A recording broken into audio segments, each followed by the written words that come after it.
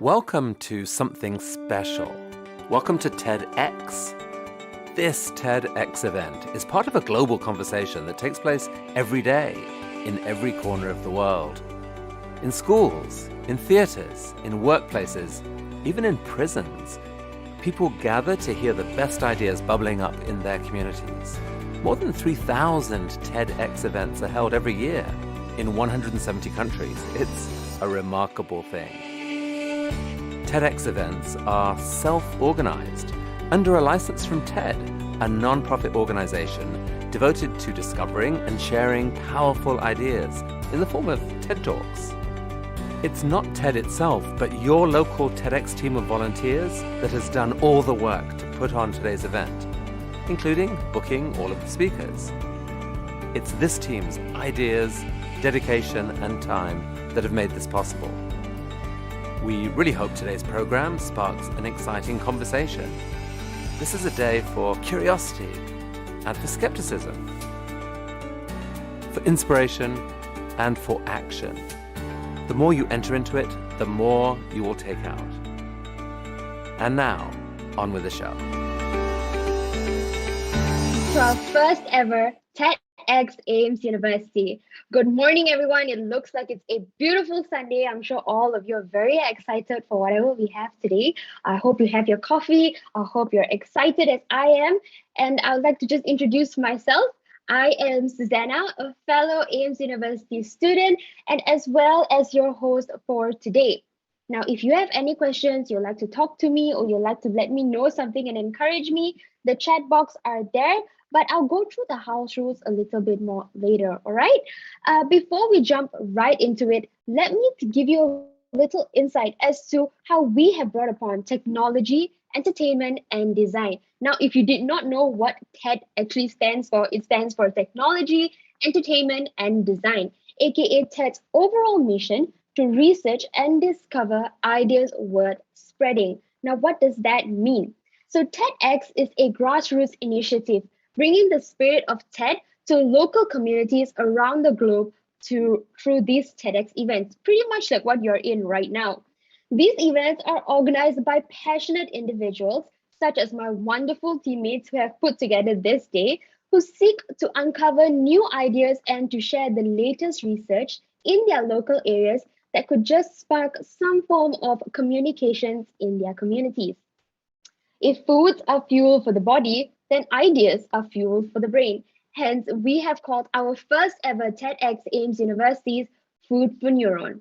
Brought to you by our hardworking team and generous sponsors, to name a few, are the Shanghai Convention Hall, P&A Smart Solutions Sindran Berhad, as well as MPH Bookstore, to hopefully inspire you by the end of today with all our speakers. Now, with our speakers for the upcoming session, we have 13 brilliant speakers who will cover topics encompassing the aspects of life and public health. However, it would not be right to begin an event this prestigious without a few meaningful words. And for that, I would like to call upon the Vice Chancellor of AIMS University, Professor Dato, Dr. John Anthony Xavier.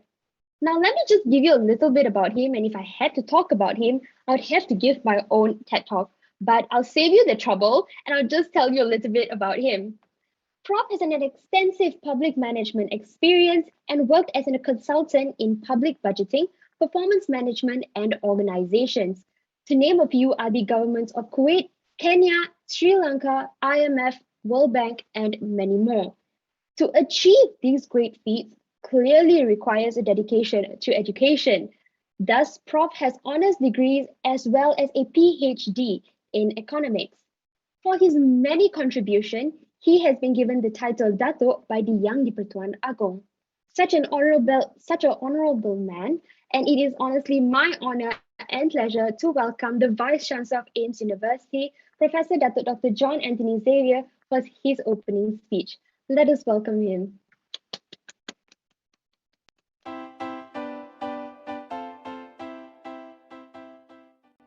Very good morning to everyone on this beautiful Sunday morning. Thank you so much for this invitation to address the inaugural launch of TEDx by our beloved students of AIMS University. I send you greetings from AIMS University, a beautiful garden campus with the state-of-art facilities, a university with professional undergraduate and postgraduate programs and research utilizing cutting-edge technology. We are proud to have close to 300 highly qualified academic faculty members. In fact, our teaching ability excels many other universities. And so, a very warm welcome to one and all again. This is a proud moment for the university. It's a proud moment for me as the Vice Chancellor. Why? Because I share with you all today, this morning, the first TEDx in AIMS University. I appreciate the organizing committee led by our medical students, Mr. Lim Rongjun and Mr. Ang Han Guan, who have been tirelessly planning with an indefatigable spirit this event from as early as last year. It is a team effort, and I am proud of the producers, curators, the creative team, and the public relations and all others who have contributed their time and effort, directly or indirectly, in making this launch a successful one. And this team spirit, this teamwork is one of the core values of our university, other than the other core values of professionalism, integrity, service to the community, and of course, teamwork and excellence. And our students have demonstrated these core values in their lives, and I thank them and I congratulate them. So I'm glad that the students have taken the initiative to continue this event online. We are in trying times. COVID-19, like a wrecking ball, has wrecked people's lives. It has wrecked the economy, and it has also wrecked the tradition that we have in the university of teaching face-to-face. Now we have all had to migrate to online learning, online teaching, and the same goes to our students as well. All the activities have now migrated online, and therefore even this, which is supposed to have taken a physical aspect, supposed to have been a live event face-to-face, has to go online, and I am talking to you online as well. So it is indeed incredible that our students from all faculties of the university have come together.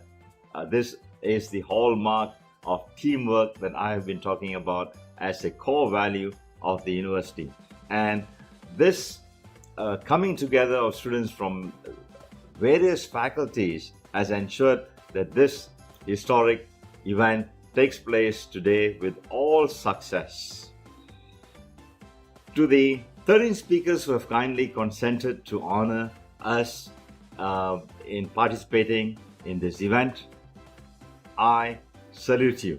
I thank you for being an inspiration to the world at large and to our audience today, especially to our students. Being from different backgrounds and covering a broad spectrum of topics, I'm sure it's going to be a wholesome and nourishing day indeed, serving the theme Food for Neurons. Last but not least, my appreciation for our advisors, Professor Rajesh and Dr. Bina Rai. Both of them have been the inspiration behind the teamwork demonstrated by our students. They too have not cared about their time and their effort, and they had poured their heart and soul to ensure that our students succeed in launching TEDx. To them, Professor Rajesh and Dr. Bina Rai, I congratulate them and I record my sincere appreciation to their kind effort. Thank you, Professor Rajesh and Dr. Bina Rai, for standing along with students and guiding them all the way right from proposal drafting to getting this thing organized. I thank you all for making this a reality. I thank Professor Rajesh and Dr. Bina Rai, including the TEDx committee of our students, for reaching out to our speakers so that this TEDx will become a reality in our campus. So coming back to the proactive and creative student committee members, I do hope our junior students will be motivated by the exemplary conduct of their seniors, and that they will be motivated by the leadership and enthusiasm showed by the senior students who have been the backbone to the development and implementation and the launch of TEDx. I wish that our junior students will take up the mantle in the future, and we will continue to host more TEDx events, but this time in our own backyard at the AIMS University. And we hope that this bench of our junior students will succeed our seniors as they graduate and go on to eke out a promising career for themselves. So with that, I wish all a great sharing and great experience today. Thank you, and I look forward to hearing the good work that you will be doing today, and I wish you all the very best. Thank you. God bless you all.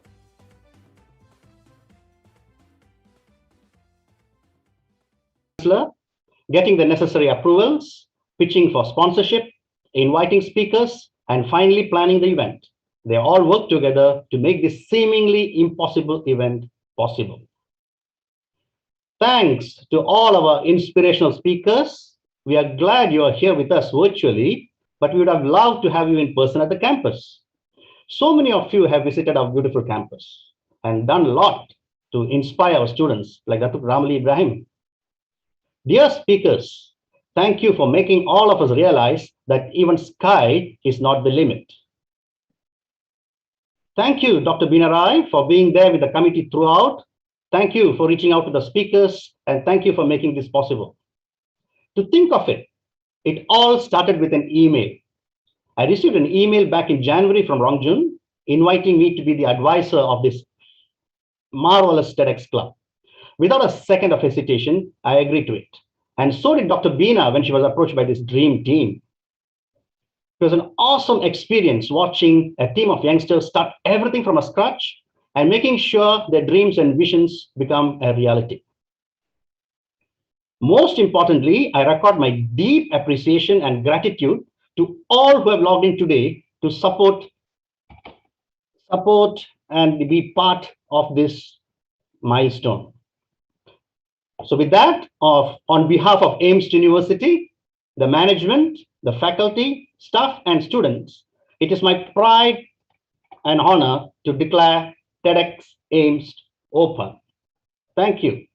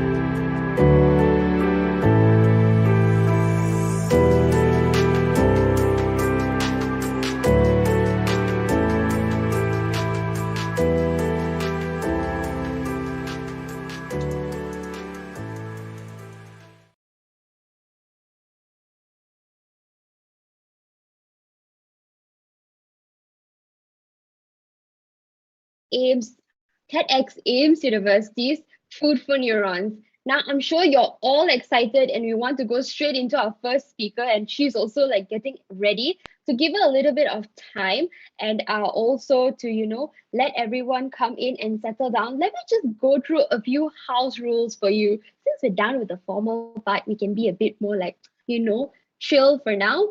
So a few of the house rules are for those of you who are on the Zoom platform. If you have friends or who are participants and they have not logged in yet, please let them know and ask them to join us. And when they do, please make sure to name themselves according to their ticket's last 3 digit followed by their name. However, this does not apply to the staff and lecturers. So if you're a doctor or you're a staff or anybody else, just let us know and then we will immediately be able to admit you. From even in my screen right here, I can see there's a lot of people in the waiting room. Please read your email. All the information is there accordingly. Other than that, if you have other people that you know that wanted to join but couldn't join us, we have our YouTube live stream. That's right. We have our YouTube live stream going on right now. So if you want to share that link, you can find it on our Instagram page and also our Facebook page at TEDxAIMSTuniversity. If you like the link as well, we'll put it in the chat box and you can copy it and share it with your friends and family if they also want to join us. I mean, the more the merrier, right? That'd be kind of nice. And also, yeah, to all the participants, you are highly encouraged to turn on your webcam and your camera. Show me your pretty faces. I can see it right here. If you feel like, oh no, I gotta go wash my face and look decent, go and do it right now. Go and get your coffee, quickly come back before you see I'm just talking here to like stall time for you. Other than that, please stay muted throughout the event until the interactive sessions. During the interactive sessions, you'll be allowed to speak to the speakers directly. Then the YouTubers here go like, what does that mean? How am I going to be able to speak to them? Now, that is the advantage for those of them who registered much earlier to be our participant. Unfortunately, we have very limited seats. So maybe next time you can join us. Maybe we will increase the number of people if you really want to come and see us again. I really hope you do though.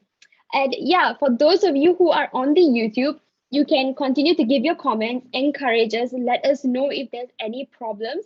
We have our facilitators there, our moderators there. They are constantly giving me live updates. So just let me know if you need anything. Also, during the session, if you have any questions, now this is for my YouTubers. Zoom guys, you guys got it under control, okay? Once we open them up, you can jump rooms. I'll tell you how we're going to do that later. For the YouTubers, if you have questions for the speakers, ask them during their speech or during their session. And later during the interactive session, you and I will be going room to room to ask these questions for you. Also, most importantly, and this is the most important one, in the chat box and even in the YouTube live chat box, please be kind, be nice. We're only humans. There's so much that we can do. So if you have any problem and you can't seem to reach us in these two platforms, you can definitely reach us on our Facebook as well as Instagram at TEDxAIMSTuniversity. Okay, now that are all the rules. Putting that aside, what is another exciting thing to look forward to is all the free things that you may be able to win by the end of today.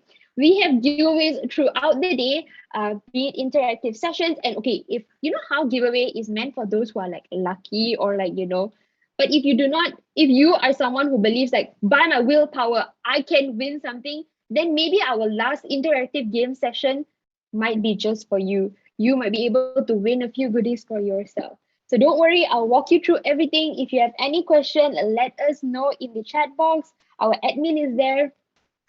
Okay, so enough talking, Susanna. Let's go and introduce our first speaker. Our first speaker is Melisha Lin, a host and former global Asian model and a mentor for aspiring models aged 13 to 29.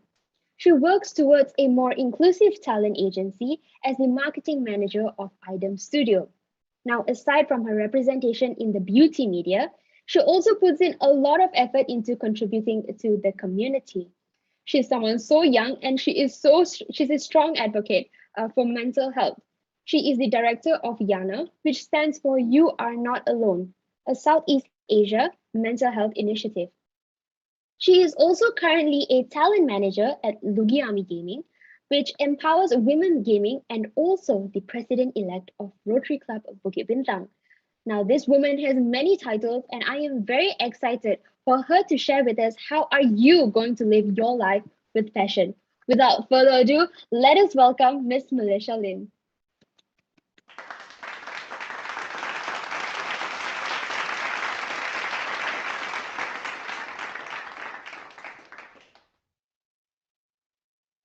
What do you think of when you hear the word passion? What is the first thing that comes to your mind? I'm sure each and every one of us has a different definition of the word passion. It's such a small word, but it's one that can be interpreted in so many different ways for each individual. For me, it's who I am as a 23-year-old who started her life journey at a rather young age and constantly seeking for more to live for. Just speaking about my passion makes me all giggly and happy. It's who I am as an individual. It's the reason why I wake up every day, pushing my limits, trying different things, and exploring life like it's a big puzzle to be solved. It is my purpose in life, and I hope to bring a different light in discovering yours. I came up with 4 areas I believe any individual might come across in the process of discovering their true passion. I believe as humans, we have gone through gradual changes from simple forms to more complex forms. In simple words, we transform time to time, like an embryo to a full-grown person. This evolution is a part of life, and although day by day, nothing significant changes, when you look back in your life, everything seems so different. This brings me to my first area, the evolution of passion, where our passion evolved through time and space. How our passion is coming to life for the very first time and how it evolved through the years alongside us. The first thing that I remember being super passionate about was my Barbie doll collection. I know it might sound silly to you, but I challenge you to try and convince a 6-year-old that her dolls are not the most fascinating thing on planet Earth. And just like any other 6-year-old, little me could only think about her dolls. Pretty and pink, playing with dolls and keeping them organized on my shelf was all I care about. As silly as it sounds, I really thought I was going to be a doll dealer someday. At the age of 9, I got introduced to the word ambition. You may be thinking what ambition has to do with passion. But in my opinion, those two words go hand in hand. Because ambition without passion is like driving a car without a sense of direction. You get that joke? Some example of what an ideal ambition a kid should have would be to become a doctor, lawyer, engineer, or pilot. However, like any main character in the movies, I had to be different. Mine was to be a policewoman, so I could fight for justice and catch bad guys like any superheroes I watched when I was younger. Yes, some of you might be wondering, Mel, what happened to those dolls? And to be honest, I feel like I outgrown them pretty quickly. In high school, I competed in many leadership camps, ran track, high jump, walkathons, played basketball, did choral speaking, and even took on responsibilities as a wise head of prefect.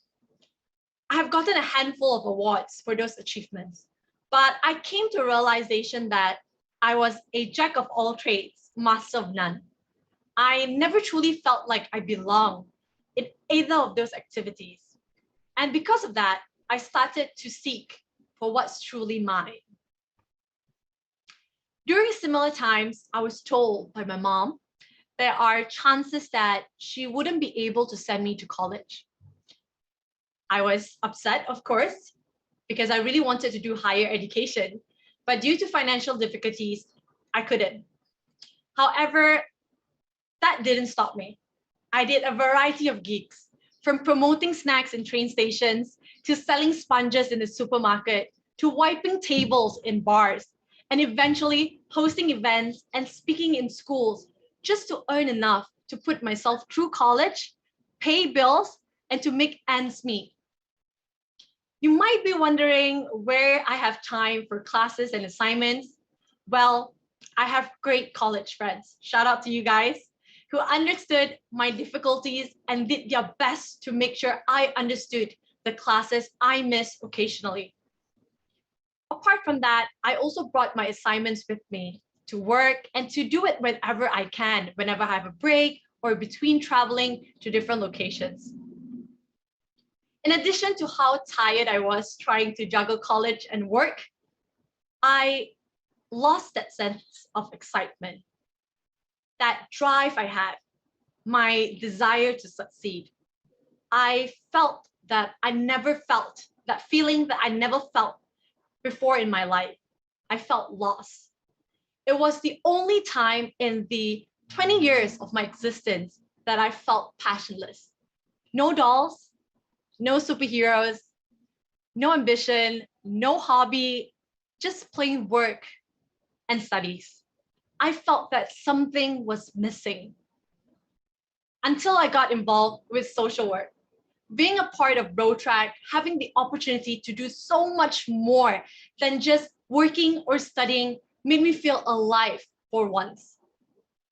Being able to fundraise for good causes, teach children at orphanages, doing street feeding to people in need, and seeing it up close put me into a whole new perspective.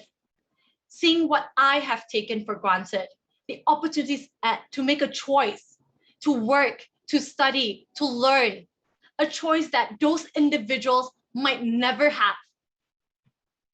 And just like that, a new passion bloomed inside of me.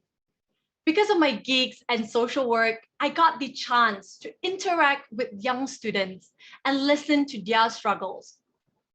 After listening to them, to my surprise, a majority of them struggle with their mental health.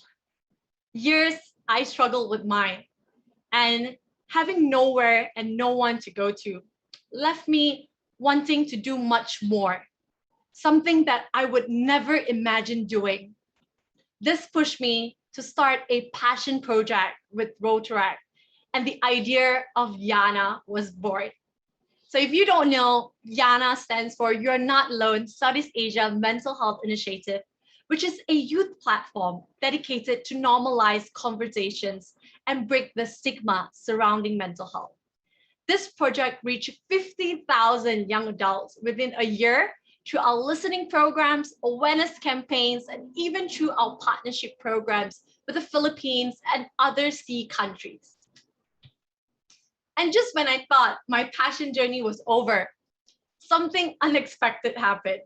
I got scouted in the supermarket, where it opened my eyes once again to the potential and reach of where being a beauty queen might lead to.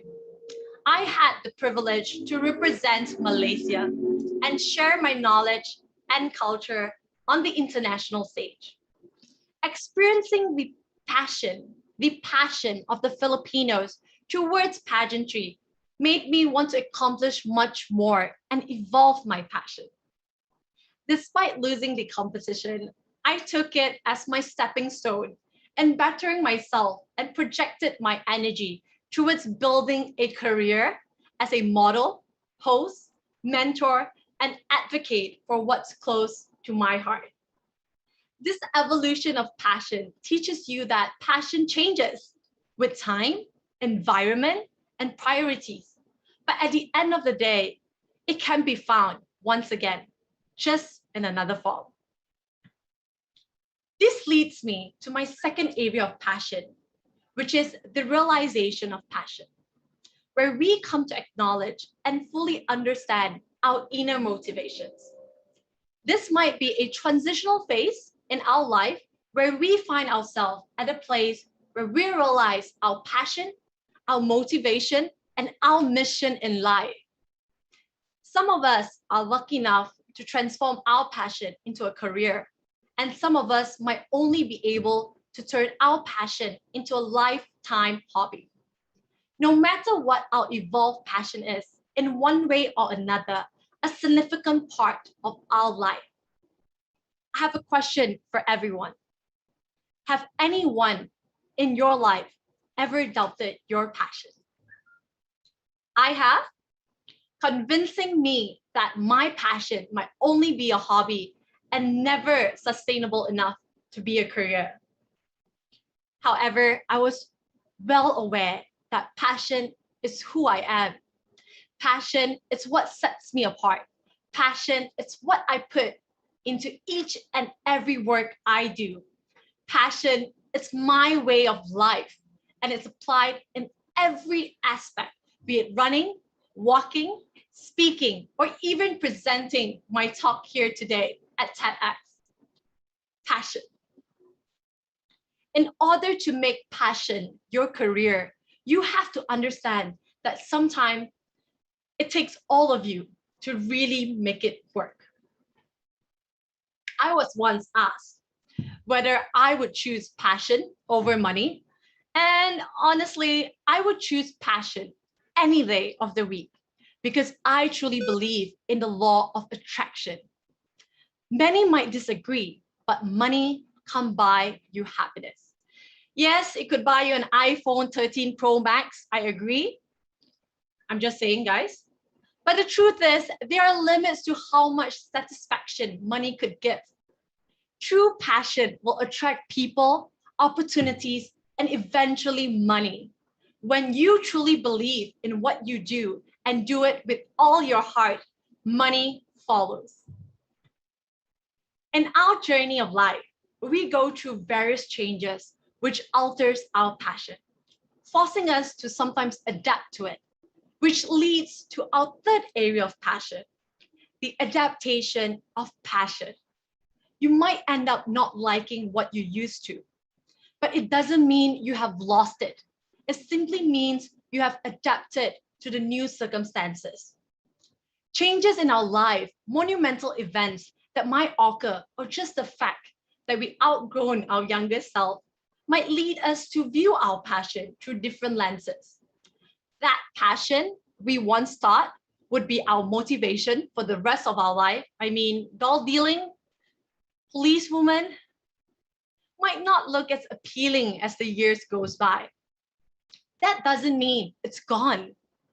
It's just changing and evolving with us, from doll dealing to being a mental health advocate. Don't let that change distract you. It's only that, a mere distraction. In order to adapt your passion fully into your new status quo, you need to accept the change. You're allowed to spend as much time as you need realizing and adjusting to the new circumstances. You can cry, you can laugh, you can scream. It's totally up to you. At the end of the day, you're letting go of an idea, of a vision, of a passion that no longer suits your need and aspiration in life. Now, you channel that same energy and power towards your new passion, like how I did mine. Doll dealer, to host, to model, mentor, and now mental health advocate. In order to achieve greatness in life, an act of sacrifice is required. Doing something you love feels amazing, but at the same time, the amount of time and effort you need to put in order to make it work takes a lot of sacrifices. Sometimes you need to sacrifice your sleep. Sometimes you need to take time from your loved one. And other times, your relationship with people takes a toll. Those are several examples of how your passion affects your life. It's up to you to what extent it would affect you. It's your dream, your life. You decide how much heart you want to pour into it. No one else should. I can tell you the amount of tears I have shed, sleepless nights working on assignments, preparing for work, the numbing pain I went through standing 12 hours a day, speaking non-stop, hurting my throat, working out extremely during my competing days, missing out my favorite cheat days, guys, food. I'm a Malaysian. I love food. However, all of that sacrifices for one word, passion.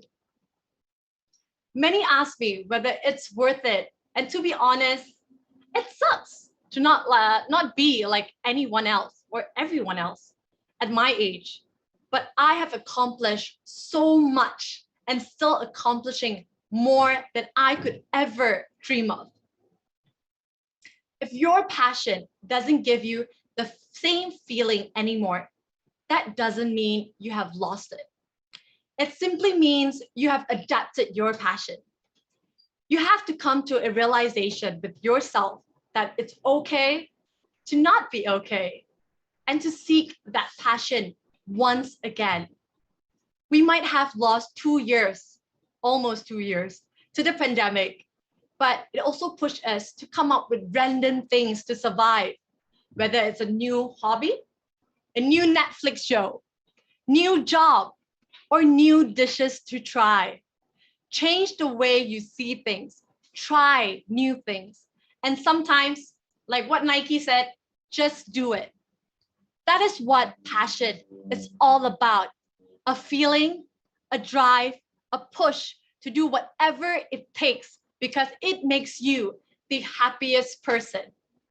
Now, go live your life with passion and never forget that your passion is never lost, only adapted. Thank you.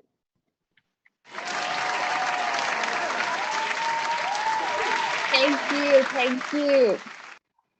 Now, I do not know if that was inspiring for you, but let me just remind you that she is our youngest speaker for today. And I mean, if you ask me, she went from Barbie doll dealer to not a Barbie doll dealer. Excuse me, she elevated. She became the Barbie doll. I mean, look how beautiful she is. So accomplished, so young. I mean, she's definitely an inspiration. And I'm sure, as you've all learned from what she had to say, if you find your passion, you can live every day to day, happy and knowing what you're doing is worth it. But now, after you found your passion and you've already, done everything, how do you reach your fullest potential? Now, for that, we have Dr. Navraj Singh Sindhu B, a 25-year-old doctor and a medical influencer who has been sharing his journey in medical school on his social media platform so that people can see just how amazing medicine is. I mean, we already know how amazing frontliners are, but you also can achieve excellence as a doctor. His mission is to help others unlock their fullest potential. Hence, without further ado, and I'm honestly very excited to hear from the man himself, let us welcome Dr. Sindhu.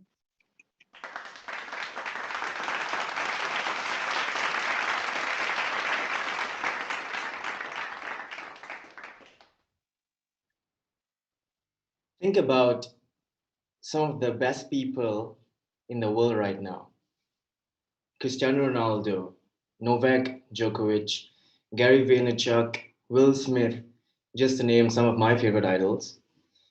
These people are at the top of their game. They're the very best in the world.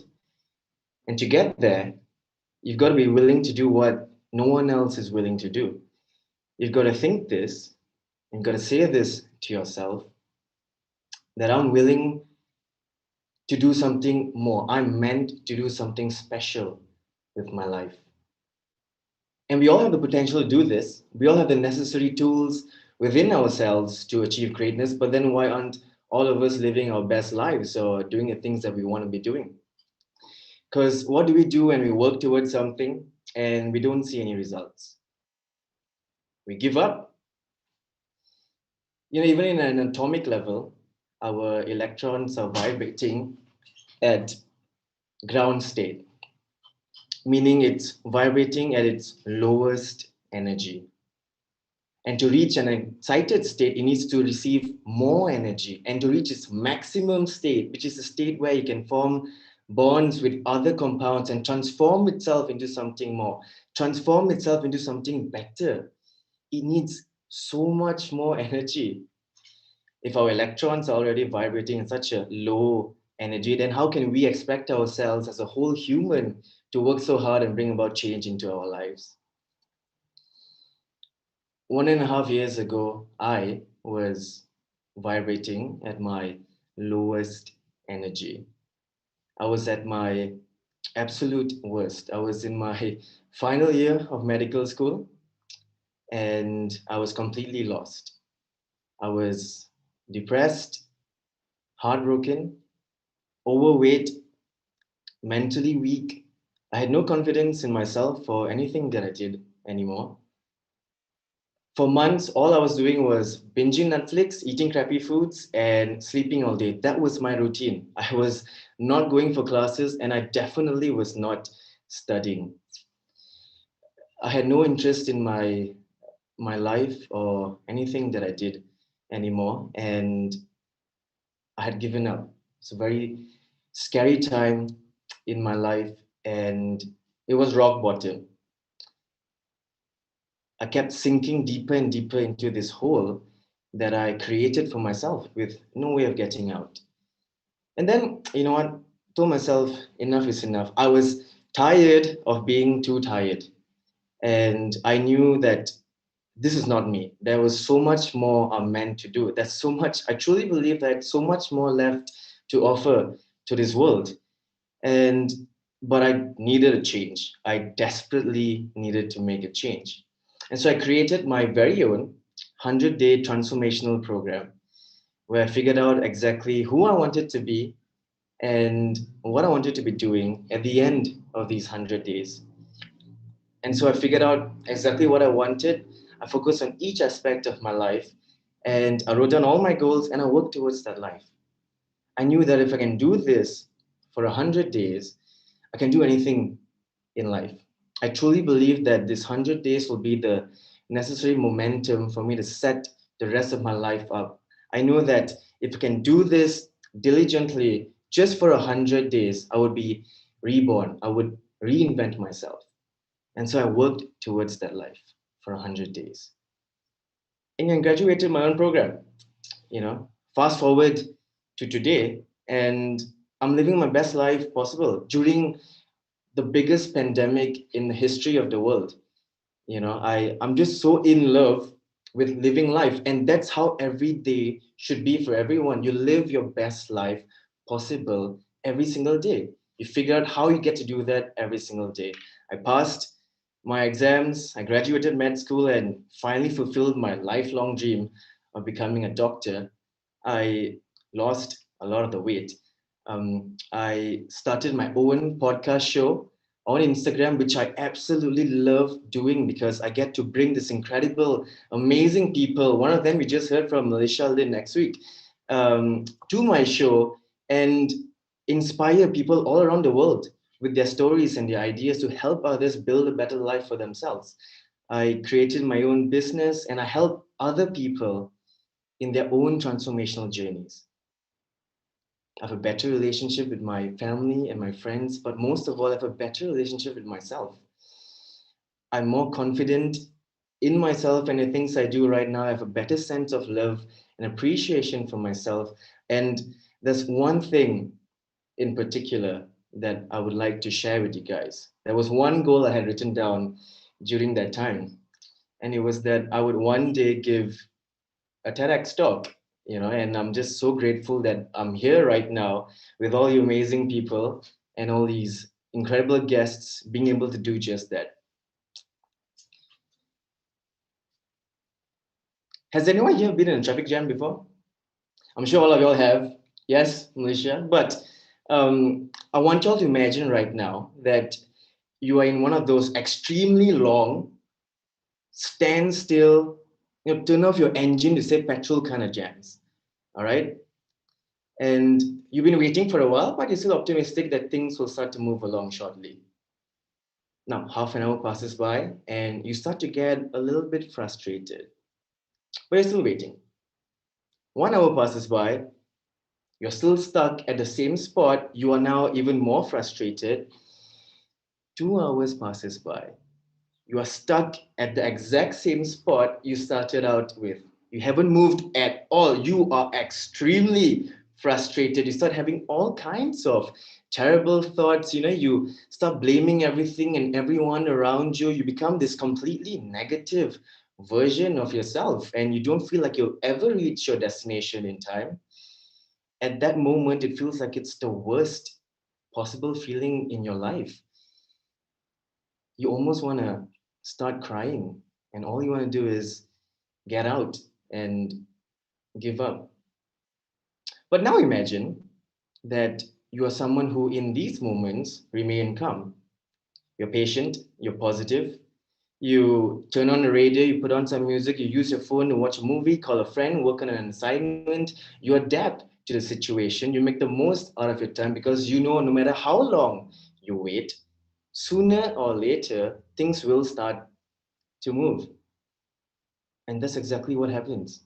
After a while, you see the cars in front of you start to move. So you turn on your engine, you put the gear to drive, and you drive for 10 meters. That's it. 10 meters only. But you know you're now 10 meters closer to your destination than you were before. And again, after a while, you wait. You move another 10 meters, another 10, another 10, another 10. And after a while, you're moving at 5 kilometers per hour. You're now moving at a steady pace. You're slowly but surely progressing closer to your end destination.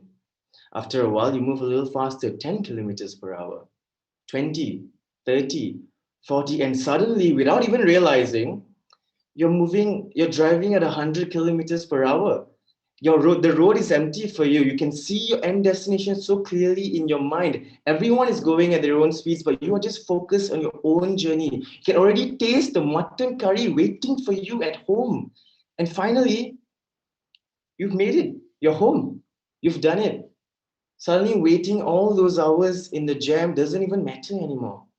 If anything, it makes you appreciate the fact that you've made it even more. And that's life. Life is exactly like a traffic jam. We work so hard towards something, we don't see any results, we start having all kinds of terrible thoughts, we start blaming everything, everyone around us, we play the victim game. Why me? Why not I? Why this? Why that? And then we give up. But if you're someone who synchronizes with your mind and you're persisting in your journey, you know that sooner or later, things will start to improve. Sooner or later, you'll start to see the smallest of changes, the modest of results. So you keep going on, you keep improving, you keep working hard, you see more results, you keep going on, you keep keeping up, you start to believe in yourself, you start to progress closer, you start moving closer to your goal. And then suddenly one day, without even realizing it, you are now moving 100 kilometers per hour towards your goals.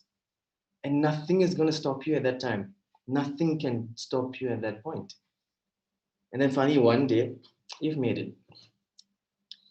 And anyone can do this. Anyone can transform themselves, reinvent themselves. After 100 days, I couldn't even recognize the person I was on day one. Anyone can achieve anything. You just have to know how to synchronize with your mind and work with your mind. So we all have this inner power. I like to call it our inner superpower, but we don't tap into it. Most of us don't even know we have it, and so we take it for granted. We waste it. And that inner power is our mind. Came to us for free. We didn't have to buy it, If you can synchronize with your minds and have your mind work with you, it becomes so powerful. But the problem is, most of us are having our minds work against us. Now, I'm here to tell you there are only two things you have to know about your mind. It's not that complicated. We complicate things, people. Don't complicate things. Make things simple. Two things you got to know about your mind. And if you can practice these two things every day, it becomes so powerful and you can change your life or you can achieve what you want. Number one, you need to see the things that you want. You need to be able to visualize exactly what you want. A very powerful quote by my favorite speaker, Les Brown: if you can see it in your mind, you can hold it in your hand. So you need to learn how to visualize exactly what you want and practice this every day until it becomes so real, so clear in your mind that you don't even realize you're visualizing anymore. The second thing you need to do is you need to say the things you want to be true. You need to speak the things you want into existence. What you say to yourself really matters. And when you combine these two things, you can accomplish anything. I'll give you an example. Let's say you want to lose weight and you're out with your friends having dinner. Everyone ordered a pizza, okay, and you have a salad in front of you, and you're like, I'm so done with this boring ass salad. You know what? I want that juicy, delicious, tasty pizza. I'm going to have that pizza. That's you having your mind work against you, people. But if you say, you know what? The pizza looks good, but you know what looks better? Me in my bathing suit at the beach with my super fit, sexy, fantastic, hot body. Everyone is checking me out, whatever it is, And although the pizza looks good, I'm happy to eat this salad right now. I want to eat this salad right now because it brings me closer to that version of myself. Now, you're having your mind work with you. You're synchronizing with your mind. So you saw what you want, the vision of yourself at the beach with your super hot body. And you said to yourself, I'm happy to eat this salad. I want to eat this salad. And you can apply this to anything in your life, people. Most of you all here are medical students. So I was one as well. You are studying tonight, all right? Like you always do, right? And your friends come and they say, hey, let's go out, let's go watch a movie, let's go and party, whatever it is. And you're like, you know what? Yeah, that sounds more fun. I'll study tomorrow. And that's again you having your mind work against you. But if you say, you know what, going out seems fun right now, but you know what looks better? Me studying hard like I always do, doing very well for my exams, and becoming the best doctor that I can so I can help and treat every patient that comes to my room. And that is you working with your mind. You are synchronizing with your mind. I can always party on the weekends when I'm free. I'll go watch a movie on the weekends when I'm more free. But right now, this is what I want to do. I'm happy to study right now. I'm happy. I want to study right now. And that is you synchronizing with your minds, people. So it all comes down to the things that you say to yourself and the things that you see in your mind. But you got to practice this every day. Understand that while there are only two things that you need to know about your mind, doing this for a few days and then taking the weekends off, or doing this from Monday to Wednesdays and then taking Thursdays off, you're not gonna see any changes. You're not gonna get any results. You have to be persistent and you have to do this every single day. Then it becomes powerful. Remember, you're not a lazy person and you're not a procrastinator. You just have a bad habit of being lazy and you have a bad habit of procrastinating. You can always eliminate or get rid of bad habits and build good winning habits. You need to build these winning habits, and the only way to do those things, the only way to get that is by being persistent. The most powerful thing in the world is by being persistent. Imagine you went out and you bought a really large aquarium.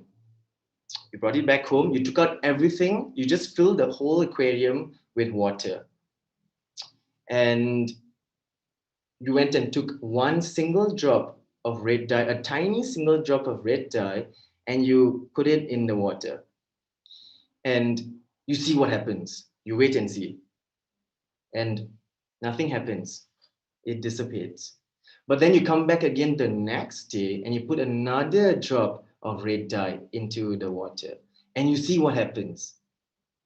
And nothing happens. It dissipates again. But then you come back again the next day and you put another drop of red dye into the water. And then you see what happens. And nothing happens. It dissipates. What do you expect? It is not good. Anyone can tell you this does not work. So what do? You stop. You give up, you try something else. But no. You come back again the next day and you put just a single drop of red dye into the water, just a single drop. See, someone who's synchronized with their minds, who understands that by being persistent and coming back every single day, putting just one drop of red dye into the water, over time, that water is going to turn milky and then it will turn pink. And finally, one day, that water is going to turn red. So you need to be persistent in everything that you do. And that is how you get what you want. You need to believe in yourself. And if you don't believe in yourself, don't worry, you need to create that belief. And I'll tell you exactly how to do that right now. You know, back in high school, we had this guitar teacher. He always used to say, you know, some of y'all are not practicing enough. So y'all need to go back home. You'll need to build that interest and start practicing. And no one really understood what he meant, but it made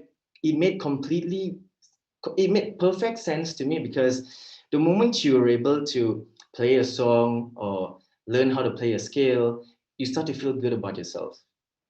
Now you go and play for your friends, or you join a group of people and jam with them, you're more inclined to go back home and learn another song or learn another skill. And then you come back and you play, you go back, you practice, you're more inclined to start improving. And as you improve, you want to learn more, you want to get better, and you do get better. And now you're more interested in playing the guitar.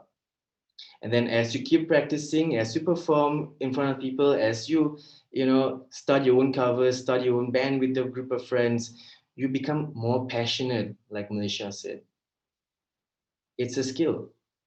As you become more passionate, you too will start to believe, you know what, I can become an amazing guitarist. All you did was being persistent every single day. Guys, change is not easy, but it's not difficult either. You know what it is? It's uncomfortable. So you need to learn how to be comfortable being uncomfortable. And that is how you start to get the things that you want to get. And lastly, I just want to say my favorite quote by Tom Bilyeu, that the only thing in life that matters, the only thing that matters are the thoughts that we have about ourselves when we're all alone. And in those moments, if your thoughts about yourself are good, if you're feeling good about yourself, then that's what matters. And if you don't, doesn't matter. Figure out what do you want and who do you want to be, and go out there and get it. Thank you, guys. I'm Dr. Sindhu, and I hope you have an amazing event today with everyone here. All right.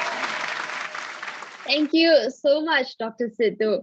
Now, I do not know if my life is like a traffic jam, because if it is, I'm falling asleep a lot of times, because if it is a long jam, I am falling asleep. I'm not fighting with anyone. I'm not looking at anyone. I'm just trying to stay awake. But yeah, definitely, as he said, to reach your fullest potential is to definitely go slowly, surely, but also steadily. Put in that hard work every day and find value every day in your life, and you definitely be able to reach your fullest potential. I'm sure you're all excited to speak to Melisha, to Dr. Sindhu, as well as all our other speakers today. For those of you who are on the YouTube platform, if you have questions, please continue to put them in the chat box. Please don't be shy. You can let us know in the chat box, especially our participants, even on the Zoom. I can see some of the doctors are saying their comments to Melisha as well as Dr. Sindhu. You guys can do it too. Just let us know and I'll be able to bring them forward for you. Don't be shy, okay? We won't fight you. We can't eat you up. All right. Now, moving on to our next speaker. He is the founder of TEDxAIMSTUniversity, a knowledge sharing platform that seeks to gather and provide access to collective knowledge of Asia through all social fields. Now, if you have not visited TEDxAIMSTUniversity's website, I urge you to check it out for articles from many different aspects such as business, psychology, art, design, lifestyle, politics, and many more. To date, Empirics has published over 1 million open access articles, worked with thousands of authors, and established an extensive international readership. A one-stop central hub for all your needed human knowledge, experience, and insights. So let us welcome this man on a mission, one of Forbes 30 under 30, to share with us discovering the meaning of life in this digital age. Let us welcome Mr. Melvin Poh.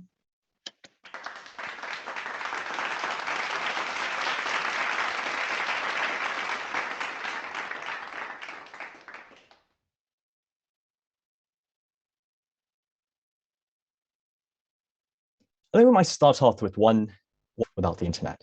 Seriously, take a moment, close your eyes if you have to. But try to imagine how life would actually look like.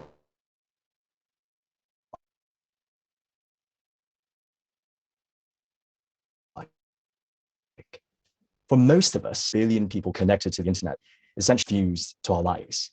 And when we had these internet cables, and eventually we traded these big boxes for smartphones, and all of a sudden the internet left our homes and became a part of us, going with us everywhere that we went, and fundamentally transformed the entire human experience. Think about it. Today, we use the internet to find love, to make friends, to discover new things, to learn, to gain knowledge, to participate in the economy, in politics, in the world, to entertain ourselves. In every aspect of human experience today, largely it is happening digitally. And as we're trading our limited human natures for these digital world, this metaverse, what's quickly happening as well is that the very experience of being human is also changing rapidly. And when you really think about that, there's also a significant question of what's happening to our perception of what it means to be human. In other words, the greater question that we should ask ourselves is, how is the meaning of our lives changing, especially in these important human areas? Take a moment to consider, for example, that when we think about the internet, we tend to think of it as a place where it really is a palace of knowledge. We can very easily access all sorts of information online. Whatever questions we have, we can easily type it out and get an instant answer. We might think that this would mean that we become more knowledgeable, we can learn much more, and definitely become much better than we ever were in any points of human history. Yet despite that, there is a peril in confusing the easy access of data with actually being knowledgeable. Of course, we know that today, just because you can easily find something doesn't necessarily mean that you feel knowledgeable. In fact, many of us feel very confused in this day and age. And what's really happening is really a danger that we are foregoing the introspective process of actually gaining knowledge as we're easily getting this data online. And at the same time, with the fact that technology today is making everything more convenient, making knowledge and data more personalized to you, there's also a danger that we've become very isolated and very reductionist in our view of the world. Yet despite that, we live in an age where information data seems to be in the surplus, but many of us are feeling completely lost and in many ways less knowledgeable. Another area, we have more thrills today than we could ever imagine, more entertainment online, more convenience. We could easily catch a show we want to watch, or go on social media and essentially do anything that we want online, and we're never really out of things to do. Supposedly, we are supposed to be more happy and much more entertained and much more fulfilled. Yet many of us deep inside, we feel a bit unfulfilled. Many of us feel quite depressed, lost, and really overall very confused with the directions of our lives. And that's because although we have all these platforms online today that could easily entertain us, the sort of normative values that they are built around and they're promoting is certainly one that we should question, because what's being promoted oftentimes really is consumerism, having more, consuming more, materialism, possessing things, narcissism, being better. These normative values today are being pushed as the ideals of happiness in the modern digital age. And we feel that we have to strive for these things to be happy, yet many of us become very unhappy because of these ideals, especially with the artificial transparency of it all, especially on social media, where we are very easily encouraged oftentimes to compare ourselves with one another, we feel deeply dissatisfied as we use these as a benchmark at where our lives are at. And we feel very incomparable to many people out there, especially when we use these metrics. And it makes us look at our own lives and question whether we truly are happy, whether we truly are satisfied and fulfilled with our lives. And then if you can also look at the area of, for example, connection, where today we're told we live in an age where we can very easily gain social connection with one another. For example, we have social media, instant messaging, Zoom calls even. We're supposed to be in constant connection with people, that we are now in this greater community than we've ever been, again, in human history. Yet many of us, we feel completely lonely and sometimes very, very lost in sense of the community that we have. And it is not surprising when you realize that every day, at every moment you look around you, people are glued to their screens, to their phones, from the very moment that they wake up all the way to when they're walking or driving to work, or even during dinner, they are glued to their phones. And when you look at that and scenes like how a mother is totally consumed by the internet and ignoring her child around her, you start to realize that there's something deeply troubling going on.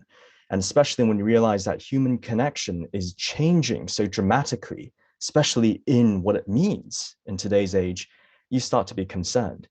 So if we were to take these developments as the baseline of a future projection of how humanity and its meaning is supposed to be, then I would say most of us are deeply, deeply troubled about the sort of developments that we'll be seeing even in the next 10 years.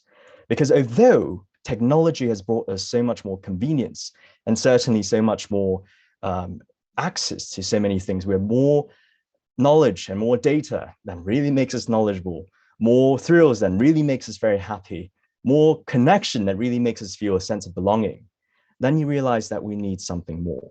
And what I'm saying today is that rather than look at just the rapid developments, we have to truly take a deeper dive and really start to think, besides development, what sort of direction do we want, instead of convenience, but really direction of where humanity is supposed to be. In other words, we have to try to discover a meaning of life in this rapidly changing landscape, especially one that is spurred by digital developments.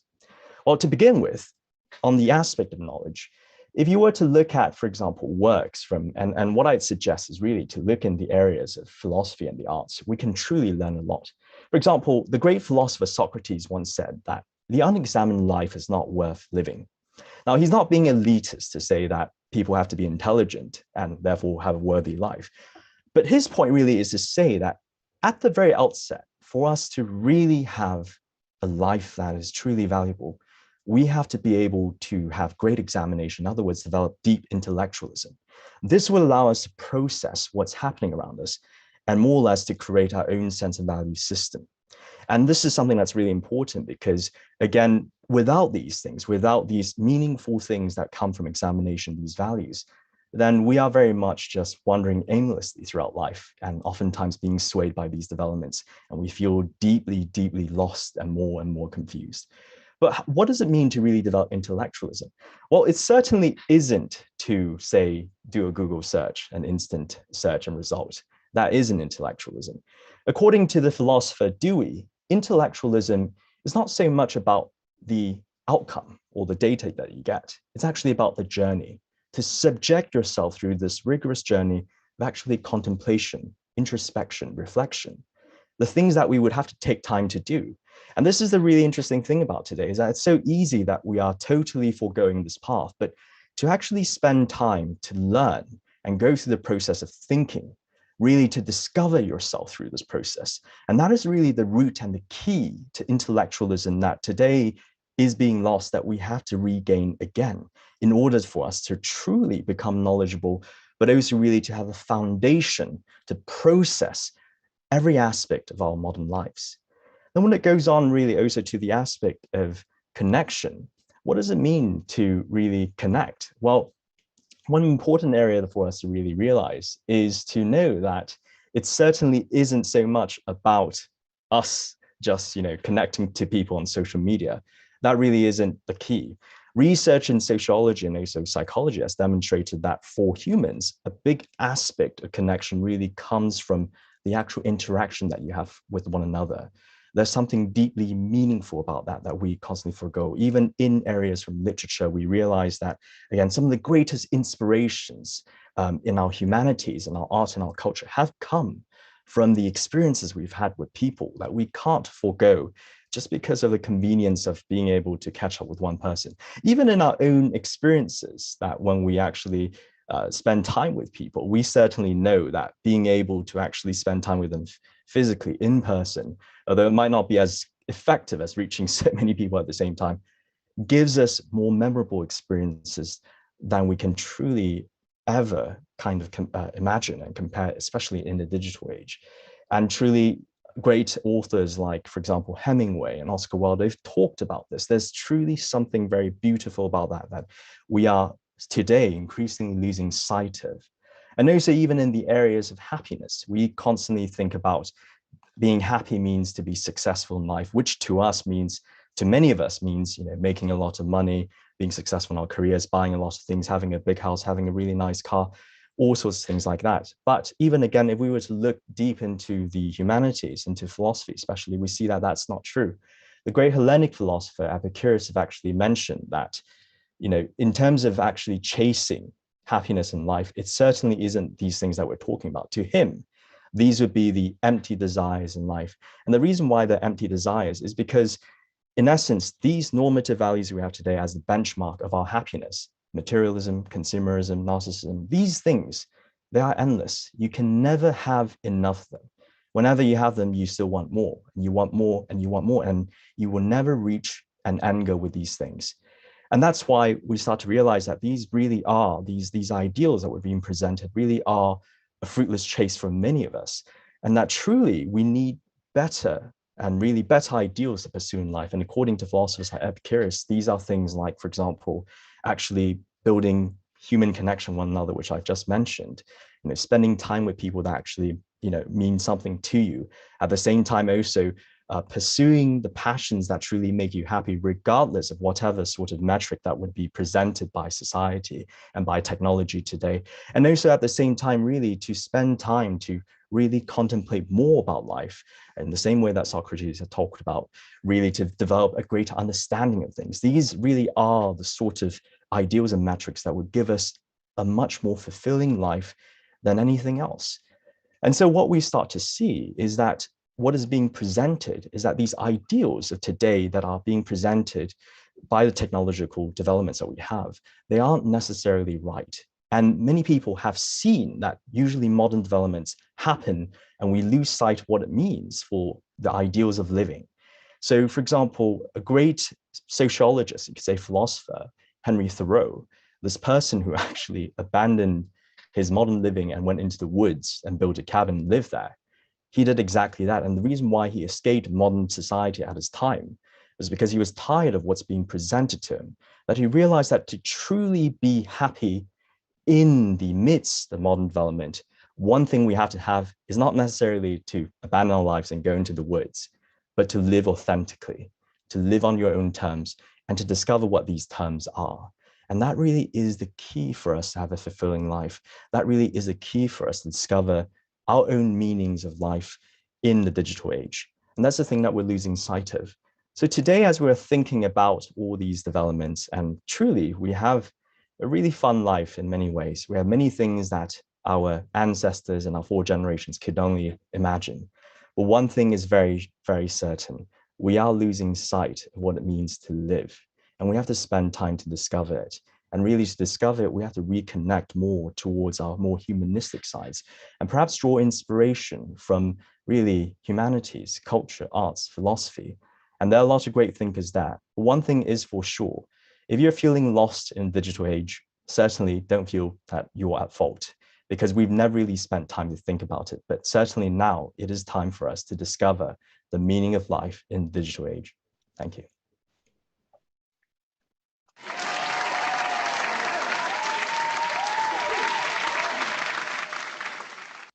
Thank you so much, Mr. Melvin. It is true what he has said, that during these times, It is honestly so difficult to find your true self. You're constantly being exposed to all the things that we see in social media, and we're constantly being exposed to something that could make us lose track of what is it like to live authentically, to live happily, to live your life with your fullest passion, to your highest potential. And to find all of that is definitely difficult, but it all starts with self-reflections. Once we can sit down, we can think about it, we can have proper conversations, through deeper meaning conversations with people, we'll be able to become just better people. And in that sense, we'll be able to find life more interesting, find more purpose, and also just be more happy and satisfied. Now, that is definitely an amazing talk. I am really grateful for the opportunity to listen to him. Don't worry if you've missed out. If you want to ask him more about this later, we will have it during the interactive sessions. Now, moving on to our next speaker, before we go into a short break, I am extremely delighted to call upon Dr. Ramli bin Ibrahim. He is an accomplished ballet, modern, and Indian classical dancer. Let me just repeat that. Accomplished in ballet, modern, and Indian classical dancer, all that different areas. He is also the artistic director of Sutra Dance Theatre and chairman of Sutra Foundation. He is known to single-handedly establish Odissi, which is an ancient traditional classical dance form of India, as a recognizable and well-appreciated dance form right here in Malaysia. Thanks to his burning desire and passion in arts and culture, he's recognized internationally as a cultural icon and a strong force in the art world. It is definitely evident with all the numerous awards bestowed upon him. And if you have not known or you've not heard any of these performances, maybe you have seen them, maybe you just didn't know it, but do check him out and then we'll find out more. But before that, let me welcome Dato for his sharing on how arts and culture is an enriched nourishment for your life. Let us welcome him. Hi.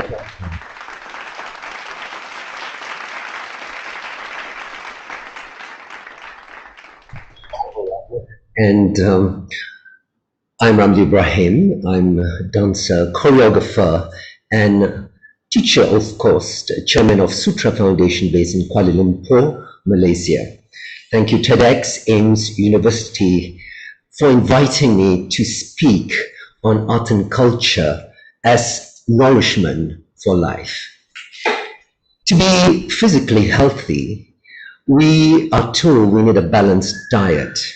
At school, we were taught that our body needs the right amount of carbohydrates, proteins, and fats to develop and grow. And for our systems to function well, our intake must also contain the right amount of trace elements and vitamins. Though the two latter ingredients are required in small dosages, they are vital to regulate and coordinate the total function of our physical and nervous system so that our bodily and mental growth can be healthy and well balanced. Metaphorically, arts and culture are these trace elements and vitamins we must consume as food for the soul so that we are able to lead physically, mentally, and emotionally a relatively fulfilling and healthy life. The happiness equation of the individual is unique only to him and has too many variables within this constantly changing environment. The index of comfort level is almost impossible to exactly determine. These multifarious indicators of human contentment are related to the subtle presence of arts and culture in our lives. It is unfortunate when policymakers are not sensitized to fathom the variables of this complex equation of what is a fulfilling life, but instead consign their decisions on the flawed index of quantity and profit as the main gauge of evaluating success. Arts and culture fertilize the inner landscape of our minds. They affect how we think, and live our lives in the deeper and richer sense of the word live. They are the reason why we choose one thing instead of the other. They linked us with our inherent personality. The presence of art and culture nourish the plants in the landscape garden of our conscious and unconscious mind. They symbiotically connect the various spheres, physical, emotional, and psychical, to impact our personality, mind, and being. Through arts and culture, an individual learns to deal, accept, and come to terms when dealing with relationships, our very existence in relation to space and time, of joy and sorrow, of success and failures, of guilt, phobias, and obsessions, of our acceptance of birth, death, and perhaps rebirth. This is where the potent message of arts and culture, delivered by authentic artists, traditional or modern, invites us to reflect on the diverse human conditions as templates and metaphors of life lived. Art and culture sing the song of the universe, myths of creation and origin.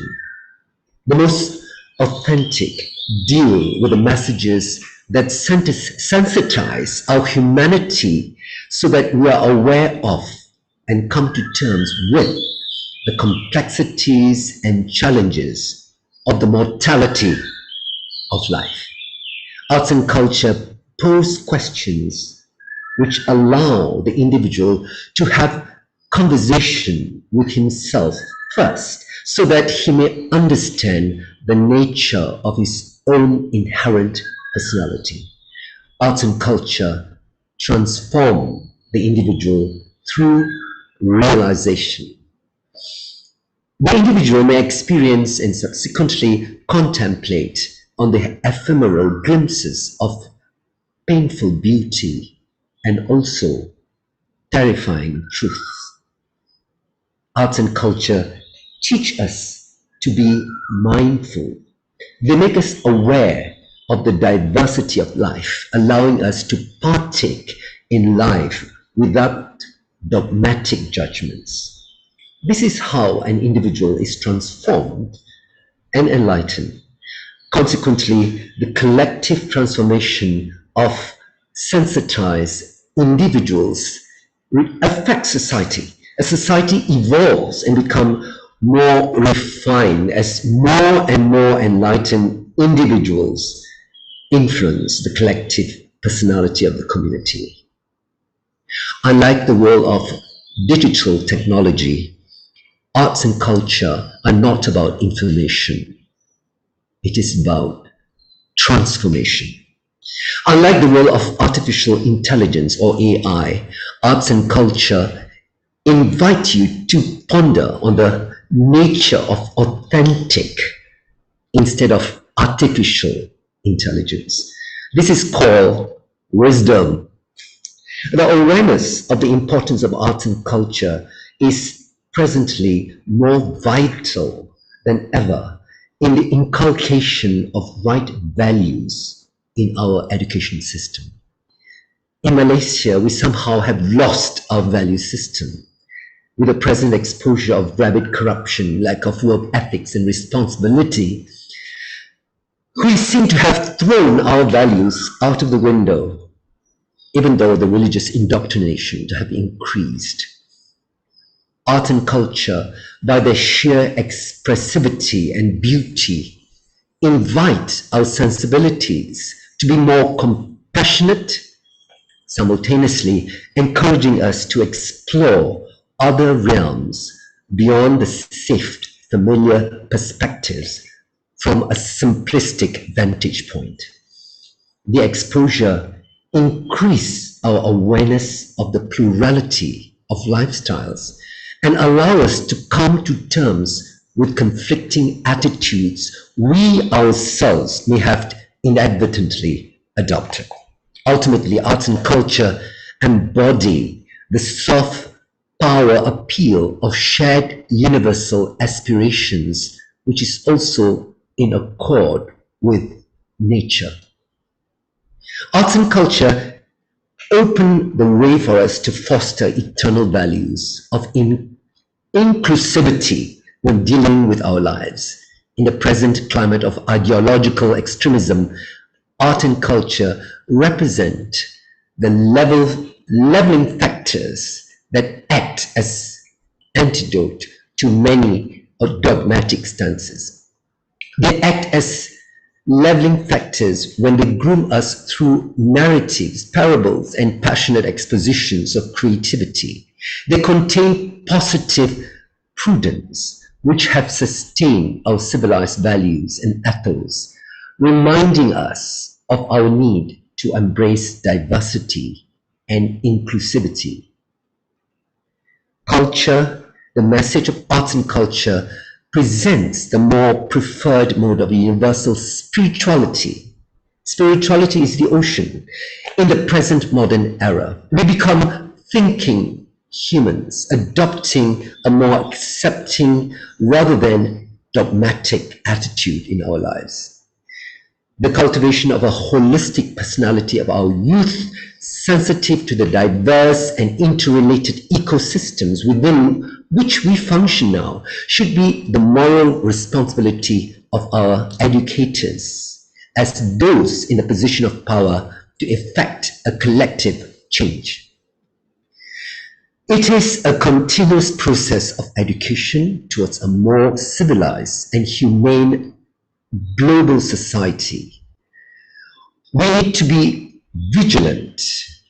We need to understand that the holistic process of education is not hijacked by those with other agendas. The tribal concept of the other is perpetuated by some religions and duly politicized. They originally stem from medieval and strict tenets of their time, which need to undergo reforms for a more inclusive present era. These assertive and inflexible doctrines have caused their alienation from the general estimation of the world population, which advocate a more democratic and inclusive moral and ethical worldview. The present wretched state of affairs have contributed to the global divisiveness in many parts of the world, causing humanity much misery and suffering. Over the last few decades, we have witnessed the steady rise of arts and culture and the social sciences as game changers in influencing our choices on how to live our lives. Art and culture do not preach and advocate the concept of the other. Instead, they celebrate diversity and inclusivity. Verily, art and culture is that trace elements and vitamins we seek in the nourishment for our souls in partaking harmonious life in this living planet. Thank you.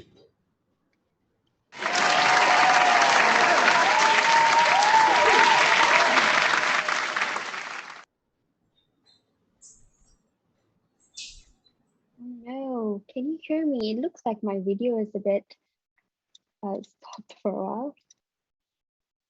And I'm back. All right, I'm back.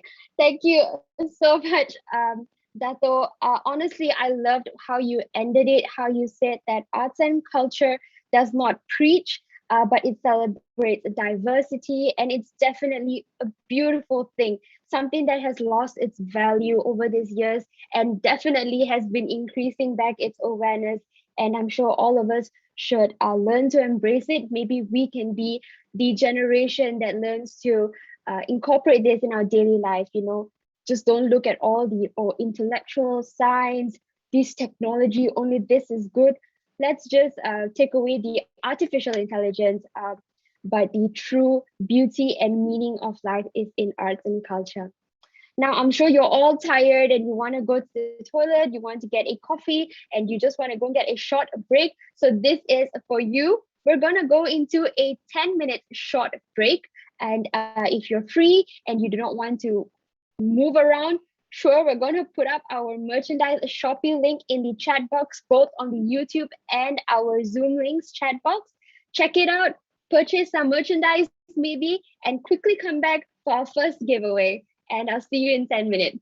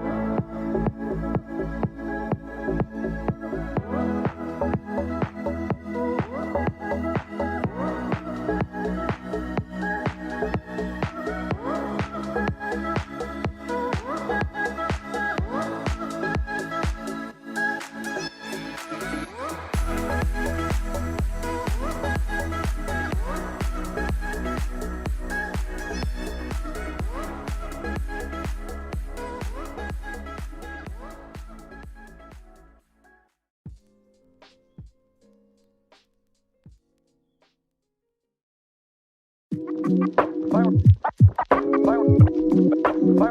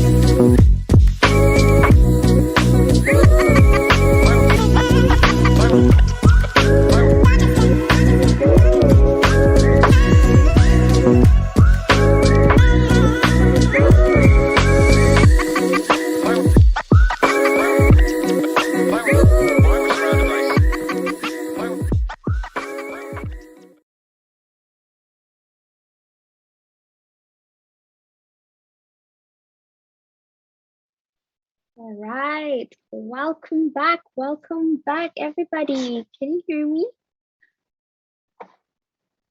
Hold on. All right, I'm sure you can hear me already. Just give me a second. Let us give my, yeah.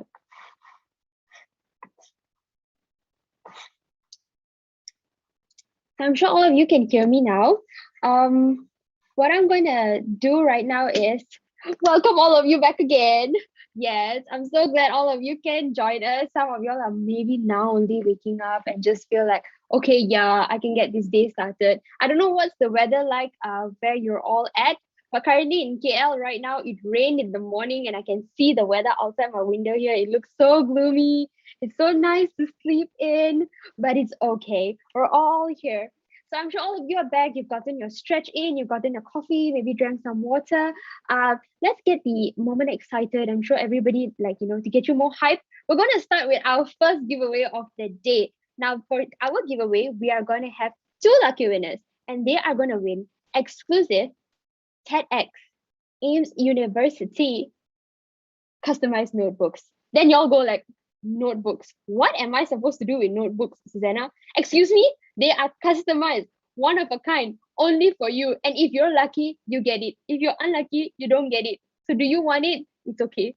Either way, the wheel will do the job. So for now, I'm going to get Celine to share her screen. She is my friend right here. And once she shares her screen and click to spin, the winner, please make sure to DM the admin in the chat box. And this is only open to the Zoom participants, not for our YouTubers. I'm really sorry. Maybe next time when you join us, we'll let you win, all right? Please DM the admin so that we know that you're there, and you'd have to take a picture of your ticket as well as you and contact us so that we can send you your goodies. So without further ado, Celine, spin the wheel. I would like to win. Isn't it nice to win all these kind of things? I always feel like me. The moment I say that, I'll never win. I never win these kind of things. But who's our winner? 95. It's the last 3 numbers, 095. Are you there? 95. Going once. Going twice. You don't have to PM the admin personally. You can even just tell, yeah, it's me. Are you there? If you're not there, yeah, you're there. Yes, Elaine, go. Hi, congratulations. Yes. You are our first winner today for the exclusive TEDx customized notebooks. Now to our next winner. Can we spin the wheel again, Celine? She's spinning. Just spin. Please, Ramli. Beat, right? And it is number 88. Wow. So like on one, 88. Who's number 88? You can let me know if you're here. Are you there? Number 88. Going once. Going twice. I'm waiting for you. And okay, I don't think that person is here. I'm really sorry. Are you there? No? Too bad, too sad. I'm so sorry. Can we spin the wheel again? Because I don't think number 88 is here. Maybe number 88 just didn't want anything. That's why 88 is such a lucky Chinese number. Hold on, but then Mo getting the present. Number 89. Amazing. Is 89 there? Are you there? Yes? No? 89. Tell me if you want it. You want it, you gotta say I want it. What if these people are actually still on their break? They're like, I still needed to go to the toilet, and they thought 10 minutes is like 20 minutes. Malaysian timing. Are you there? Going once? Going twice? Oh wow, okay. If you're not there, I'm gonna spin the wheel again. Alright, we'll just spin the wheel.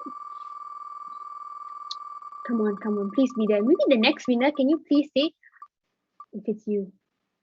Please be you. Number 47, are you there? Are you there? I feel like number 47 spoke just now.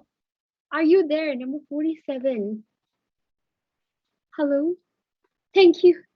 Next. Yeah, exactly. Where are you, 47? Exactly. 47, are you there? All these people do not want their free gifts, is it? I mean, like, whenever there's a giveaway, I'm always there, like, please be me. Please be me. Oh, going once, going twice. Are you kidding me? Are you there? Where are you? Give me. Melisha here says, give it to me. That's very kind. Unfortunately, I can't do that. Can we just spin the wheel one last time? Now, if this time the person doesn't come, don't worry, we'll bring it forward. Later during the other giveaway, we'll give more. All right? See you next person. Spin the wheel, spin the wheel. Please be there, whoever you are next. Please. Please be there. So, and it is number 225. 125. Are you there? Are you there? Let me know in the comment, in the chat box. Are you there? 125. 12525. What song is that? That's like a phone number. Oh, 1300 888. Oh no, that's a diamond. What is that? Is that Domino's? Are you there? 125. Pizza. Are you there? Yes, me William. It is. That's the pizza phone number. Are you there? 125. You want to help take? Now that is very kind of you. But I don't see you here. Someone here told me, can you do it one more time? Okay, since 125 is not here, let's spin it one more time. Just one more time. All right, one last time. Can we see? Can we see? Yes, I'm giving you a chance. I'm bagi you chance. Korang ni kenapa lah? Please lah, tolong lah. Number 69. Very nice number. 69. Are you there? Number 69. Say yes, it's me. 120 wanted it. She's like, I wanted it, but she's not there. Okay, if you're not there, you take lah. Kiara, you want to take? It's okay. If y'all don't take it, more for the committee. Anyway, since the winner is not here, don't worry. We'll bring it forward later for this one more exclusive TEDxUniversity's customized notebooks.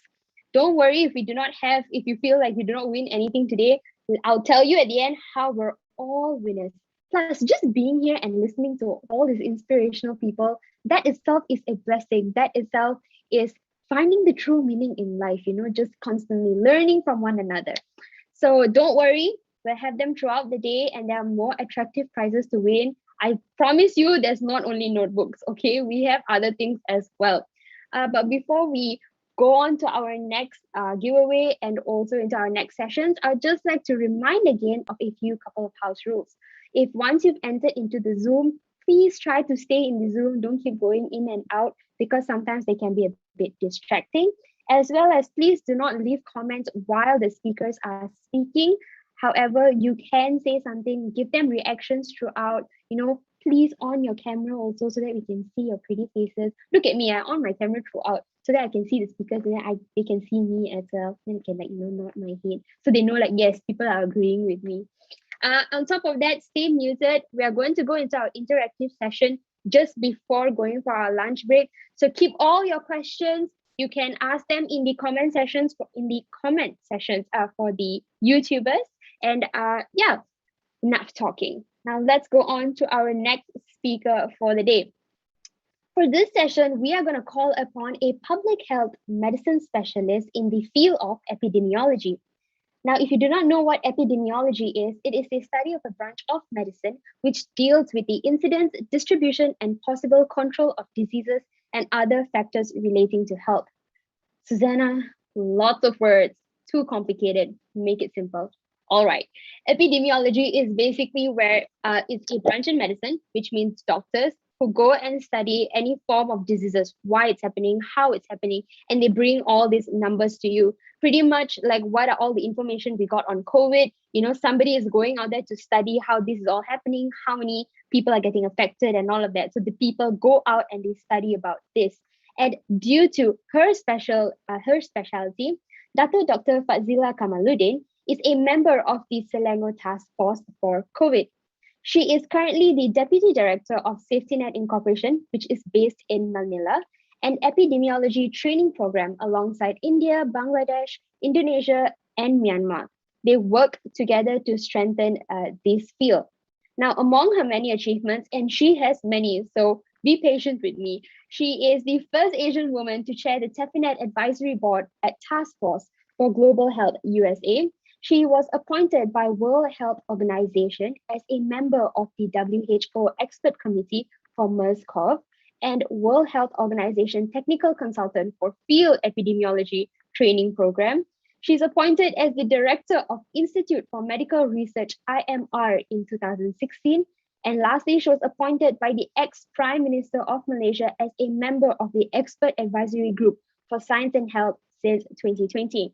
Now, this is the woman later, if you want to ask questions about what's going on in this time that we're living in and what's going on with our country, she's the person to ask. And definitely, if you have questions, keep it in the chat box for those of you on the YouTube. And without further ado, let us welcome Dr. Kamaludin.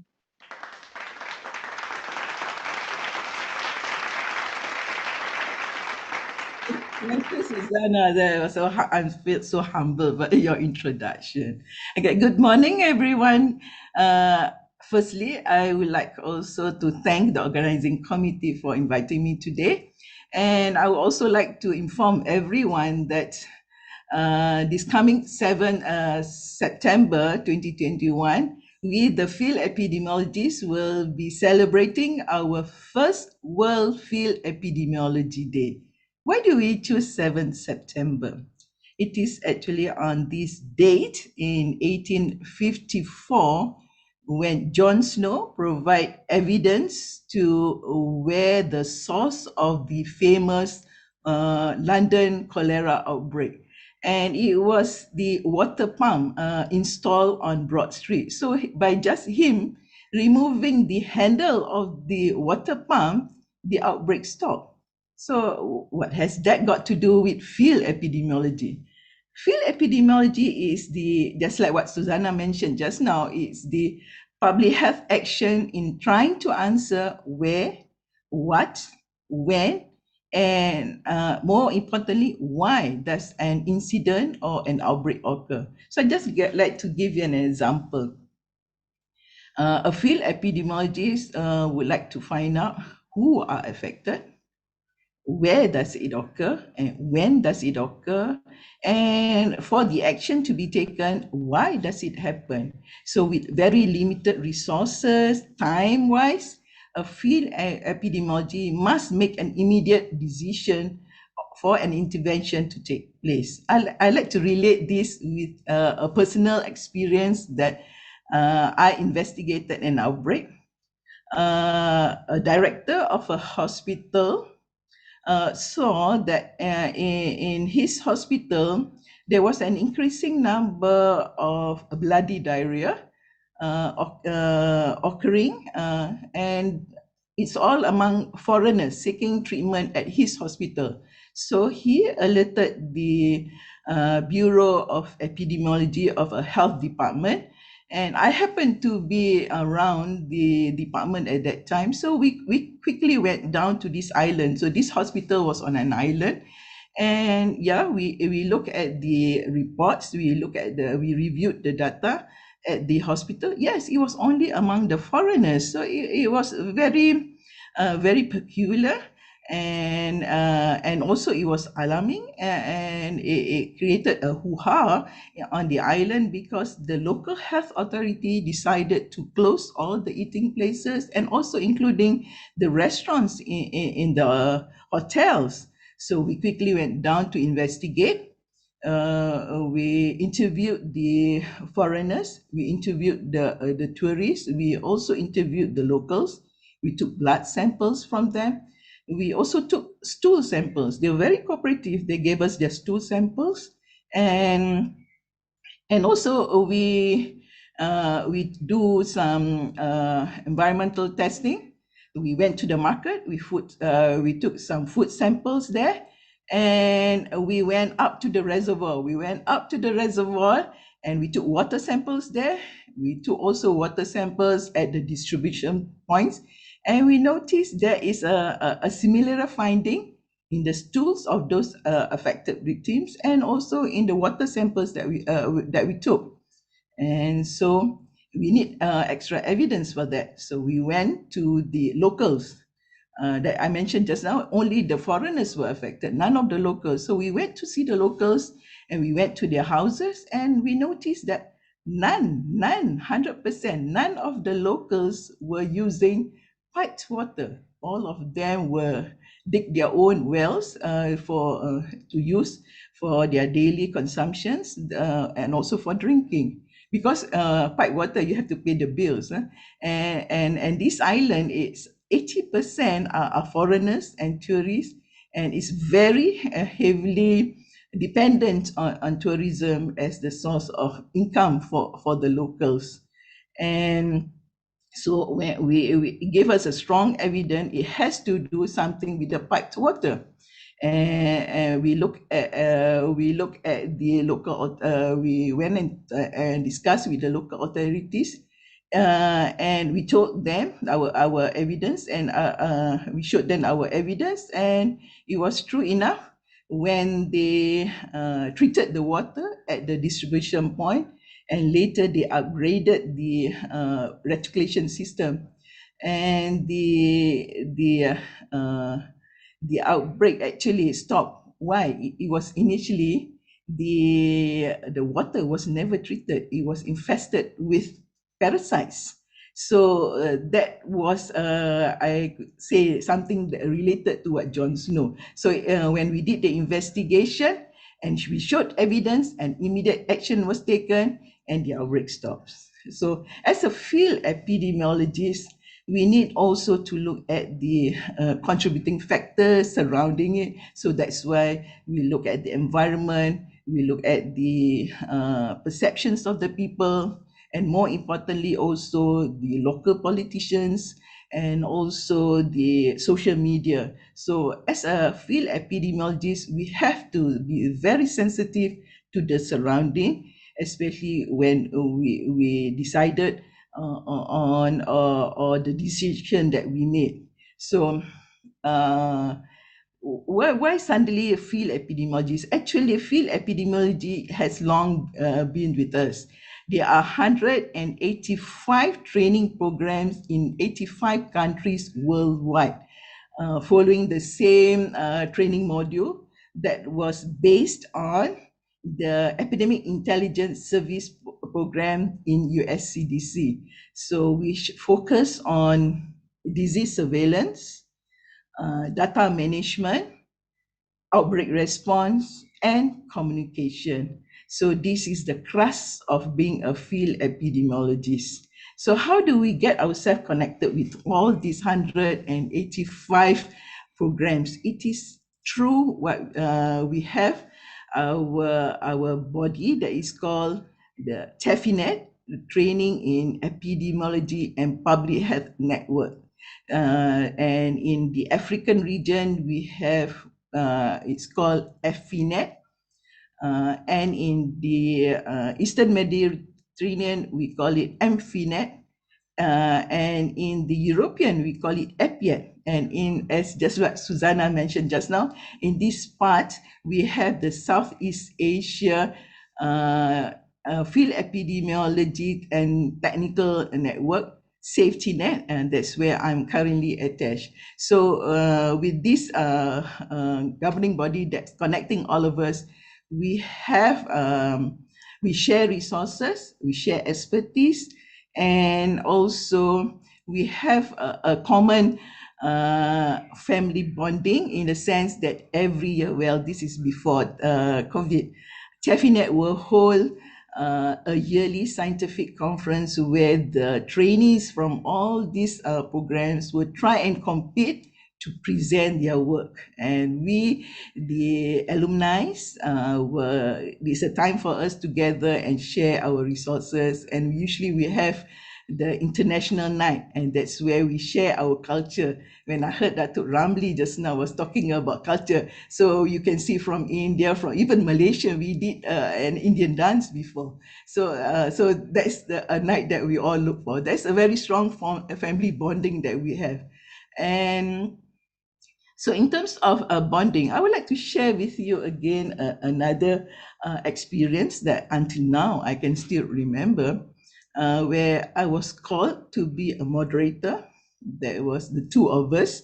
We were asked to moderate and come up with and develop a standard operating procedure for avian influenza rapid response and preparedness rapid response for districts bordering Jordan, Israel, and Palestine. So it's not an easy task given to me, and we hold a workshop in a neutral place. We had it in Istanbul. So moderating officers from different background in terms of religion, politics, culture, it is not easy. And on top of that, the very limited demographic data and geospatial data especially. But Alhamdulillah, after 3 days, we were able to develop the SOP. So this is where I mentioned earlier, the family bonding is also very important, and we speak the same language in the sense that we speak the epic language. What I mean is epic language, the same epic language. So we know what we are talking about. All of us are on the same page. And so the SOP was put to test actually when a true, real avian influenza did happen at one of the villages bordering one of the three countries. So so that's what I meant by being a field epidemiologist.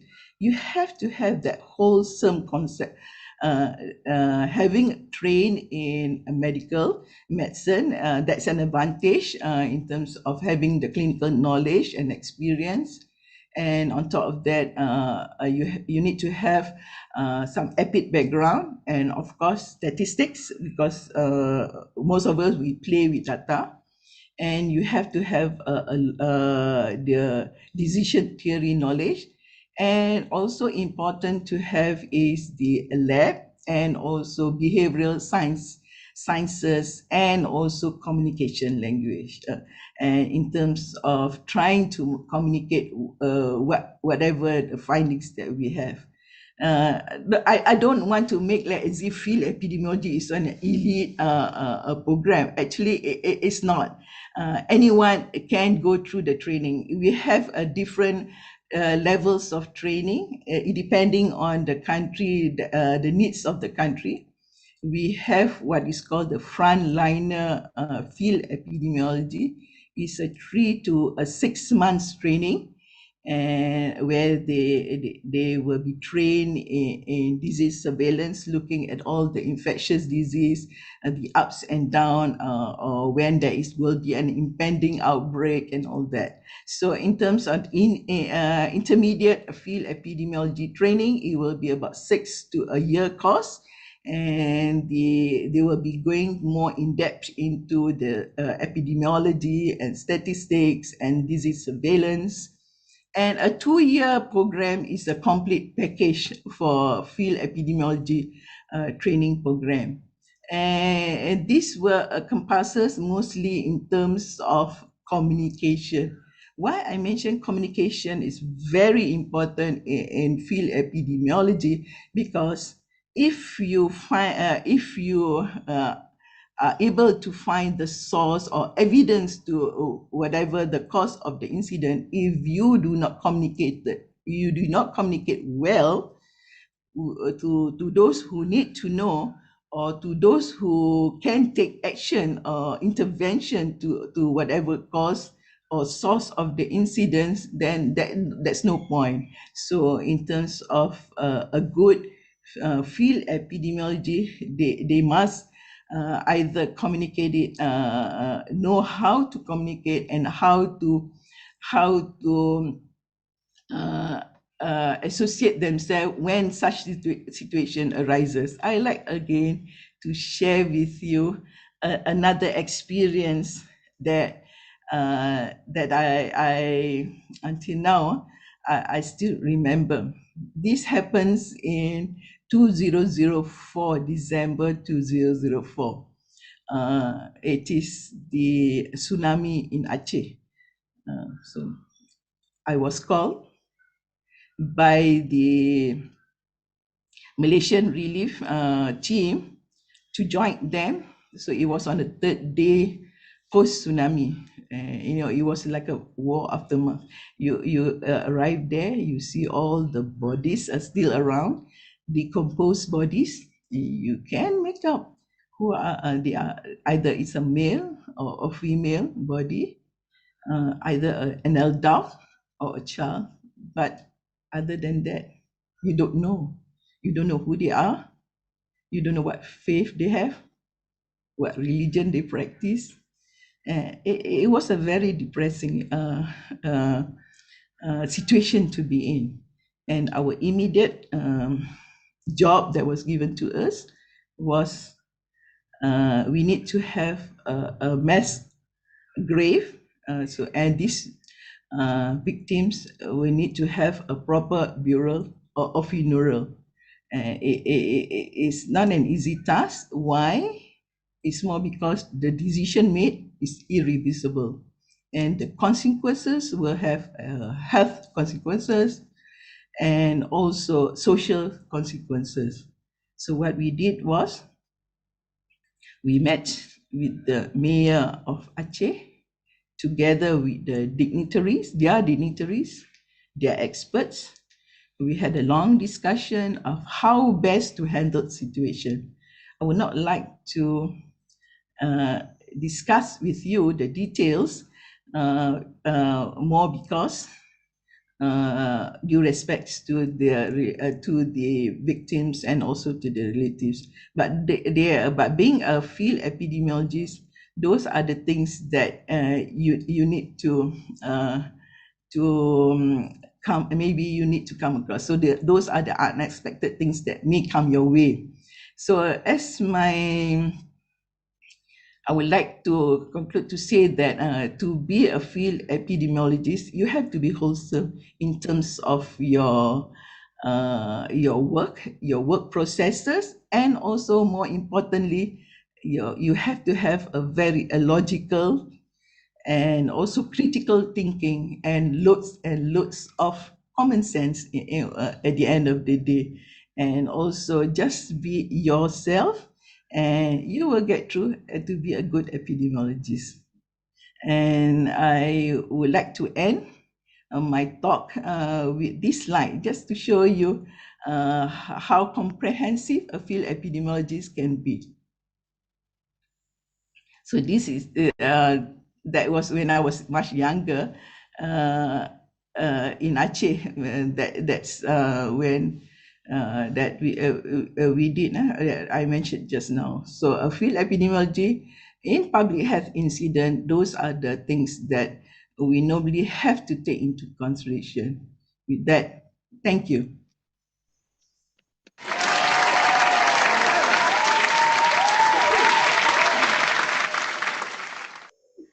Yeah, thank you so much, Dato. Honestly, sometimes when we hear these kind of things, we think that doctors are just out there, they're just doing their job.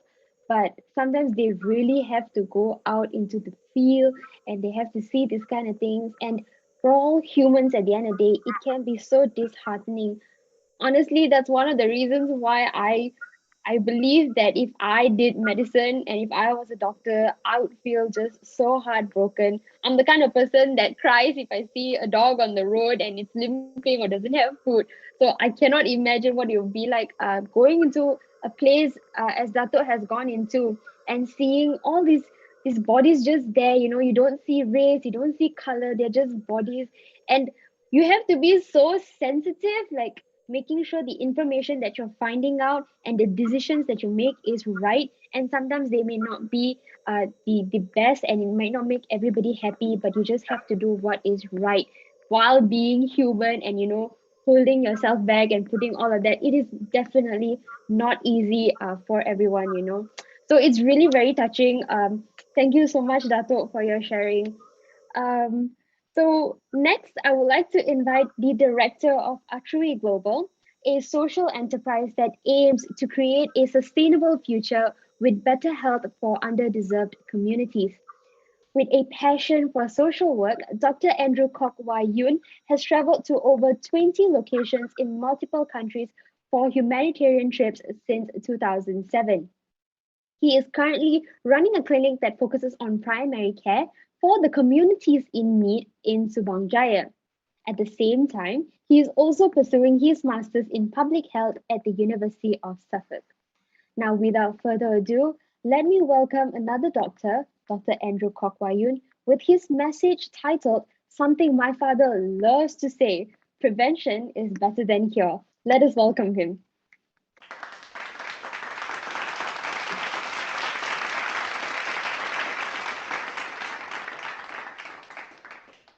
Hi, good morning. Can you hear me? Yes, we can. Sorry.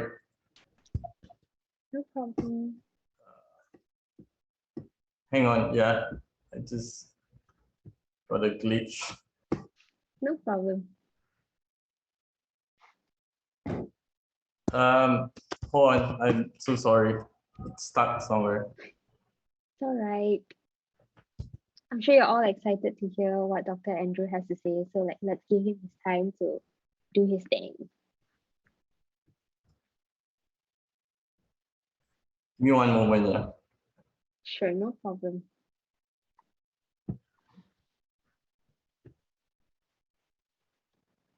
Okay, yeah, all good.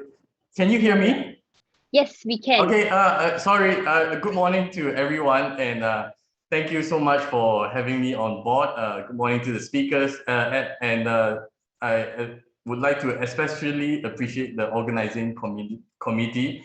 It's an honor and privilege for me to be on this show and to share my ideas. And today, yes, like what the beautiful MC said, I want to talk a bit about prevention. This concept of prevention is better than cure. So one of the most inspiring quotes that I've come across is by this person called Bishop Desmond Tutu. Maybe some of you have heard of him, and an inspiring figure who was awarded the Nobel Peace Prize in 1984 for his role in the opposition to apartheid in South Africa.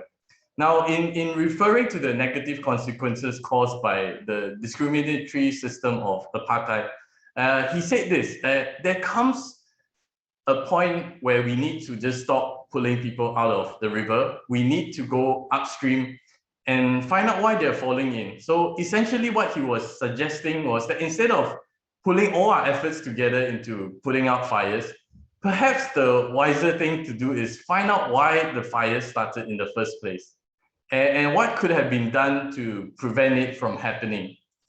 Of course, this rings true to the common phrase we talk about, we often come across in medicine, which is prevention is better than cure. You know, it's good to have well-trained healthcare professionals, advanced healthcare facilities, or affordable and excellent healthcare. But perhaps it's even better to have individuals that will take responsibility of their own health. Individuals who are aware of what measures to take in order to stay healthy, rather than only seeking for treatment when they fall sick. But let's take an example that is close to home. Malaysia currently has the highest rate of obesity and overweight in Asia. Now, in 2019, the National Health Mobility Survey in Malaysia observed that 50% of adults are overweight or obese. Now, this figure has been steadily increasing for the past decade. And the survey done in 2019 also revealed that at least a quarter of adults are physically inactive. This is in Malaysia. We understand that obesity is of course a complex and preventable disease due to multiple factors like genetic, behavioral, socioeconomic, and environmental. But fundamentally, it is a result of imbalance between consumption, what we eat, and what we expend, the expenditure of calories, thus resulting in a surplus of energy, which then in turn, of course, lead to an excess of body weight.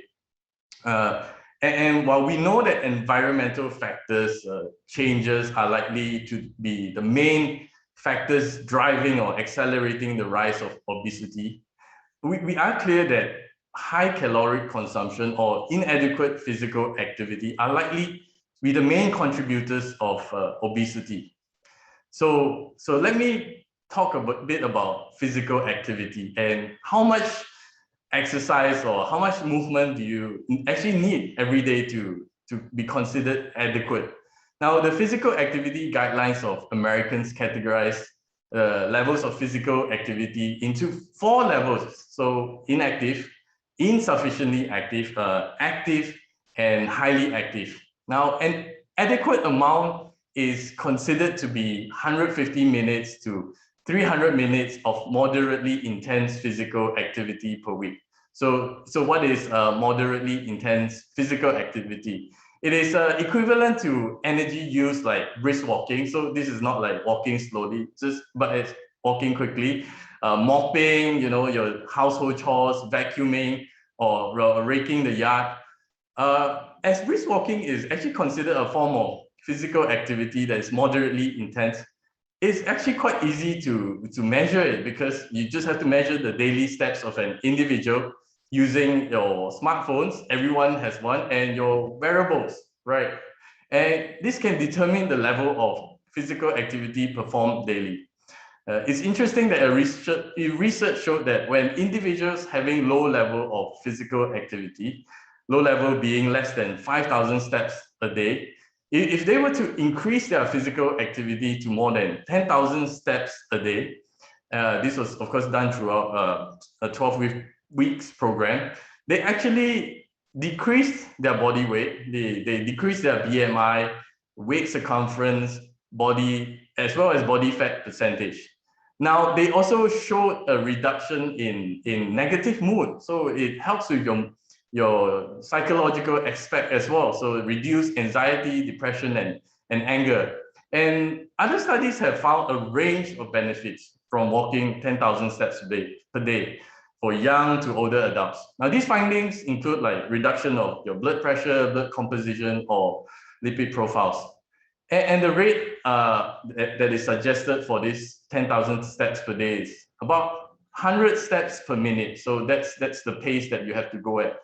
So further evidence has suggested that reinforcing such interventions with rewards can actually be effective in increasing people to get involved in higher levels of physical activity, meaning you actually get rewarded for something, for achieving a certain target. So, but do bear in mind, weight management, we must also take into consideration our calorie intake because it's important in the energy balance. So a study on dietary intakes of obesity among Malaysian adults reported that while calorie intake did not exceed the recommended values, intake of sugars and fats was significantly high among Malaysians. So obviously we like our sweet food. You know, after this, you may have your lunch, you buy sweet things, you buy oily food, or maybe this morning breakfast as well. And the study also observed that we have an inadequate intake of fruits and vegetables, whereas protein consumption was higher than recommended. So we're not eating enough of fruits, not eating enough vegetables, but we like our meat, our fried chicken, and so on. Yeah, this habitual dietary lifestyle can potentially contribute to the rising prevalence of overweight and obesity in Malaysia. Now let's look at a group of office workers that were studied. And this study was conducted in Selangor to study the motivators and barriers of physical activity. So participants involved in white-collar work, like office work, sitting in front of the computer throughout the day, 8 to 5. They were between 18 and 55 years old. They were recruited from small and medium-sized enterprises. So a low level of physical activity was actually observed among these workers. Yeah, obviously. The main barriers that caused this lack of physical activities were exhaustion from work. So Malaysians, we work very hard. When we go home, we are just so tired that we can't be bothered to exercise anymore. Laziness, maybe because of the weather and so on. Lack of discipline, family commitment. We get stuck in the jam when we reach home. We have to attend to our families as well. And of course, lastly, unfavorable weather. Like it's raining all the time outside now. And when it's not raining, it's like so hot. But the main motivating factors included physical condition, how fit the person is, his or her stamina, psychological condition, like is the person confident, and mastery, how good a person is in a form of exercise or in a form of sports. Now, it was observed that private workers with higher motivation engage in more physical activity, while those who perceive that there's so much barriers for me to engage in all this physical activity, they actually had lesser physical activity. So we understand that adequate physical activity not only improves the overall health of an individual, but it also plays a significant role in achieving and maintaining optimal health.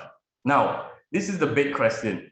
How do we get people to be more physically active, especially Malaysians? Yeah, with further advancement and acceptance of wearable devices, health wearables are expected to be widely adopted at organizational and community levels. So recent development in software and algorithms has enabled smartphones and wearables to possess the ability to capture health-related data with greater depth and range. Right, all of us now, we have My Sejahtera. Imagine if we didn't have smartphones, like how are we going to track whether if someone has been vaccinated or not, right? In 2020, the Health Promotion Board in Singapore collaborated with Apple to develop a healthcare app called Lumi Health. Now, this is quite interesting. It was to promote physical activity, nutrition screening, and mental wellness.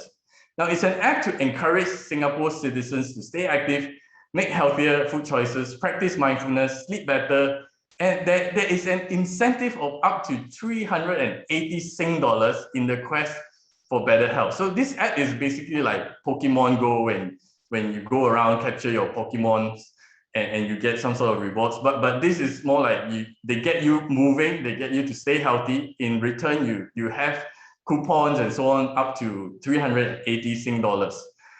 So basically, the user receives weekly activity goals, wellness challenges, nudges that cover things like nutrition, sleep, mental well-being, and more tailored towards the health goals and your Apple Watch activity. So the emergence of wearables has allowed people to engage in health-related behaviors and practices that are based on habits rather than events. What I mean by that is, nowadays, if you want to exercise, you don't have to think of like signing up for a program or a gym membership just to be healthy. Your watch or your phone can tell you to be more physically active throughout the day. That is no longer a program, but it's something that incorporates into your habit daily. So user-centric health prevention activities are also preferred by many because methods of health management has become so much more increasingly diverse. Now let's look at how many people in Malaysia have smartphones. So in 2018, Malaysian Communications and Multimedia Commission recorded a total of 78% smartphone users in Malaysia. I believe it's much higher now with the pandemic. I think more people are forced to use it, whether you like it or not. Smartphones are primary phone devices that can perform internet-based services and run applications of third-party developers. So the statistics show a rising trend in smartphone usage. Obviously, this suggests that health interventions through wearable devices or smartphones can be performed in majority of the population due to its wide usage. Again, go back to our app, My Sejahtera, like we can use it because everyone has a smartphone device today. So intervention through wearables or smartphones are also cost-effective and convenient as it utilizes a device that is already available to many. People are already carrying it every day. So, and the rising trend of obesity in Malaysia, we know it is alarming, and we understand its significant association with increasing rates of morbidity and mortality. Now, workers are also forced to lead an increasingly sedentary lifestyle due to environmental and cultural shifts, and with the pandemic going on as well, it's worse now. So physical inactivity can contribute to overweight and obesity, as we mentioned. And in turn, it predisposes individuals to non-communicable diseases such as diabetes and cardiovascular disease. But let's also consider how the COVID-19 pandemic has significantly affected obesity epidemic globally. Now, the first human cases of COVID-19, we know that it was initially reported in December 2019, around that time. And by the end of 2020, approximately 80 million cases and 1.7 million deaths had been recorded worldwide. Of course, these figures are likely underreported due to limited capacity of testing and surveillance in many healthcare systems. But in addition to the loss of life, labor market has also been significantly impacted by the COVID-19 pandemic and on a massive scale. And this has driven the income of any countries to stagnation or decline. But labor income is estimated to have declined like around 10% in Asia Pacific region during the first 3 quarters of 2020. Now, countries with data on labor market have shown greater decline in work hours relative to decline in employment. Now, the COVID-19 crisis has not only resulted in a health crisis, but also an economic crisis. So many have lost their livelihoods. And with countries at the bottom of the income distribution having a higher risk of increased mortality and unemployment rates, given the strong association between risk of obesity and socio-economic status, an economic crisis could potentially accelerate the growth of obesity in groups of lower socio-economic status. Additionally, it is evident that obesity increases the risk of severity and mortality in individuals infected with COVID-19, and preventive measures that we have used to reduce the spread of COVID-19, like lockdowns and movement control order, have actually worsened the obesity epidemic because obviously people move less now.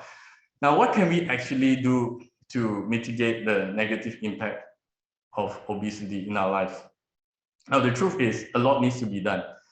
A lot can be done, and this is just one of the many diseases that is among us today. My goal today is not to make you buy an Apple Watch or Fitbit or Garmin watch or Samsung watch or whatever. I'm just giving you one of the many examples of how we can improve the health and lives of individuals worldwide. And evidently, the rise of wearables and smartphone usage has opened up this possibility of introducing interventions that can promote healthy behavior. And although this form of intervention is novel, it's new, there is a growing body of evidence to suggest the role of digital intervention in promoting healthy behavior through wearables and smartphones. Now, I'll come a close with this quote by Robert Pattinson. I'm sure the girls know who he is, in Christopher Nolan's movie Tenet. I won't review any spoilers for that movie for those who haven't watched it. But anyway, at the end of the movie, Neil, the character played by Robert Pattinson, says this: "We're the people saving the world from what might have been." Again, we are the people saving the world from what might have been. The world will never know what could happen. And even if they did, they wouldn't care. Because no one cares about the bomb that didn't go off, only the one that did.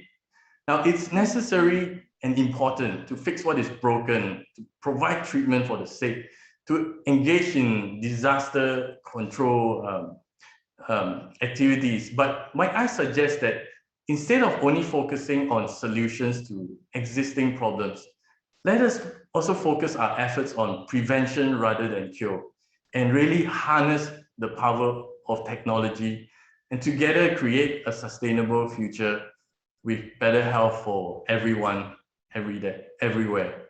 With that, I would like to thank everyone for their attention, and have a good day.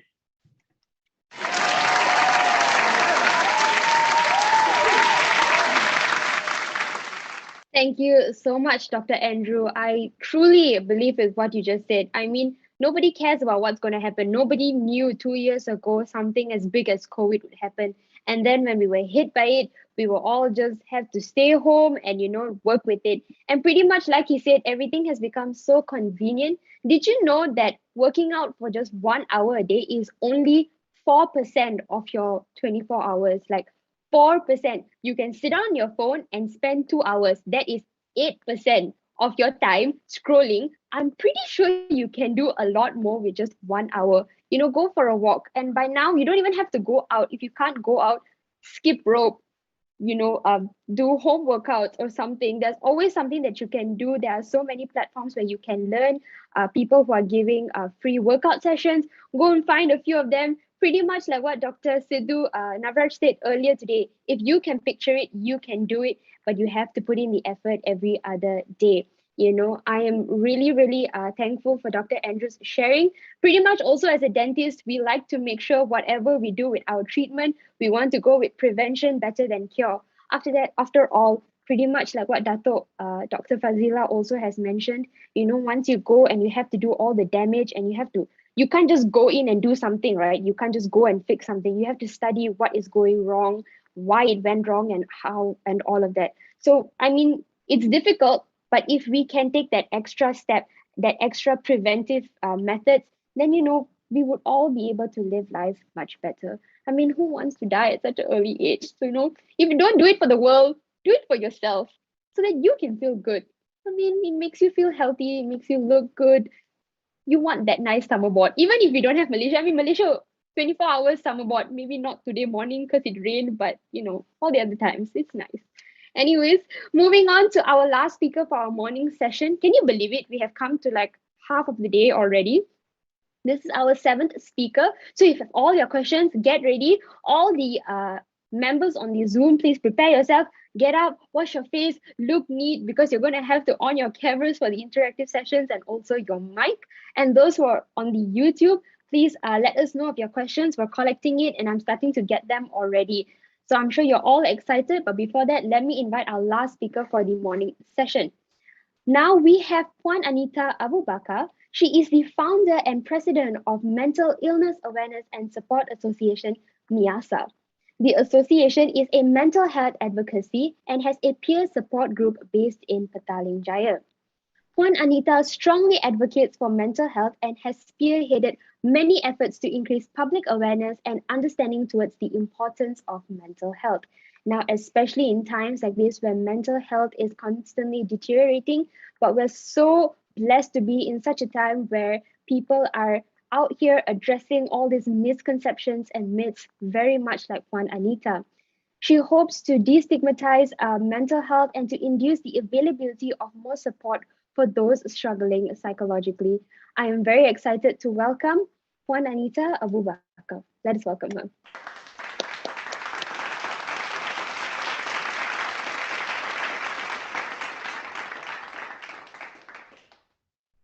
Hello and good morning, everyone. Thank you so much, Susanna. First and foremost, I would like to congratulate the whole team from AIMS University, Rongjun, and everyone. Thank you and congratulations. I was in year 1 when TED Talks first started. You guys can Google the date on that one. I can't even begin to express how thrilled, how honored, and how excited I am to be part of a TEDx event.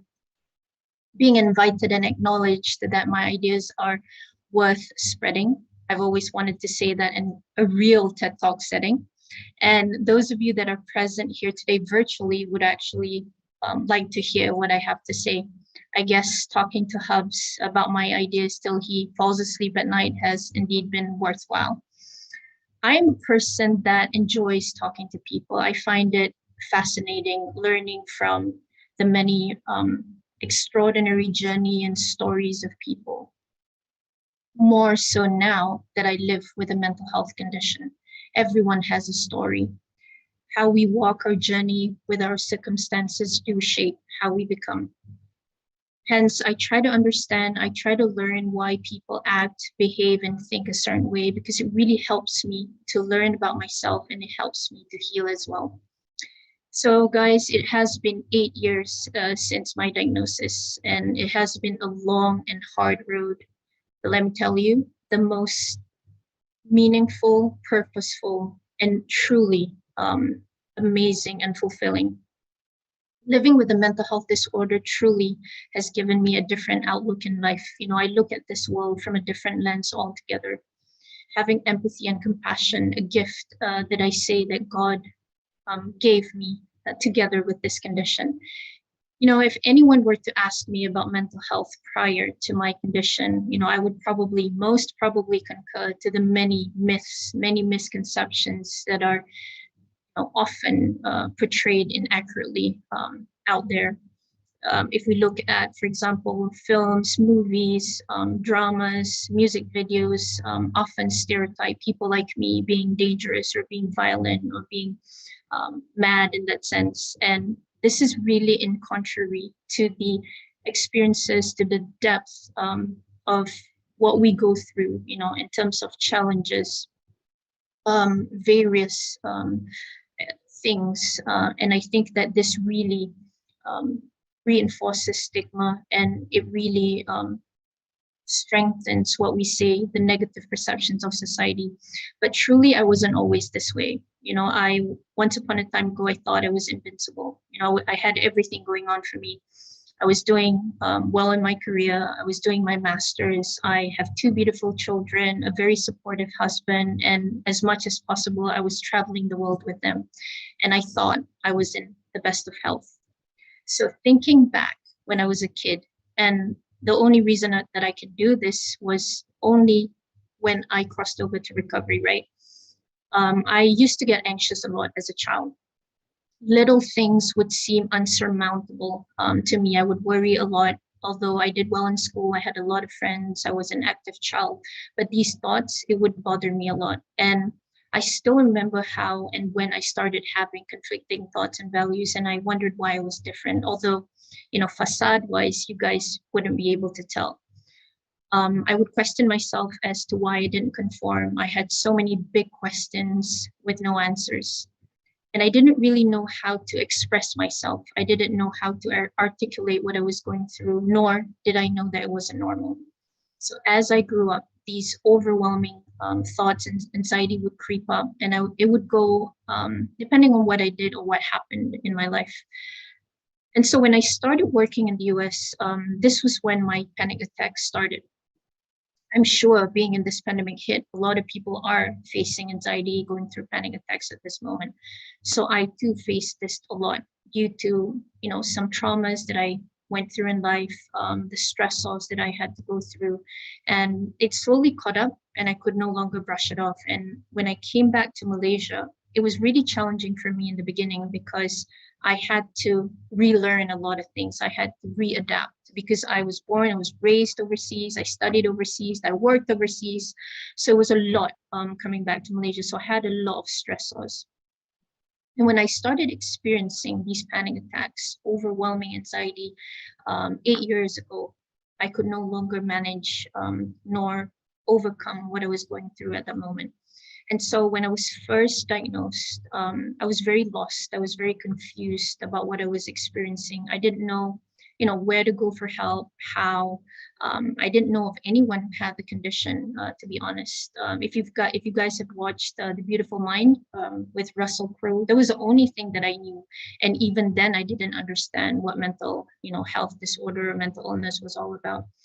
And what I didn't know mostly was, if you have a mental health disorder, it can cripple you if you don't get the treatment that you need, if you don't get help, if you don't have the support required.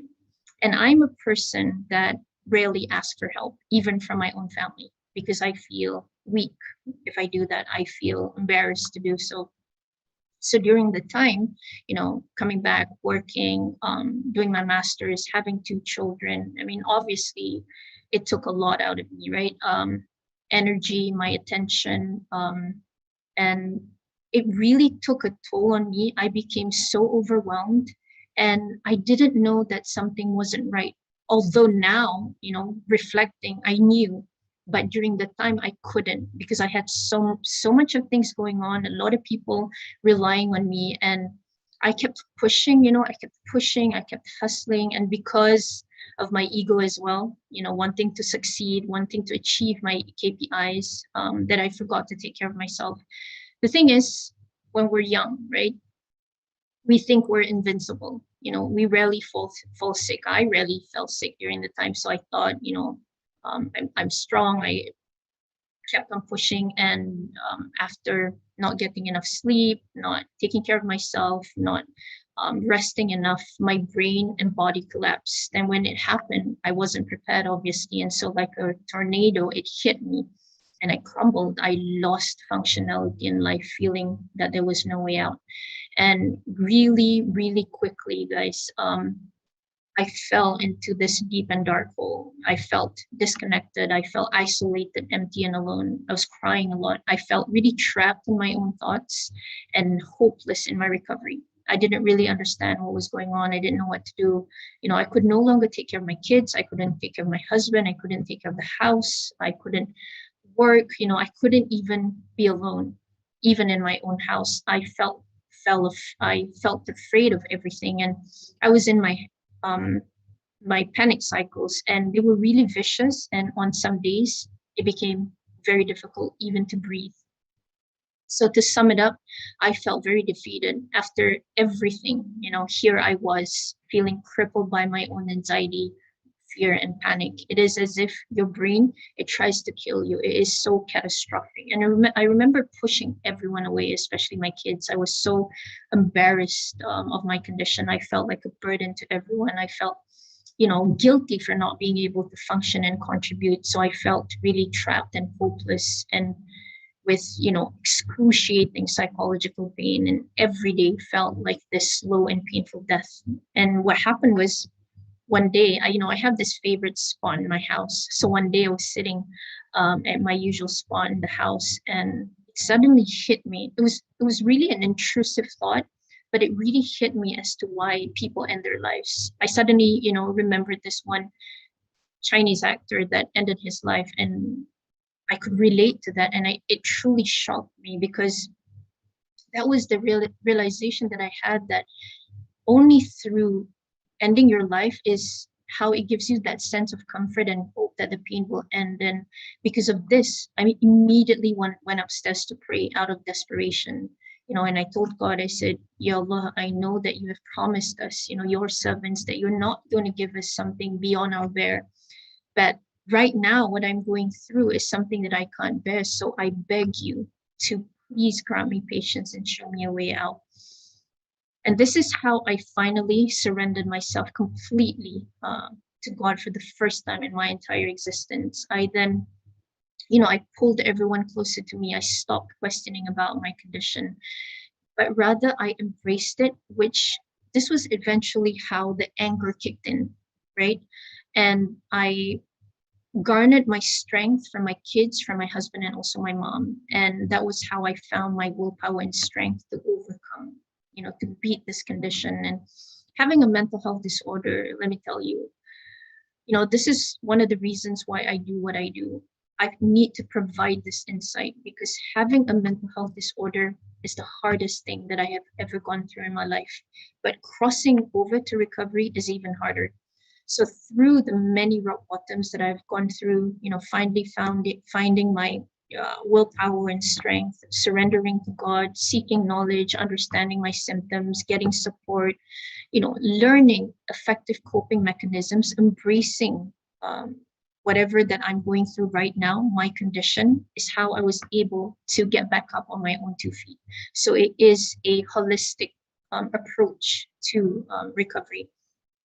And so the journey really has taught me never to take life for granted anymore. Never in a million years that I thought that I could regain normal functioning. What more, leading a quality life. So all in all, it has been such a surreal journey for me, and I feel very blessed, very thankful, and I truly hope I am a better person because of this today.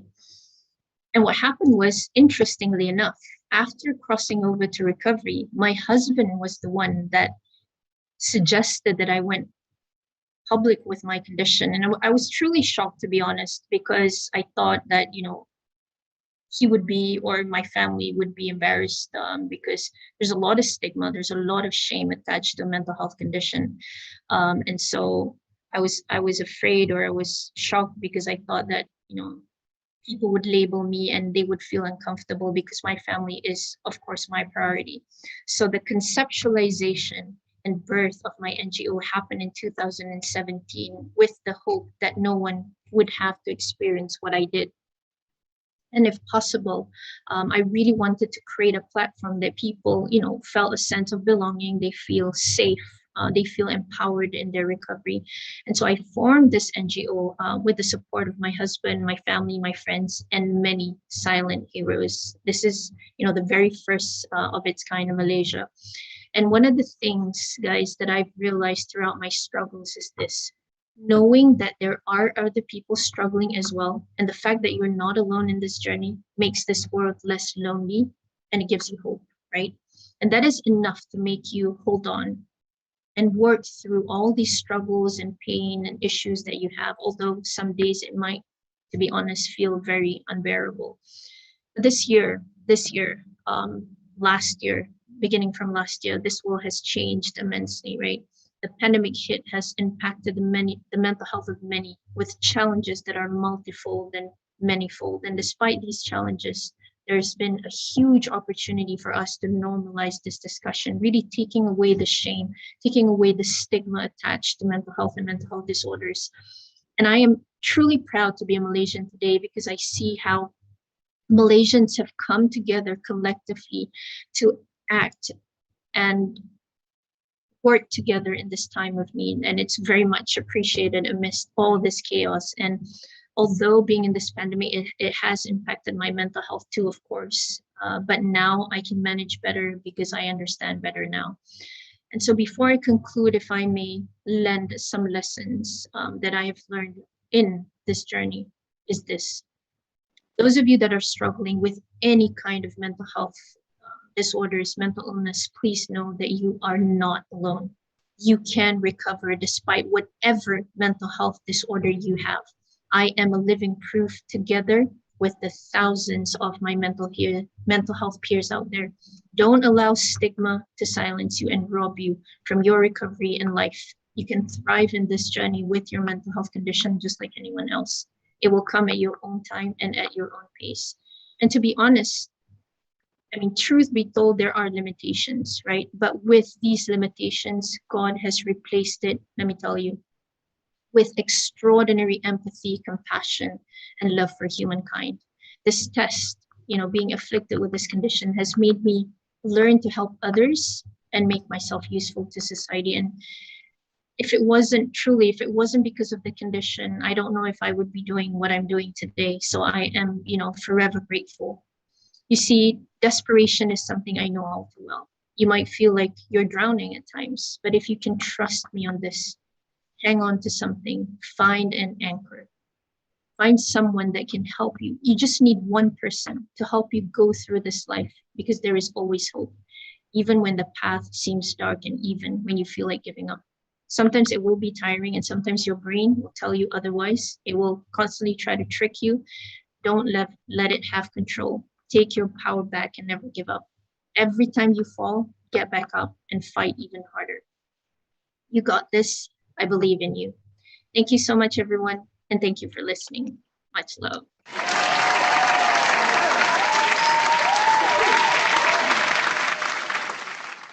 Much love to Puan Anita as well. I'm sure as what she has said has resonated with a lot of us. We all know that during this time, I honestly am really, really proud of how far we have come as a country. Before COVID, I would not have thought that mental health was something that people was well aware of, but thankful for such a I mean, well, it's not great that we had COVID, but because of it, we learned something from it.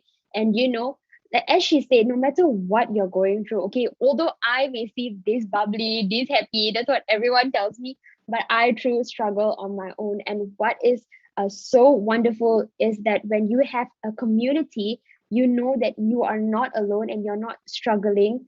And sometimes, yeah, you just want that one person to understand you, and maybe that person isn't there. It's okay. There are associations, there are support groups that are there, and they may understand you better because they may be going through the same thing as you.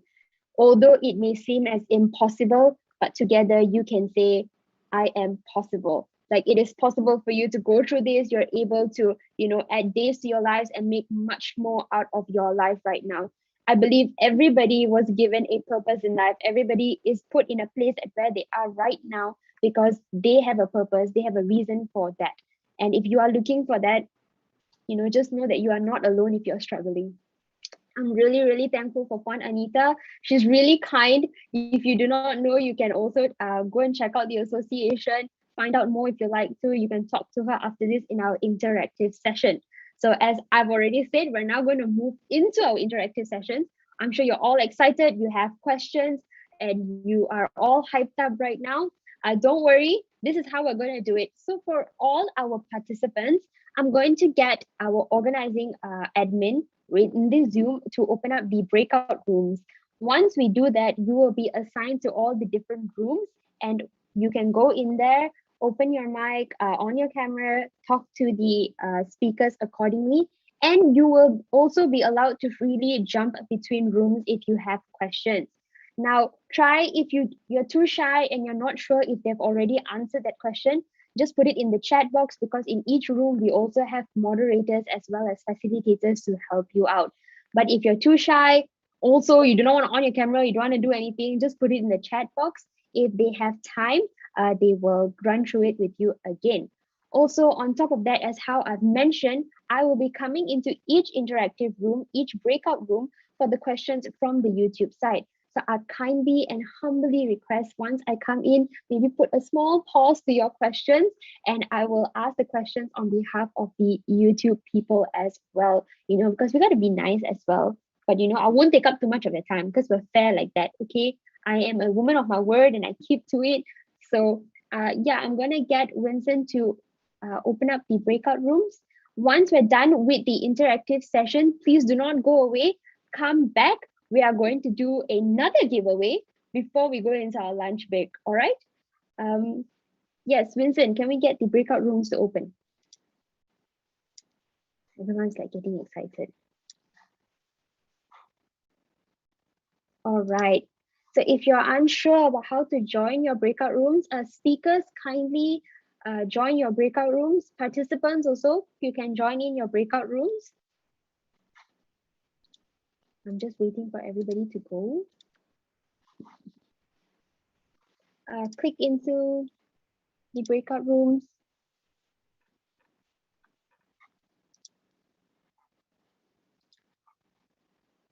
If you have a specific speaker that you'd like to go and talk to, you can go first. Besides that, my YouTuber fans, now I know you guys can't join the giveaway, and I'm really sorry, but you can still purchase our merchandise in our Shopee link. It is on the chat box, and we will be sure to put it out there again for you so that you can check it out during the lunch break. And then once we come back, since you can't participate with the giveaway, no worries. Once we're done with the interactive session, once we go into our giveaway, you can go for your lunch and come back at 2 p.m.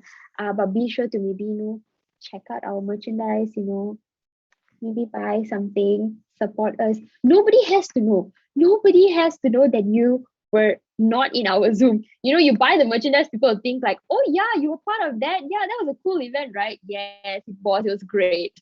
But nobody has to know. That's our secret. So you can just go and buy the merchandise on our Shopee links. All right, Shopee link. If I'm not mistaken, there's a 99 sale. So sale. I mean, come on, sale. Do you not get agitated when you see like in your checkout box there is no like to pack to deliver? There's no numbers on top of that. You need to get something, right? So why don't you spend it on this? I'm just waiting for a few more people to join in the breakout rooms. Yeah.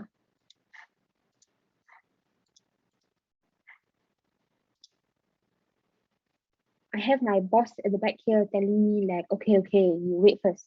Okay, you don't wait first. But honestly, my team is so easy to work with. We have put in so much effort into making sure the event runs smoothly. We hope that you're not going through any trouble on your side. If your internet is bad, I'm really sorry. But if you think that we can improve on anything, maybe you'd like to see something change in the lunch session, maybe you can let us know in the feedback and we will see if we can do anything for you. I'm still just waiting for everybody to join. I'm like partly worried here now, like what if everybody actually just left? They just like on their Zoom and they walked away. That's possible, right? Don't lah, come back lah. So yeah, let's just wait.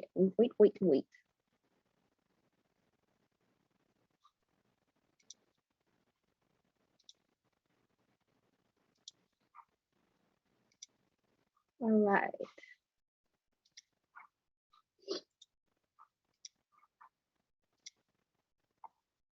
All right. Doctors, as well as staff members, if you want to join any of the interactive rooms, you may. You can just join any, you can just listen into them. It's not compulsory. You can definitely just join and listen in. Anybody that you like to find out more from what they're doing or ask questions, you're welcome to do so. However, a lot of them are still here, so I'm just waiting.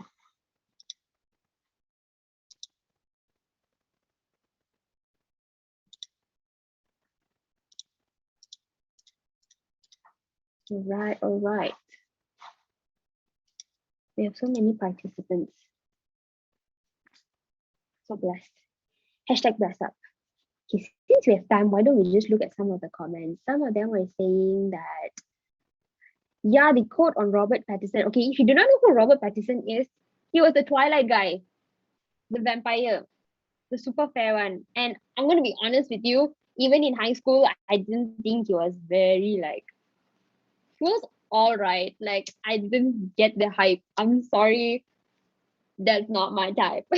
But like, yeah, I don't know why he's so good looking or whatever. But if you have not watched Net, you should. It's very, I mean, it's Christopher Nolan, like your mind, and you're like, oh, I'm pretty sure throughout the movie I was like, oh, how? And it mind boggles me how they even did this, like did the whole movie. It's so amazing. And yeah, I'm just still waiting. All right.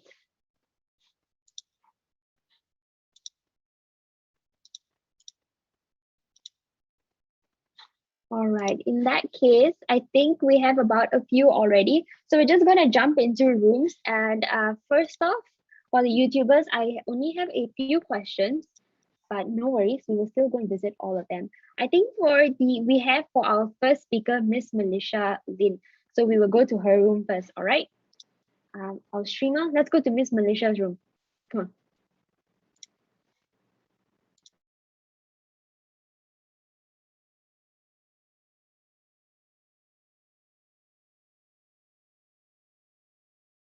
She has to come here.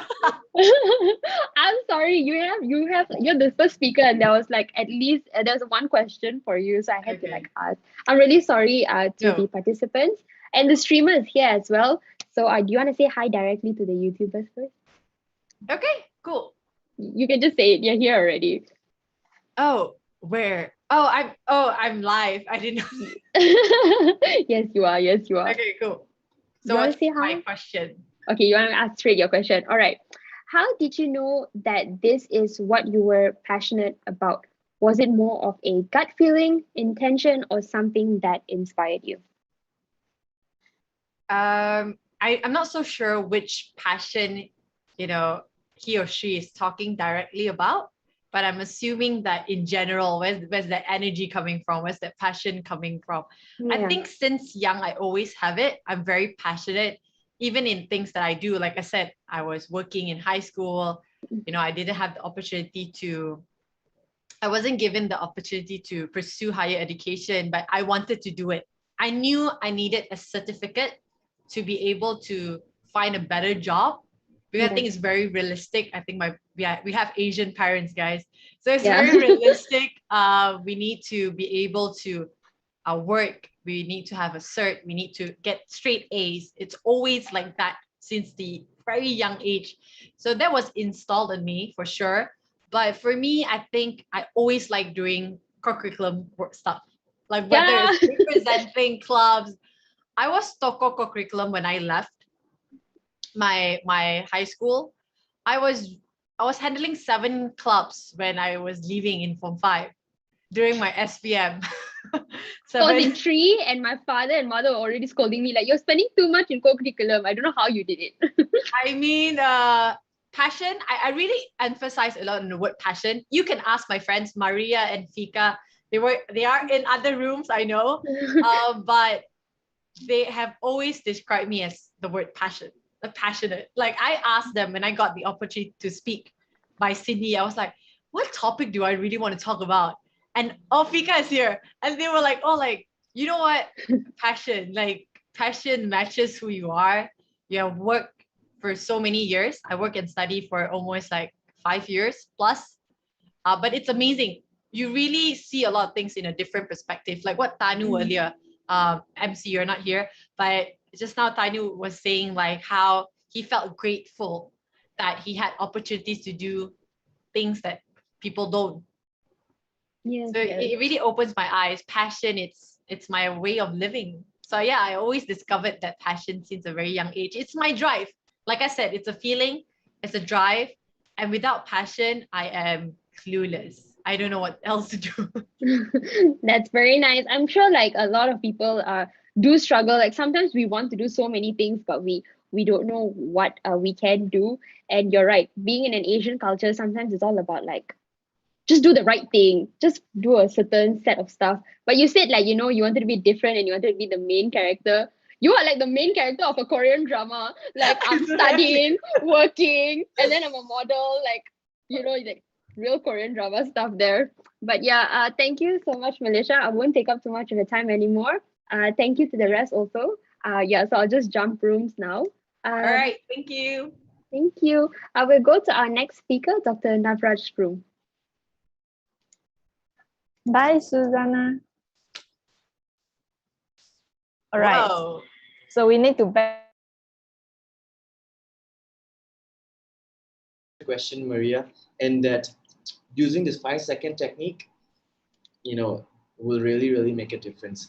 And like, I'm not saying like you count from 5 to 1, you automatically get up. You have to make that effort. You can count to 10 seconds or so and you still won't get up, but you got to consciously count and push.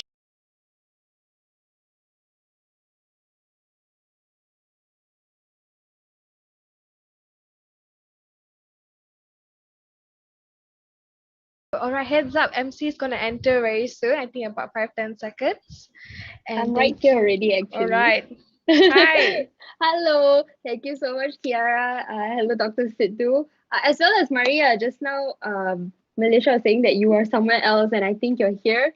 A shout out to Maria. That's Yes, I'm here. I'm here. yes, hello.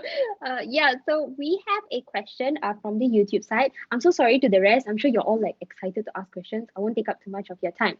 So we have one question for you, Dr. Sindhu. We in our life will hit rock bottom. However, would you mind sharing one of your main reasons to come out of it, as well as what prior beliefs or principles that motivated you to come out of it? Well, that's a very long story. But in a nutshell, right? If you're just going to settle for whatever is going to happen to us in life, what's the point? If you're not making an attempt to live our best life every single day, if I'm not thinking, how am I going to live my best life tomorrow, tonight, what's the point? Nothing really matters anymore, right? We're just going to always be sad or be,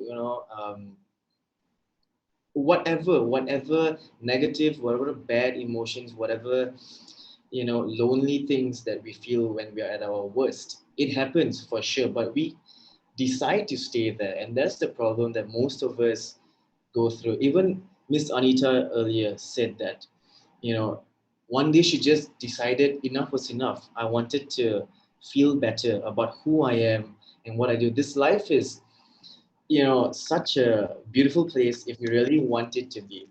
And if people speak about miracles, right?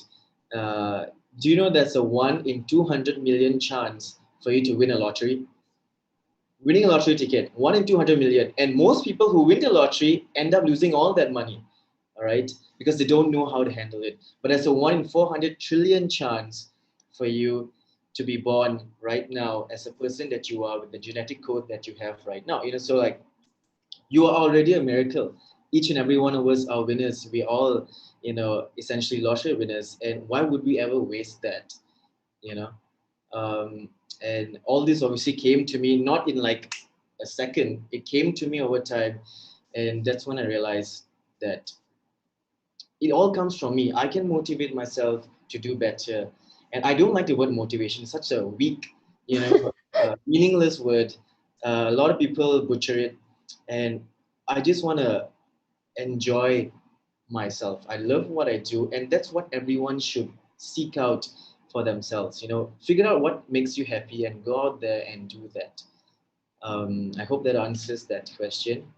Do you think, yeah, I just have a small follow-up question. So do you think like part of it is with finding yourself and falling in love with yourself so that you know that you can value yourself? Like you said, sometimes you don't need to go outside to look for motivation. Sometimes you can do it for yourself.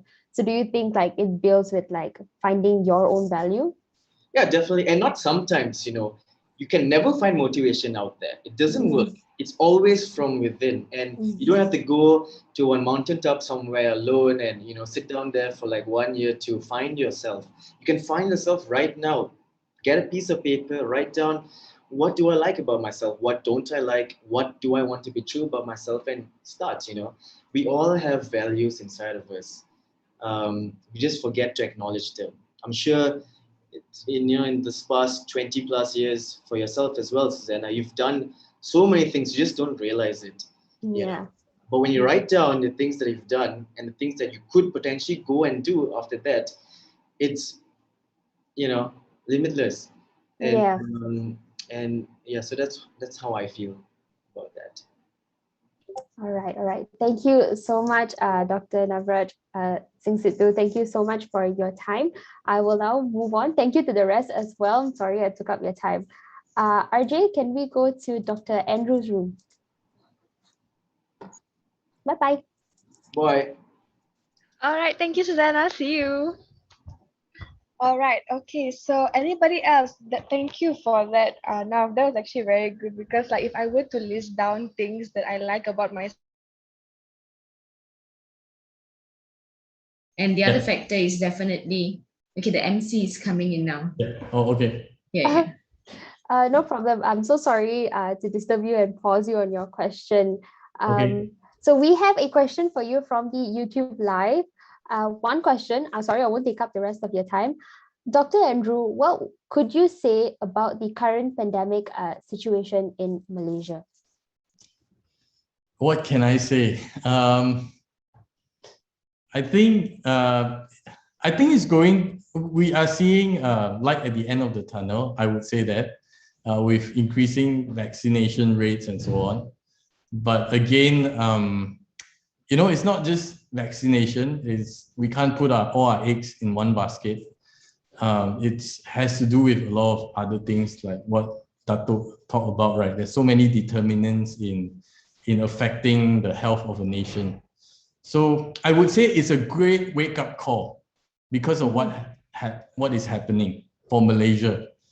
Wow, we suddenly realized that, look, our neighboring country has done so much better. It's just across the sea. Why have they done so much better? And it's not to compare that we are not good or what, but it's a wake-up call to us, to students like you, to fill in all those gaps in the future. I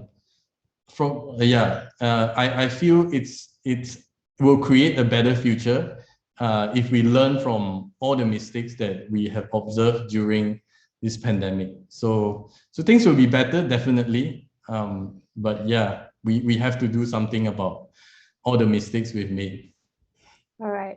Yeah. Just a little small follow-up. So pertaining to what you shared earlier on obesity and how prevention is better than cure, do you think post-COVID and post all of this, we're going to do a lot more covering up, like in terms of like how you said obesity is an increasing disease? Do you think in these past 2 years itself, just being stuck at home, eating all those Grab food will be like increasing in these kind of cases? I kind of think that it might continue to worsen because now, I mean, imagine you've been stuck at home a year and a half and you have developed certain habits, like Grab food, for example. Like for example, my lunch after that is, in a while, is also Grab. Like literally, I don't have to move at all to get food. So there are certain very unhealthy behaviors that have probably developed during this pandemic, and it might take huge awareness and education to kind of change that behavior. Like what I mentioned, like how amazing, right? What Singapore did to subsidize Apple Watches and to come up with this app that can actually get you money if you stay healthy. So we really need things that are very drastic to kind of turn the tide. Yeah. All right. There's also an extra one more. Doctor, why COVID-19 is more deadly in people with obesity even if they are young? Okay. The evidence is not well established, but there are kind of two reasons. One is obesity induces a chronic inflammatory state in which when a person gets infected, it then leads to this hyper-reactive state of your immune system, which is called a cytokine storm. So essentially, it's not the virus that is destroying your body, but it's the reaction of your body towards the virus that ends up it's like a domino effect in that sense. Yeah, it's like a domino effect. Yeah, and then it just keeps So that's one thing. Another thing is obesity probably suppresses the immune system a bit, or its response. So compared to a healthy individual that's not obese, like the response is somewhat dampened or retarded. So there's a greater risk of infectivity and increased rate of severity as well in obesity, regardless whether you're young or old. Yeah. I see. All right. Yeah. So thank you so much, Dr. Andrew. I hope the YouTubers got their answer. I'll leave you back to your session. Yeah. The stream, we will be going to Dr. Fadzilah's room. Thank you so much, Dr. Andrew.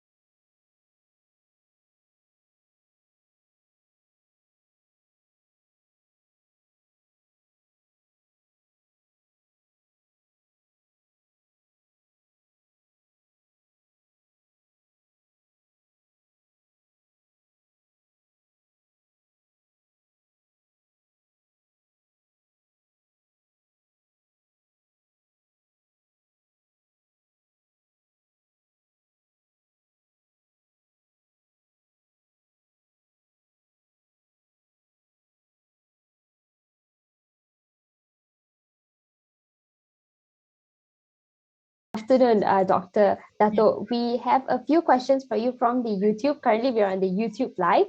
So we have two questions for you in particular. First of all, someone's asking, could you give some advice in order to become an epidemiologist? Okay.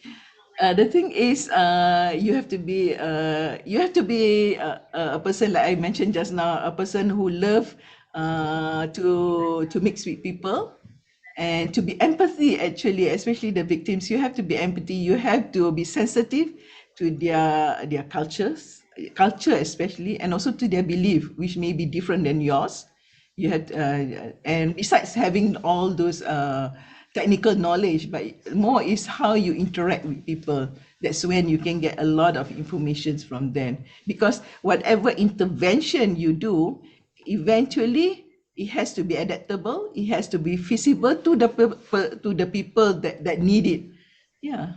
Yeah. All right. I understand. So being more grounded in that sense, being more people oriented. Yes. All right. So we have one more question for you. Field epidemiologist is not a common job we hear day to day. So do you know the reason why it is not as popular as all the other specialties maybe? Yeah. I did. Someone did ask just now. I'm sorry. Yeah. Actually, well, at the end of the day, you don't make extra money. Yeah. You don't. Yeah. But the fulfilling of that, you mix with people who really in it, and if you have done a good intervention, and you can see the difference after that. Especially when I was with the Orang Asli, I was with them 1 year. I practically is Orang Asli already with them. You know? Yeah. That's nice. Thank you so much, Dato, for your questions and for your answers. I will leave the time back to the participants in the room to answer the questions. I'll be moving rooms now to Puan Anita's room. Thank you so much, Dato. Thank you. Bye.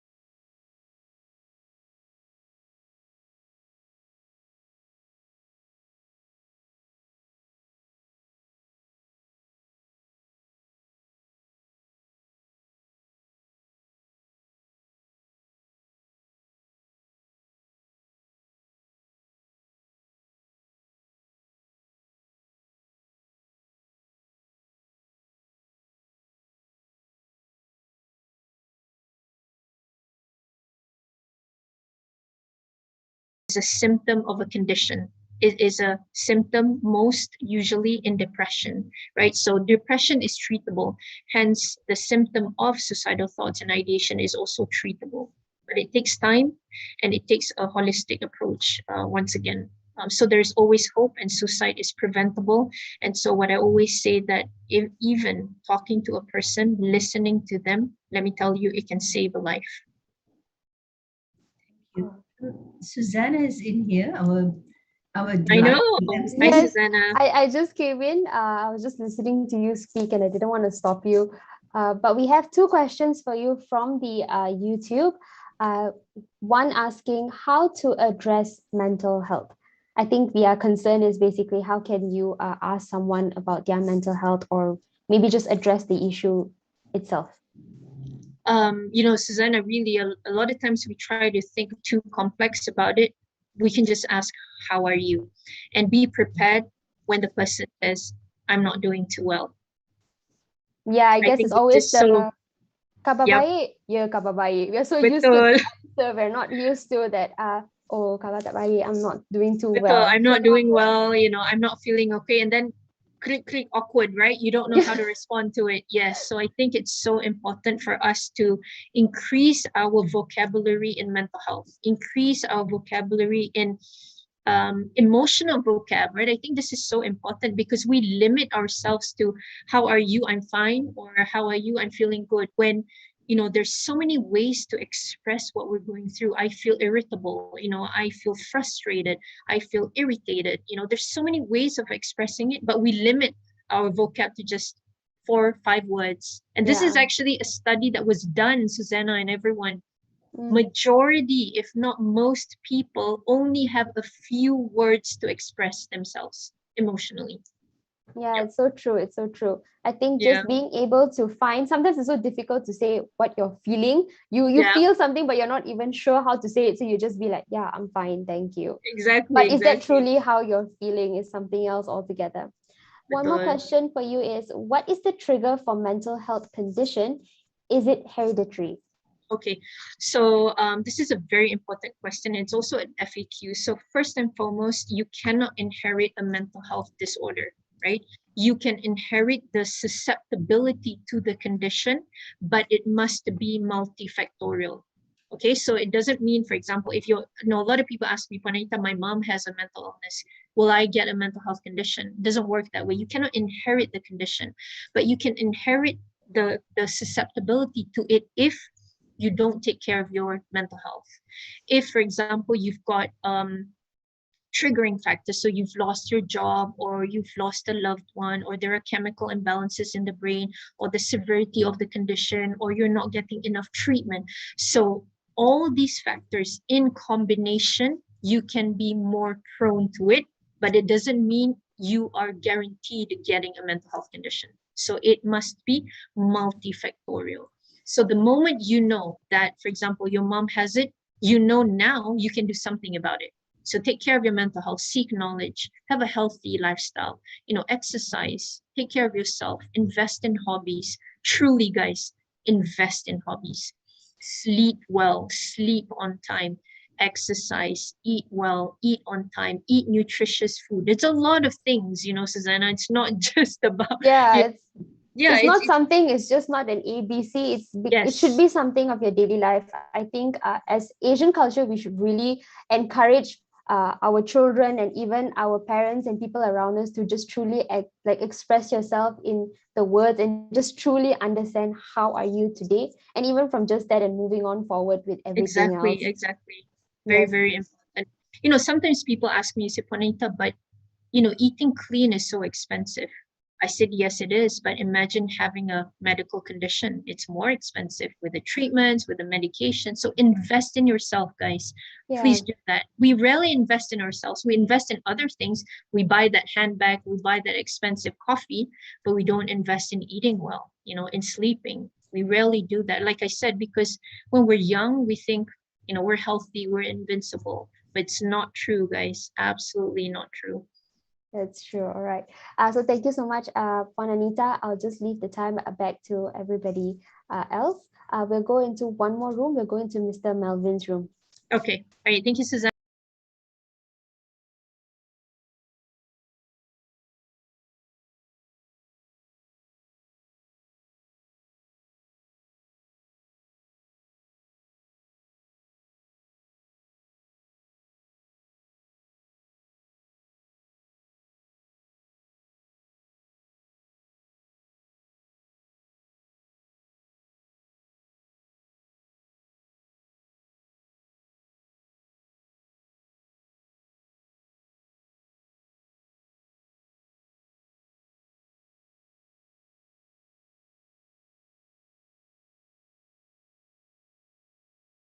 that makes us feel more fulfilled. For example, one of the things would be to actually do something that you like. For example, you could say getting an iPhone makes you happy, but to a person who, let's say, loves art, spending time actually painting could also give a sense of a satisfaction. You might question, is that the same as getting an iPhone? But if you're really to do that, the enjoyment you get from that could be one that is more enjoyable over time than, let's say, buying an iPhone. And so he actually did that experiment. He found that out as well. The other thing as well is one thing I didn't really emphasize in my speech was he stressed the importance of actually doing something from within yourself, which I mentioned up, but basically the idea that all of us within ourselves intrinsically, we have certain qualities and maybe certain skills and maybe certain interests. And he believes that we should actually spend time doing those things, finding out what that is and doing it, rather than listening to those around you or, culture in general, what you should do. Like, oh, you should go party. Find the thing that interests you and actually pursue it relentlessly rather than what people say. And so with his thing, his land I talked about, this house he built, him and all his friends, what they did all day was literally their personal interests. So some of them were carpenters and they were doing things. Some of them were poetry, they were doing that. And how they survived was they essentially started to actually find a way to monetize these things. They were not making as much money as maybe some other people doing other things, but they were much happier. And once they actually broke themselves off from the superficial ideals that the people say that they had to have and actually did what they wanted and pursued it, they actually said was much happier for them overall. And so they did a social experiment thousands of years ago, which since then, many philosophers have said the same thing. So again, if there's a key message I want to impart on people today in my talk, it is this. If you ask people today, what is success to you? They tend to say the same things. And that is so strange because we are all very different people. So why are we all striving for the same things? Because we're all being told that's the thing that we should go for. But that isn't true. That isn't the thing that will necessarily make us the most happy. And when we're doing something that we don't truly resonate with, what happens? We feel meaningless. We feel like we're lost. We scratch our heads. It becomes a chore. Now, I'm not telling people here to quit your medical school or your medical career. That might be something that you want to do. And for some people, you might be in a position that is the thing that you should do for now. But as you are going through your life and building your life, there comes a certain point where you start to wonder whether you should do much more. And if you're in a position to potentially consider that, then you should. And so at the same time, it also means that wherever you are in your circumstance of life today, if let's say you don't have as much certain things compared to other people, then don't fret, because it doesn't necessarily mean you have a bad life or unfulfilled life. And so I think that's a very important thing. Yeah, I agree with you actually. So since the MC is here, I will let Susanna take over from. Oh, Susanna. Hi, Melvin. So you have such an infectious smile. Thank you. Thank you. Maybe that's why I'm going to become a dentist, so that the people come and see me just for my smile. I might have to, actually. I might have to. Please do. Remember me. So we don't really have a question for you, but I personally have a question for you. So, okay, sure. You've been mentioning just before this, finding hobbies or finding interest in your daily life so that you can maybe, monetize it or do whatever you want to. So what do you do in your free time besides hiking? What else do you do? I like how you dropped the hiking thing. Well, basically, my interests are quite varied, and I tend to try and discover new things. So, for example, in the pandemic, I actually picked up several new things. I picked up gardening, I picked up cooking, I picked up painting. Generally, I enjoy music. I truly believe in everything that I was talking about, that it's important to try your hands at many things. Some things you might not like, but better to try. And I think one of the most important things is to always compare yourself to yourself. A great psychologist, Jordan Peterson, actually mentioned this, but basically, ask yourself, wherever you are today, compare it to yourself, let's say yesterday or last week, last month. Are you still the same person? And this is really the only benchmark you need. Don't compare yourself to anyone else. And the metric of seeing whether you are getting closer to what I'm talking about today is whether you are slightly different in a good way. So what I mean is, have you tried something new? Have you discovered something new? And truly, to discover anything requires a lot of experimentation. So yeah, doing a lot of different things and to really make your life very enriching. And I think that is the most important thing. One of the authors I mentioned about in my speech, Ernest Hemingway, who I'm not sure if a lot of you guys know, but he's written a lot of great books and he's had a great life. He was like a libertine. He lived in Cuba. He fought in the war, and you were all these really crazy stories. And people at one day, a journalist asked him, he said, Mr. Hemingway, what is your definition of, the purpose of life or the meaning of life? And so he took a moment to think, and then eventually he replied this. He said, to me, the meaning of life is actually to discover meaning, to have meaning. And to do that, he said, is actually a moment when you're on your deathbed one day, hopefully not, but if you were, and you know how people say that, moments flash before your eyes, like moments of life. He said to create those moments in life that is the whole meaning of life. That's the whole purpose, that you have these memorable moments in life. And to do that, again, drawing back to what I'm mentioning, is to experience everything and don't say no to anything at all. Try it, and then you might be very surprised. Had I were to be more conservative, I would still be a lawyer today. But here I am in Malaysia, and I've only moved to Malaysia 4 years ago.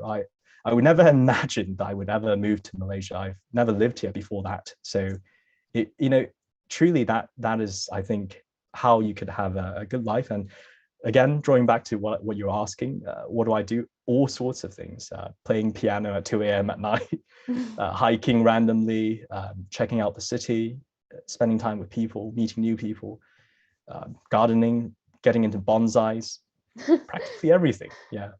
So yeah, thank you so much. I truly love what you said, and I think it's something to carry, that you shouldn't compare yourself with other people, but just with yourself, be it your future self or with your past self. I think that's really nice.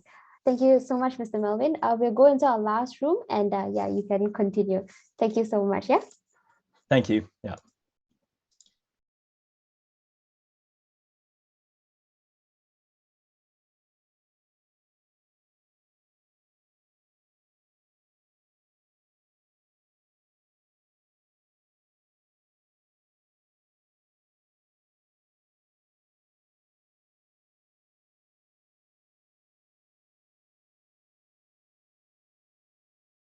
All right, Dr. Ramli. We don't actually have a question for you from the YouTube. However, I am someone who's really interested to know, how actually did you get exposed to the Indian cultural dance in that sense? I mean, like, you're Muslim, obviously, and as a fellow Indian, I myself am not in traditional dance, and I'm really interested, how did you get involved in this? Whenever I'm asked that question, I facetiously say that, in my previous life, I was a temple dancer. Nice, very nice. I'm pretty sure if you were a very beautiful dancer as well. But the thing was, I think, I was already a dancer dancing with I went right to the end part of the ballet, in the sense that I did my advanced Cicchetti method, which is even more difficult than the Royal Ballet, and all that kind of thing. But at the same time, I was reading a lot. I was reading a lot. I was very interested in myth. I was interested in sculptures and all those kind of things. And I was also interested in the Indian classical dance as a kind of a vehicle of the solo dancer, because you really need to be such a consummate artist to be able to take on the audience for 2 hours. So that was a great challenge, a great fascination. And also the Indian classical dance explore an aspect that I love, the idea of the rasa, the idea of, in the relationship of the audience and the performer, is that how much rasa can you feel, or like, bring out in the audience. So that's a great challenge. So it's not just in a lot of the Western work that you are doing a big movement for 10 minutes or 5 minutes, but this is the totality of the work. So that was a very, very interesting for me. But I had one leg in a very modern aspect, and another leg in a traditional aspect.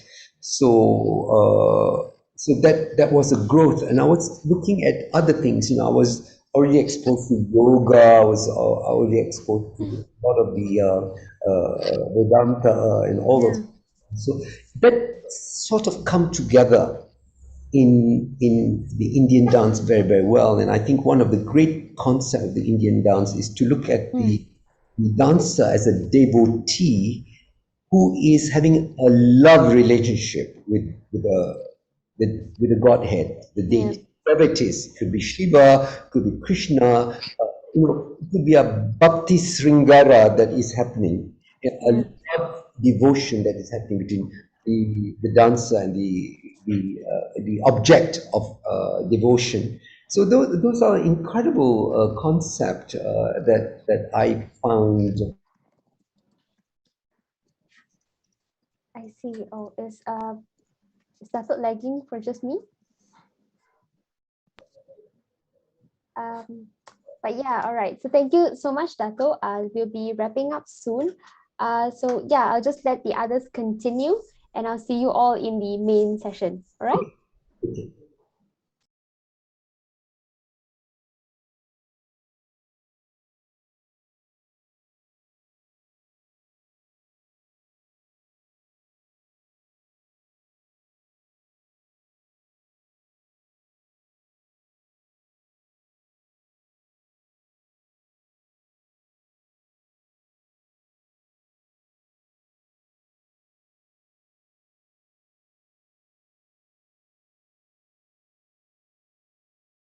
Say hi to me. Anybody? Hi, Susanna. Yes, hello. All right. Maybe you guys didn't join the breakout rooms. Nobody did. Okay, we're just gonna wait for a while before everybody comes back. Just give them a little moment. And also for my boss to let me know that we're all back. I hope all of you had a good interactive session with the speakers. I'm sorry that some of y'all couldn't ask a lot of questions. Unfortunately, because we're very limited with time, and we also want everybody to go for your lunch break. We don't want to keep you for too long. But yeah, for the speakers, I'm sure you're all waiting to take your picture. You can unraise your hand for a while. We're going to do the giveaway, and then we'll do the photo shoot. For that, if everybody is here, Celine, shall we spin the wheel for the giveaway? This is pretty much the same. If you're the winner, please tell us, please PM the admin in the chat box. There's only one winner. We're giving you a power bank. Now you really need to charge your phone, so you might need to. Is number 70 here? Please be here. We called like 4 times earlier and then the person wasn't here. Are you here? Yes, you're here. You're Joshua Wong. Are you my senior? Are you in the industry? I think you are. Thank you. Congratulations. You just won yourself a Penang power bank. If you're not from Penang, at least this is something for you to carry forward with you. So congratulations. Thank you so much, Celine. Don't worry, we have more giveaways after you come back from your lunch break. For those of you who are still on the YouTube stream, thank you so much. Join us after our lunch break. We will come back at about 1:45 to 2 p.m. We will start at sharp 2 p.m. For those of you who want to leave the Zoom platform, please go ahead, but come back and try to log in back by 1:45 p.m. That is 13:45 hours. Okay, if you do not know what it means, it's 1:45 p.m. Please don't be late. Don't use Malaysian time. We're all civilized people. Okay, so be early. Join us back here when we come back. We have all the other speakers who are ready to share with us. So thank you so much to all the members. I'll see you all after the lunch. For now, can I get the speakers to raise your hand, and we're gonna do our photo shoot.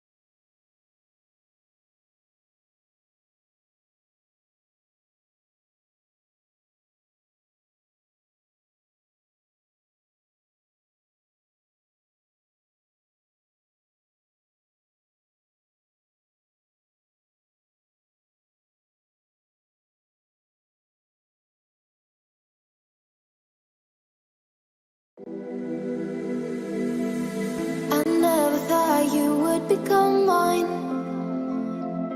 I never felt this way inside. Give me the rain and all the sunshine. I wanna stay right by your side.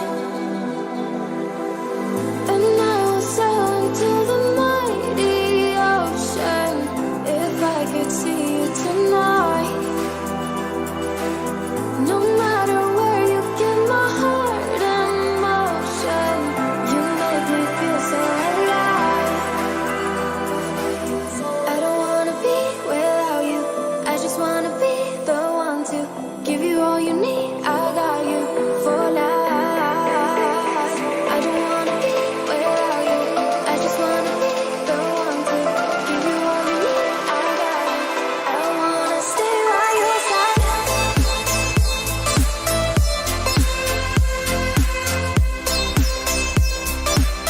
I wanna stay by your side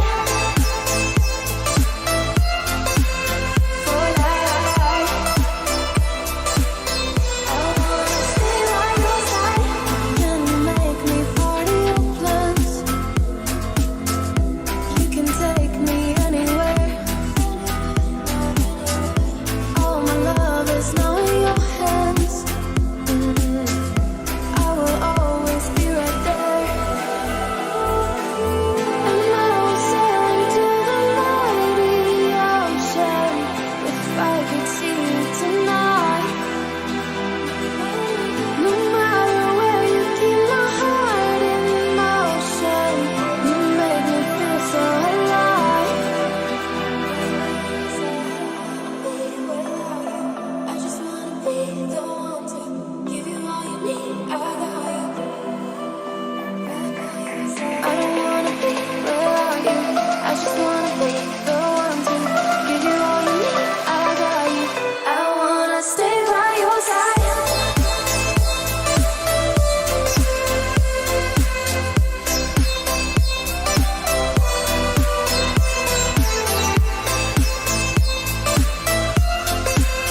For life. I wanna stay by your side.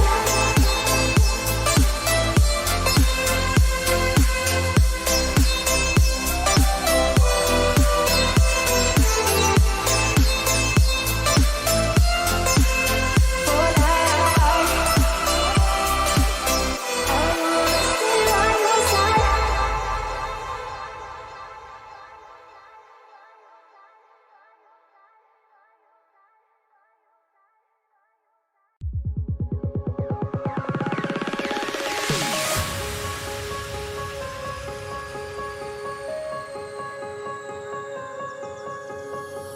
Gotta work it out somehow. I made too many promises, I won't go back on them, no.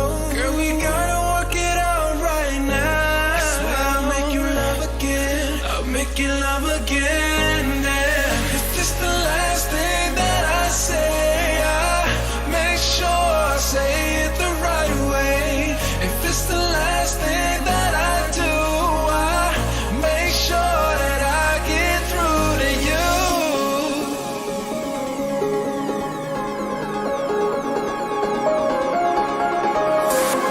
If this the last thing that I do, I make sure that I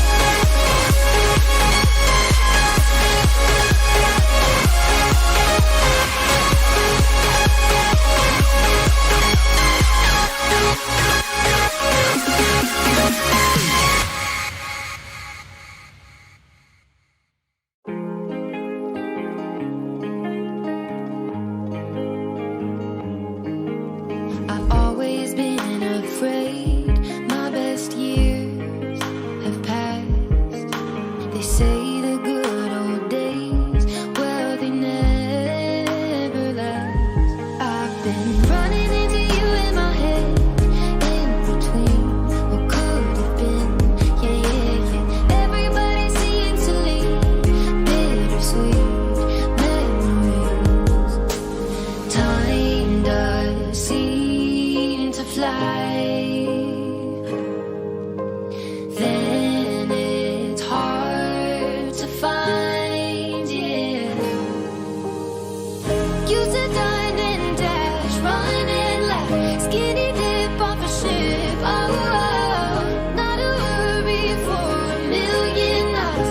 Driving off, be right back. Oh, oh. Maybe after all of this time, we meet again with time to spend.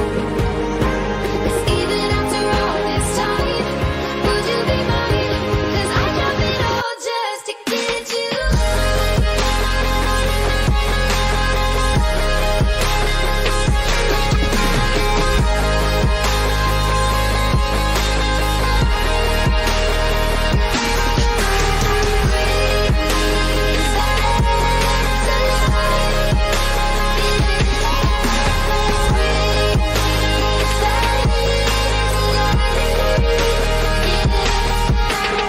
Always dreamed too big for this little town, but now I can't remember how to slow it down. Time does seem to fly. Then it's hard to find, yeah. I've grown tired of being stuck in a race, office space, it's all fake, yeah, yeah, yeah. Everybody seems to cheat, best believe that's not me. Want a midnight sky, rolling high, take a trip on a whim, oh, oh. Not a worry for a million miles, flying off, be right back, oh, oh. Maybe after all of this time, we meet again with time to spend. It's even after all this time, would you be mine? 'Cause I drop it all just to get you.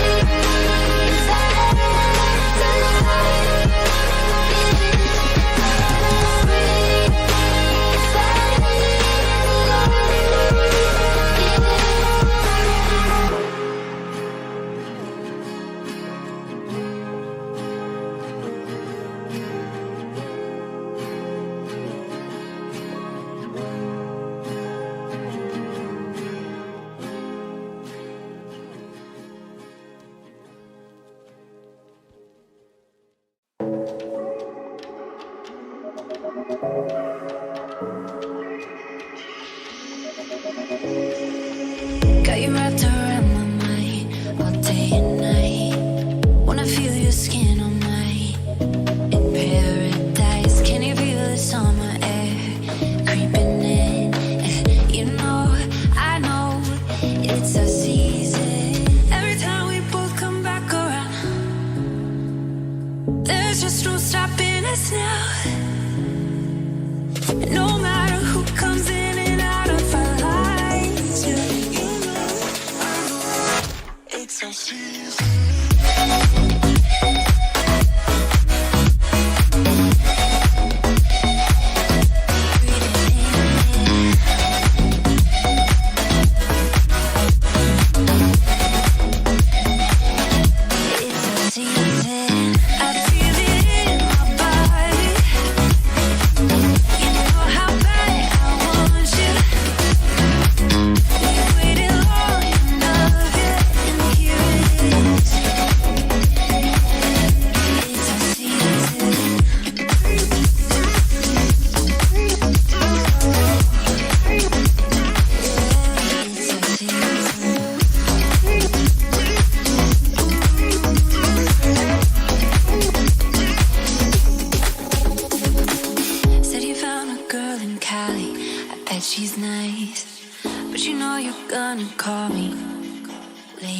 tonight. We just can't help it when we're in the same place, same time, same time. So take it back home. You know how it is. You know how it is. Drive all the night long till the city said, till the city said. Every time we both come back around, there's just no stopping us now. No matter who comes in and out of our lives, yeah, you know it, I know it, it's our season.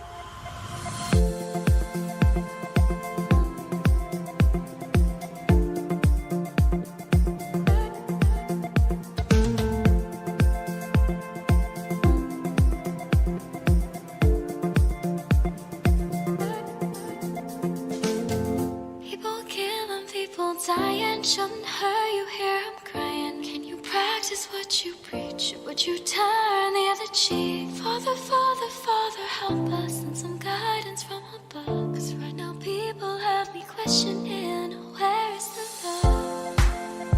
The love, the love. Where is the love, the love, the love? Where is the love? Where is the love? Where is the love, the love, the love?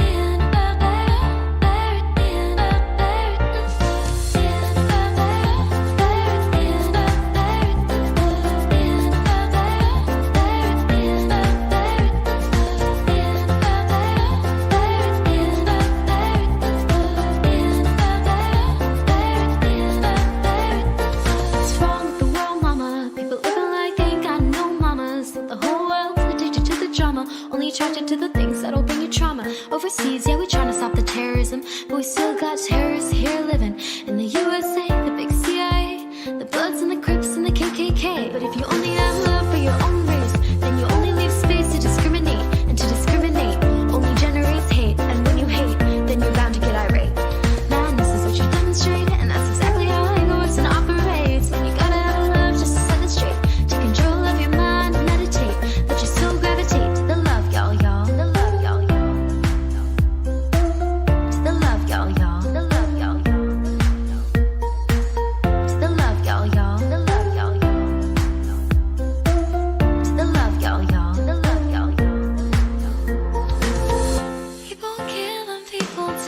shouldn't hurt you. Here I'm crying. Can you practice what you preach? Would you turn the other cheek? Father, Father, Father, help us and some guidance from above. 'Cause right now people have me questioning, where is the love?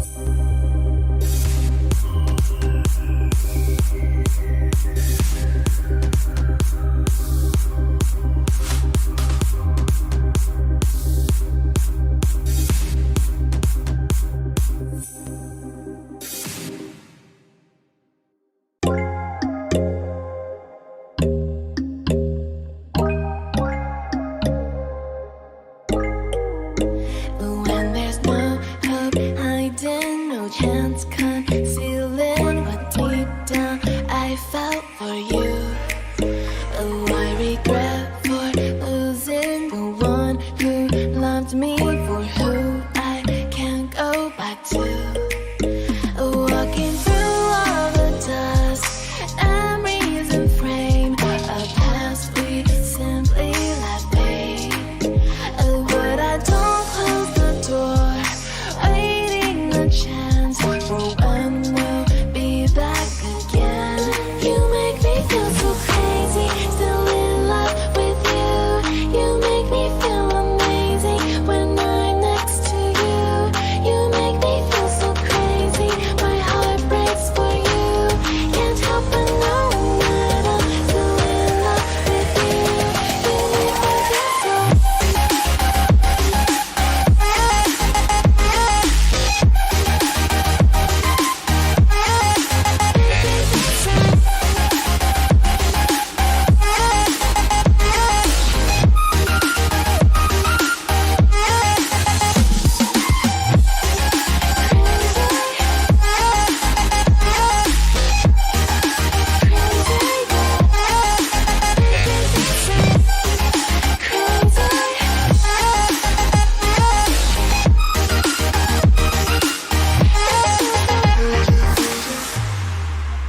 When there's no hope, loving for you who saw me before I knew who I'd be. What I have around me means nothing to me if I can't share it with you. Walking through all the dust, memories and frame, a past we simply let be. But I don't close the door, waiting a chance for when we'll be back again. You make me feel so crazy, still in love with you. You make me feel amazing when I'm next to you. You make me feel so crazy, my heart breaks for you. Can't help but know that I'm still in love with you. You make me feel so.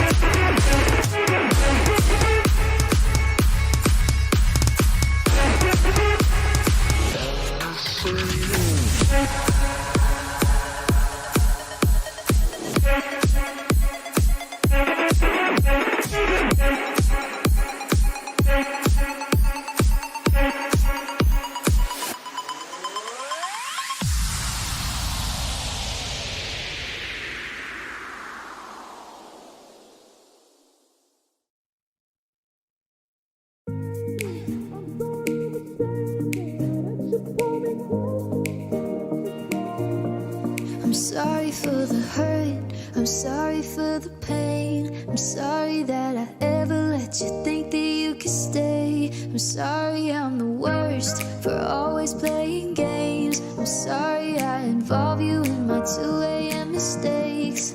This ain't fair to no one, you know this isn't love.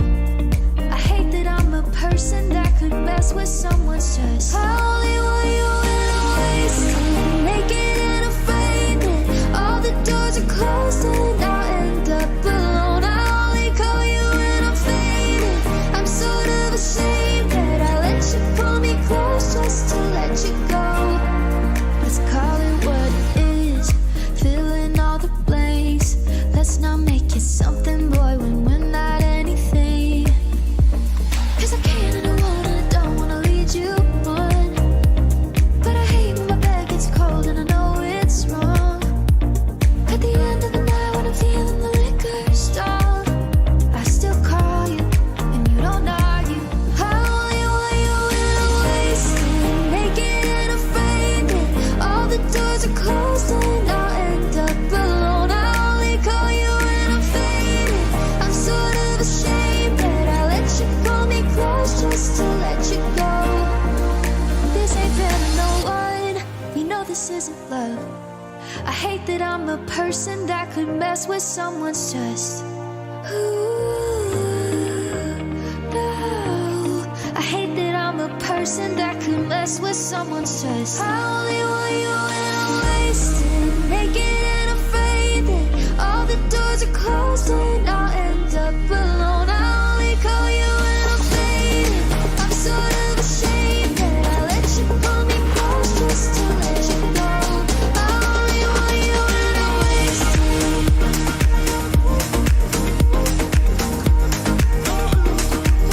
I only want you in a wasted, naked and afraid that all the doors are closed and I'll end up alone. I only call you when I'm faded. I'm sort of ashamed that I let you pull me close just to let you go. I only want you in a wasted.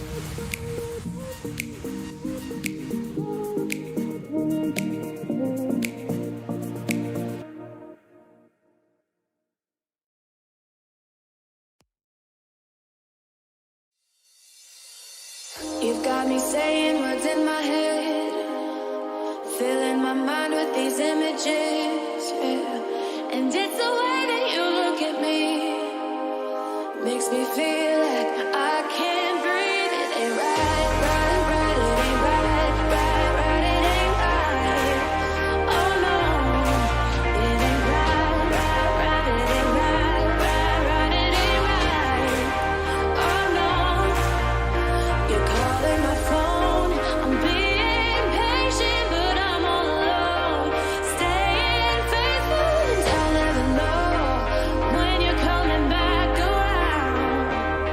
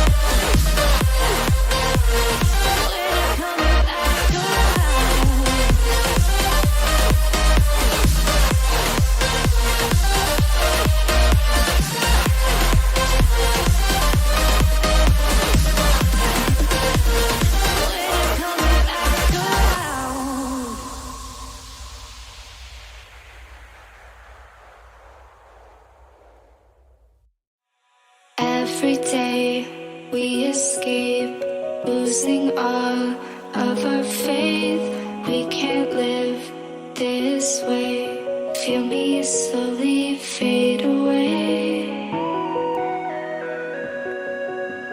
Feel me slowly fade away. As far as the wind will take. Every day I feel time slipping, passing, skipping by. All the words I could say just can't really seem to stay. Feel me slowly fade away. As far as the wind will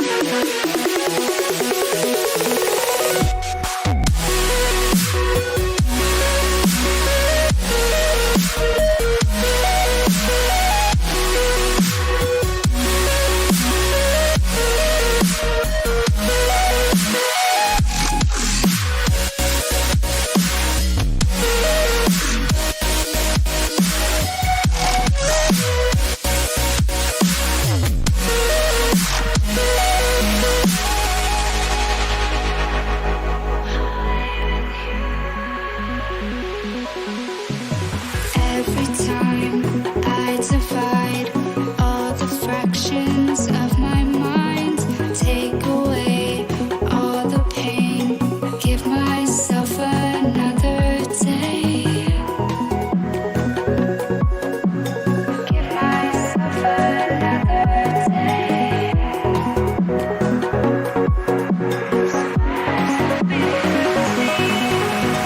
Every day I decide if we'll ever see the sign. I ignored all the lines showing me eternal light. Showing me eternal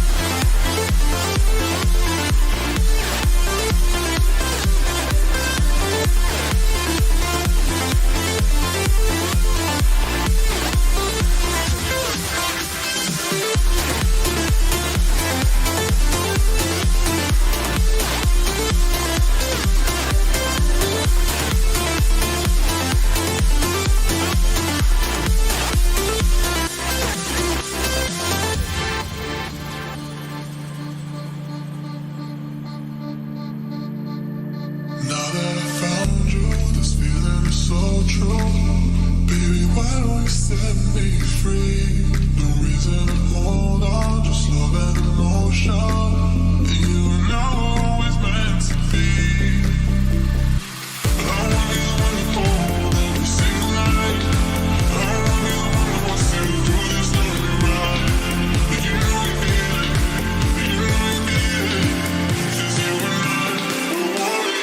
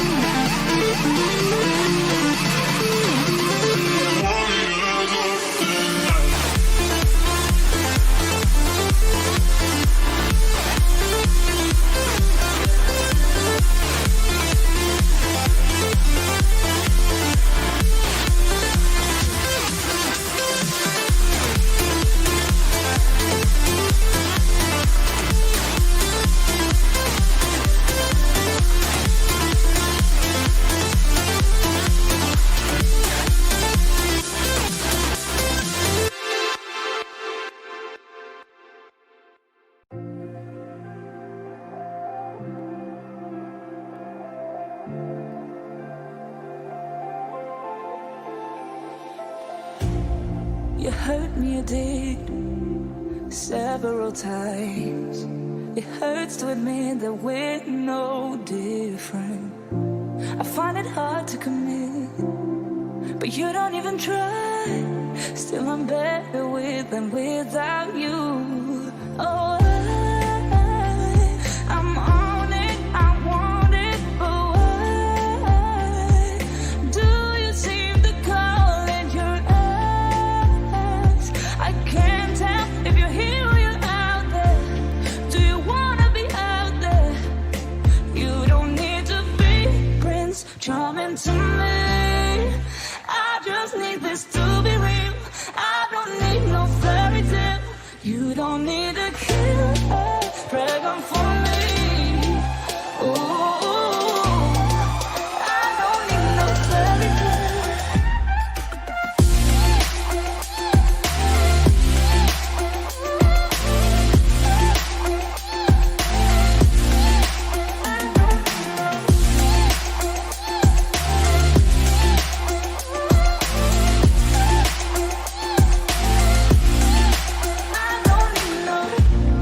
We run and go still every time.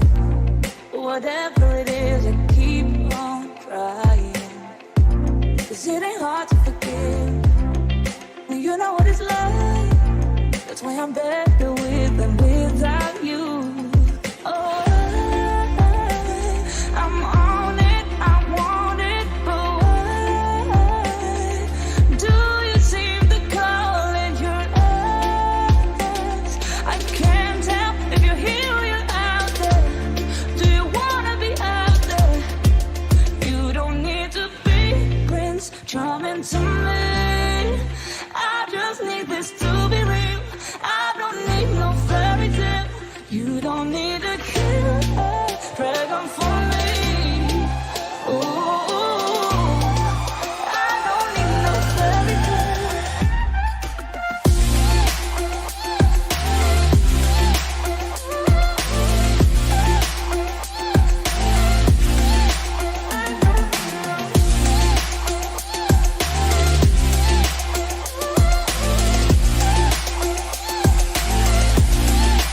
You don't need to be Prince Charming to me. I just need this to be real. I don't need no fairy tale. You don't need a killer dragon for me. Ooh, I don't need no fairy tale. I don't need no.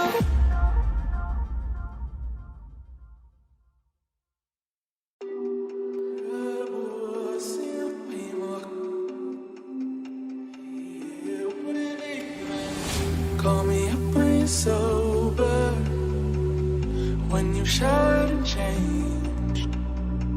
You give it up like it's over, but never give it away.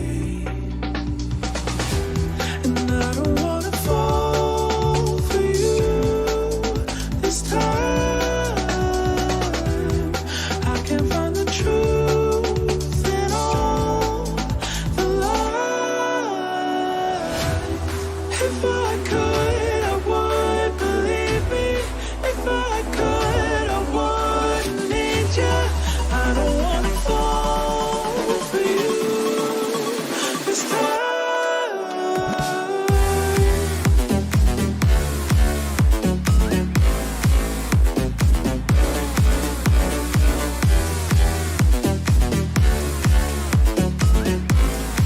this time.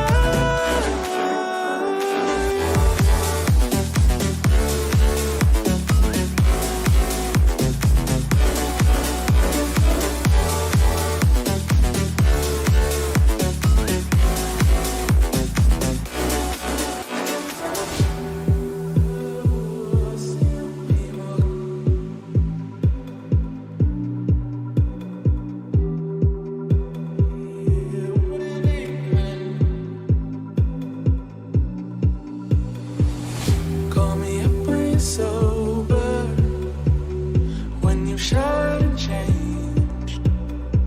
You give it up like it's over, but never give it away.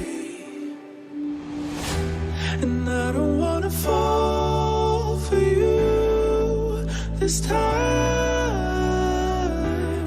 I can't find the truth in all the lies. If I could, I would, believe me. If I could, I wouldn't need you. I don't wanna fall for you this time.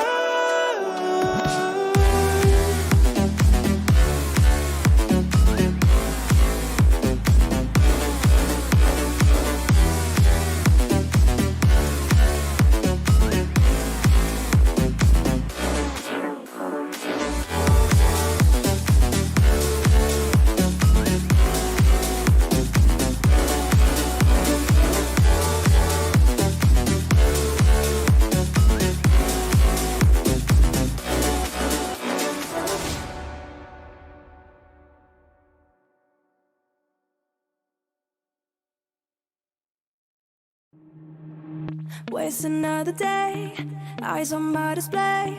You say we need a change, and I feel that you mean it. You mean it. But you're so right, we're losing track of time, buying things online, and it's not like we need them. We don't need them. So can we just slow down? The only thing I'll do is lay here next to you. We need to slow down. Embrace the love we found. For you and I are safe and sound.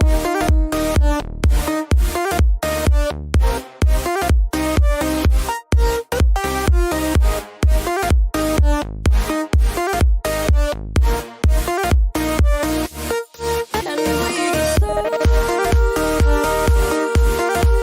down?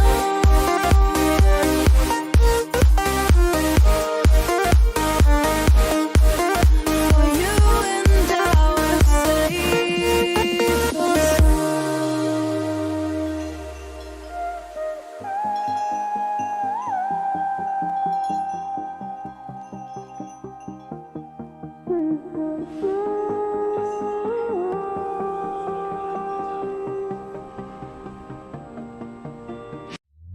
we were on the run, rocking around the clock. Now all we need is right here in front of us. In front of us. So can we just slow down? The only thing I'll do is lay here next to you. We need to slow down. Embrace the love we found. For you and I are safe and sound.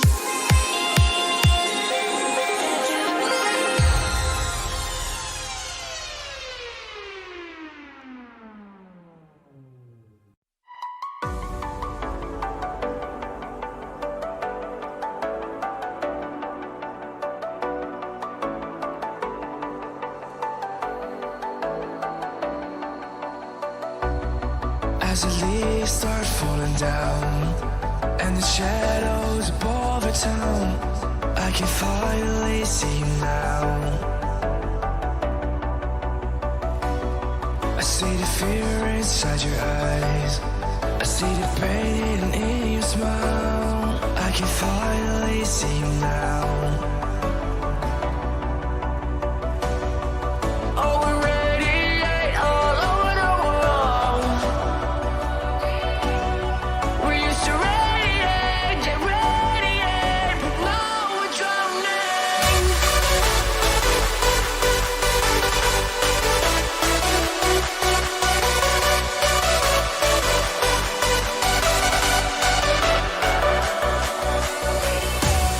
As the leaves start falling down and the shadows above the town, we used to radiate, but now we're drowning.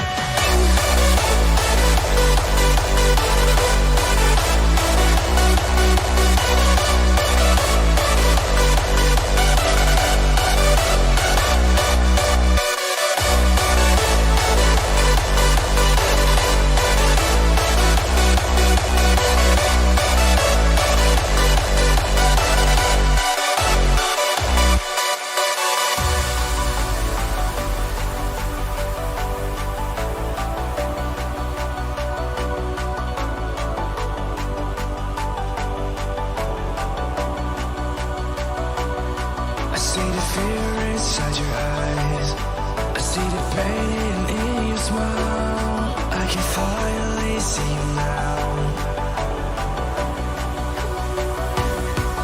Oh, we radiate all over the world.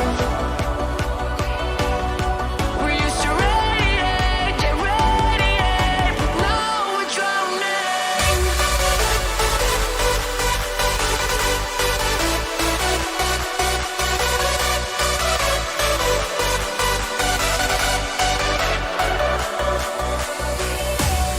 As the leaves start falling down and the shadows above the town, we used to radiate, but now we're drowning.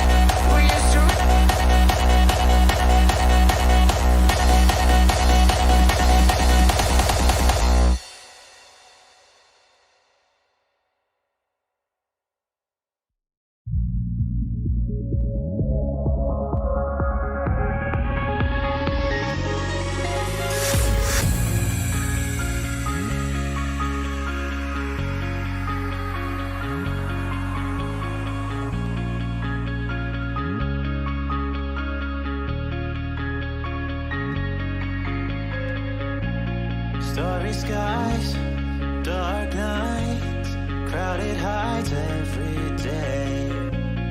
Your disguise made me hypnotized by the sight of your brain.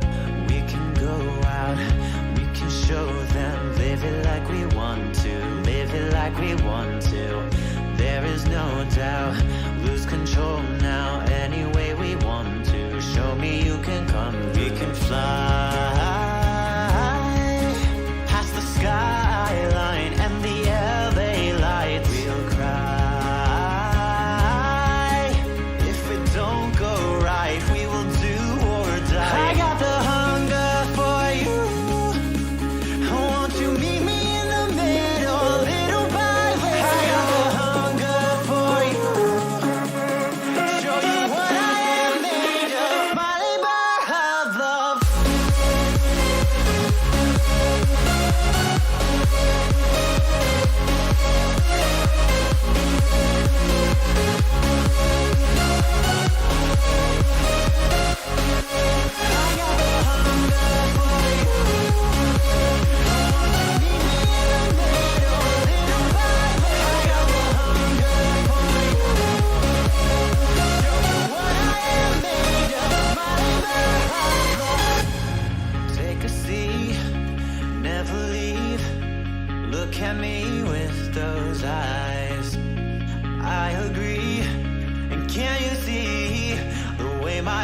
just ignites. We can go out, we can show them, live like we want to, live like we want to. There is no doubt, lose control now any way we want to. Show me you can come through. We can fly past the skyline and the LA lights. We'll cry if it don't go right. We will do or die. I got the hunger for you. I want you to meet me in the middle, little by little. I got the hunger for you. Show you what I am made of. Molly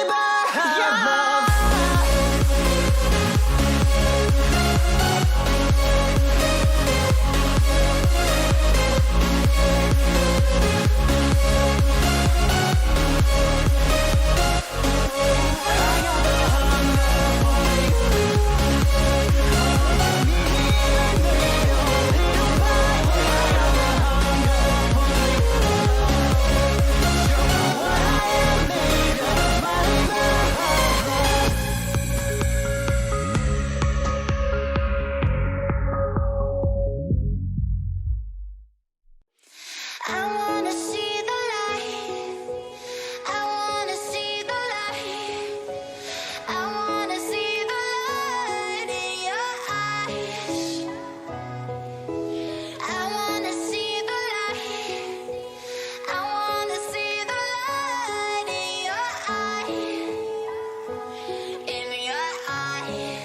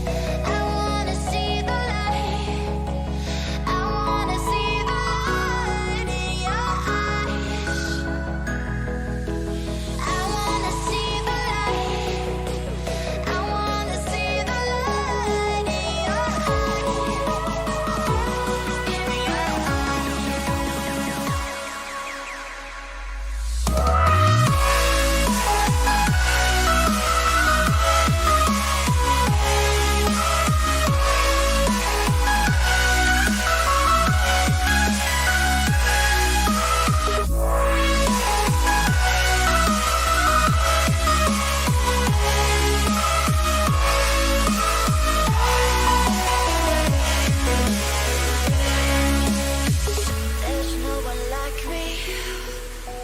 There's no one like me. There's no one like me. Like me. There's no one like me. There's no one like me. There's no one like me. Like me.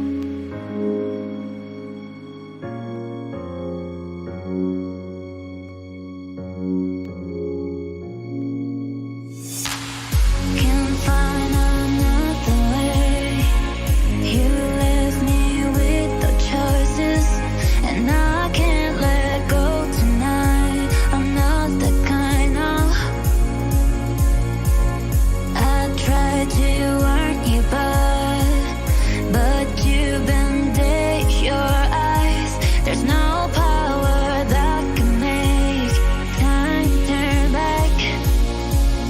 'Cause at the start everything is gray. The time goes by and all turns gray.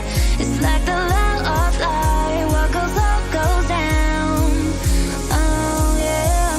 'Cause at the start everything is gray. The time goes by and all turns gray. It's like the law of life. What goes up goes down.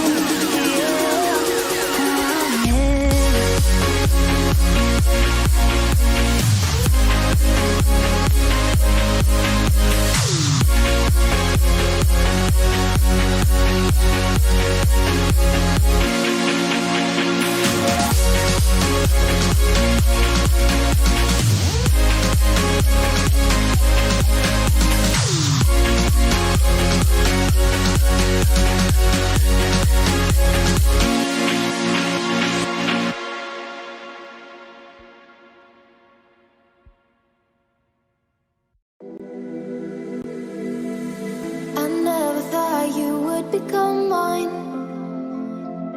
I never felt this way inside. Give me the rain and all the sunshine. I wanna stay right by your side. And I will sail into the mighty ocean if I could see you tonight. No matter where you get my heart in motion, you make me feel so alive. I don't wanna be without you. I just wanna be the one to give you all you need. I got you for life. I don't wanna be without you. I just wanna be the one to give you all you need. I got you. I wanna stay by your side.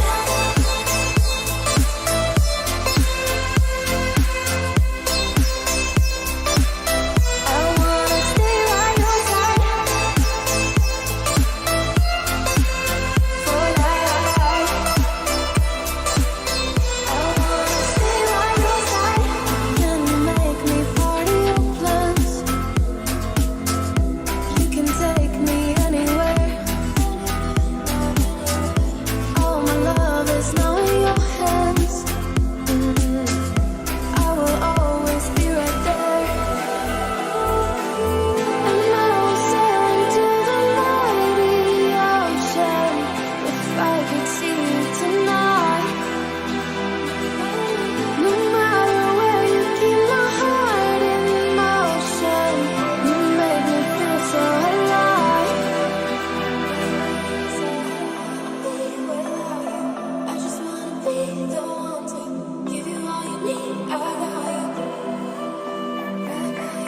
I don't wanna be without you. I just wanna be the one to give you all you need. I got you. I wanna stay by your side.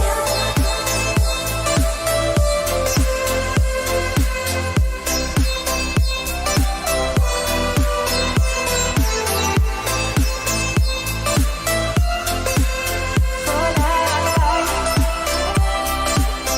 I wanna stay by your side.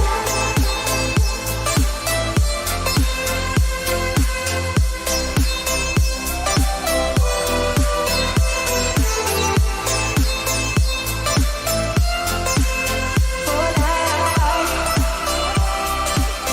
I wanna stay by your side.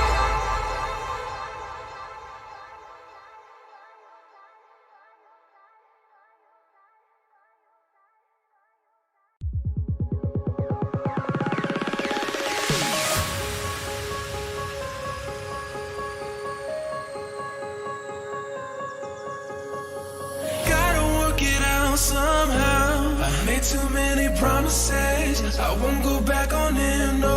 Girl, we gotta work it out right now. I swear I'll make you love again. I'll make you love again, yeah. If it's the last thing that I say, I make sure I say it the right way. If it's the last thing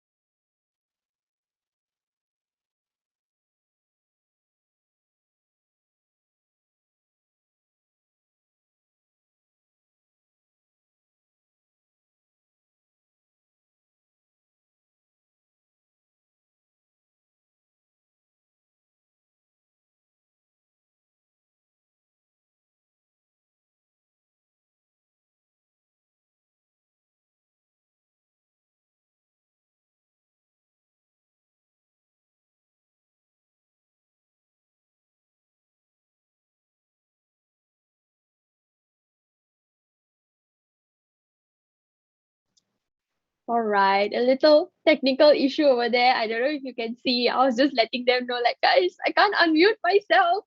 But okay, we're finally back. Welcome back to TEDxAIMS University's first ever Food for Neurons. I am your host for today. My name is Susanna, a fellow AIMS University student, and I am absolutely delighted to have all of you here. Now, I hope you had a good lunch, your tummies were filled, your brains were already like stimulating all these different ideas. I hope all of you had a really good interactive session. I heard from some of the feedbacks from the facilitators during the first interactive session. Everybody was having so much fun. There was giggles, there was conversations. Really, really thankful for that. And I hope you're looking forward to the second half of our day, where we have 6 more speakers, and we also have our afternoon session interactive session. Okay, that was a bit redundant. Anyways, let's put that aside. Before we jump right into it, I first would like to say hi to a couple of our TEDx University, TEDx UTM. Maybe you can raise your hand for us to say hi to you. TEDx Monash University, as well as TEDx Sunway University. Are you there? Can I say hi to you? Maybe you can raise your hand for me to say hi to you. Are you there? Yes, TEDx Monash, TEDx UTM. Hi, nice to meet all of you. Thank you so much for joining us. If you all want to find out more about them as well, same thing, go and find them on Instagram, Facebook at TEDx UTM, TEDx Sunway University, and TEDx Monash. Now, it's absolutely wonderful to have all of you here. Also, I would just like to run through the rules again. Yes, boring stuff, but it's my job. And I just want to make sure that the event runs smoothly. Not that you're not cooperating, by the way. All of you are doing a fantastic job. First of all, just a few things. If your friends have not come in, or you know anybody who has not participated yet, please ask them to do so. Make sure they name themselves according to their ticket number, followed by their name. As well as during the giveaways, if they're not here, we will automatically remove them, and especially their ticket numbers, so that they won't get the chance to win the giveaway. Which is kind of sad, because those of you who are here, you want it, but you can't get it. You want it, you got to get it. Follow what Ariana said, but then that's not happening here. Those who supposed to get it is not even here. So let's just try to be nice and fair. Also, for all my YouTubers, welcome back. I hope you all had a wonderful break as well. I hope you all ate well. I hope you all had something. I was prepping myself, so I just didn't really have the chance to, but I managed to get a small dessert. So I'm all pumped and ready for our afternoon session. Just to run through anything, just to make sure that we get everybody excited, as promised, we are going to start with first a giveaway. And initially we had 2, we were only supposed to give away 2, but earlier one of them didn't come and collect. We did it like 3-4 times, and the person didn't come and say, yes, I want the notebook. I don't know why you guys don't want notebooks. I like notebooks. Anyways, so this time we're going to have 3 winners for our exclusive customized notebooks. So if you're here, please either PM the admin, or you can PM me right here, and I can see in my chat box if you say like, I'm here. And then I'll say, yes, congratulations. Just take a picture of your ticket and send it to the admin, so that we are able to give you your goodies. Okay, Celine, can I get you to share the screen, please? She's gonna share the spin the wheel. And we're gonna get 3 winners this time. So come on, Celine, spin the wheel. Let's hope. If you're lucky enough, you'll get it. Maybe not. Maybe it's an algorithm. I wonder if these things have like an algorithm to it. Not that smart. But, oh, all right, it's number 3. 3 winners. You're number 3. Are you there, number 3? Number 3. Hi, I'm here. Wang Guanjian. Guanjian, nice to meet you. Congratulations. You just won yourself a customized notebook. Take a picture and please send it to us so that we know it's you. Now, can we have our second winner? Let's go. Celine, spin the wheel. She's spinning. She's spinning. She's spinning. And our next winner is number 125. Are you there? Number 125. 125. 125. Calling out for 125. I feel like I said 125 earlier today. It's like a lucky number. No idea. Are you there? Going once. Going twice. Mr. 125, Mrs. 125, whoever you are, 125. Going once, twice. I am sold. You're not there. So let's continue. Let's find another winner. Let's go. Celine, spin the wheel.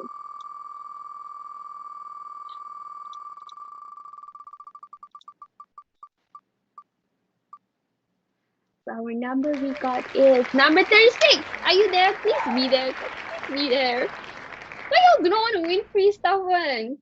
Who's this? Who's this? Number 36. Are you there? Are you there? Are you there? I'm getting a comment here that says that someone on YouTube said I had nice hair. Thanks. I just got it cut. Yes, I just needed that haircut. I was just waiting. Yes, Singh, congratulations. You just won yourself a free customized notebook from us. Congratulations. Now, one more winner. Who is this lucky winner? Don't worry, we still have other giveaways throughout the day as well.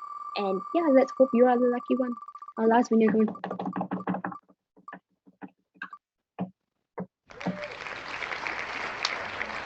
It is number, I can't see the number yet. 93.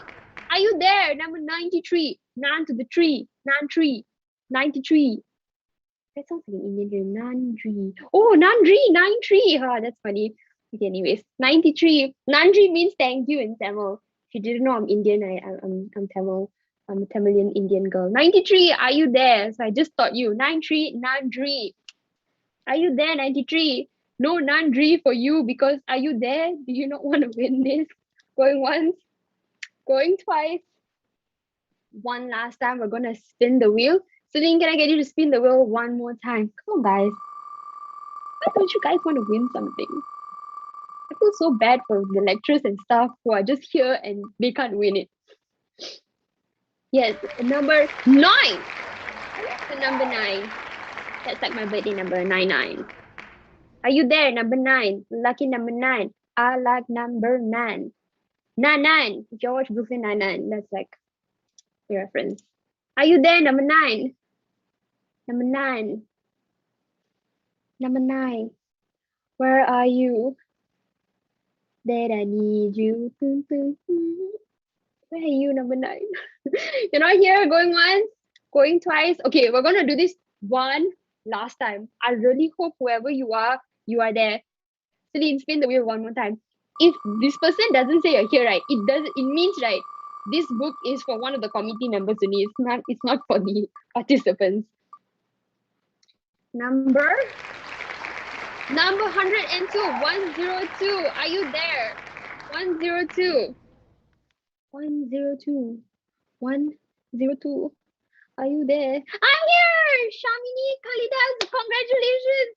You are the lucky one. This is what it means. Like, this is for you. Congratulations. Thank you so much for participating. Don't worry to the rest. We still have at least one more giveaway for you to win. However, for the participants, you still have a chance to win during our interactive game sessions. And for that, we'll be using Kahoot. All the AIM students go like, Kahoot, do we really need to? Well, if you're really good at Kahoot, this is your time to shine. During the interactive session, in order to win, you have to be the most accurate and the fastest. So that's how you'll be able to win. And we won't have 1 or 2 winners, but 3 winners will go home with something free today. And in order for that, we'll need you to have another device so that you'd have to screenshot the whole thing and send it to us. But later I'll walk you through that, all right? And here's a little tip from me. Go to our Instagram page at TEDxAIMSTuniversity. All the clues are there. Don't say I didn't let you know. It's all there. If you're on Facebook, go to TEDxAIMSTuniversity. It's all there. And if you're very rajin, just scroll through all whatever the admins have been saying. It's all there. All right? Don't say I didn't tell you. Now we've already gone through our giveaway. You're all excited and you're all like, oh, well, next time, let's just hear someone speak for now. That's exactly what I'm going to do. Now, to kick off our afternoon session, we first have Miss Jacqueline Hannah Albert. I'm sorry I pronounced your name wrongly. Miss Jacqueline Hannah Albert. It's such a pretty name. I had to repeat it. A current law student and paralegal in a law firm, Jacqueline is known for her extensive volunteering involvements. She is the former advisor for Small Changes Malaysia and has volunteered in Cambodia under MyCorps. In times where inequalities, injustice, oppression is much more common than we ought to know it, there is no simple solution can fix it. I mean, if it was that simple, I'm sure it should go away like that. but it is not. And for that, we have individuals such as Miss Jacqueline who decide to step forward and provide everything within her means and whatever aid that she can help to offer to those in need. Let us welcome Miss Jacqueline Hannah Albert with her sharing Purpose of a Purpose. Let's welcome her.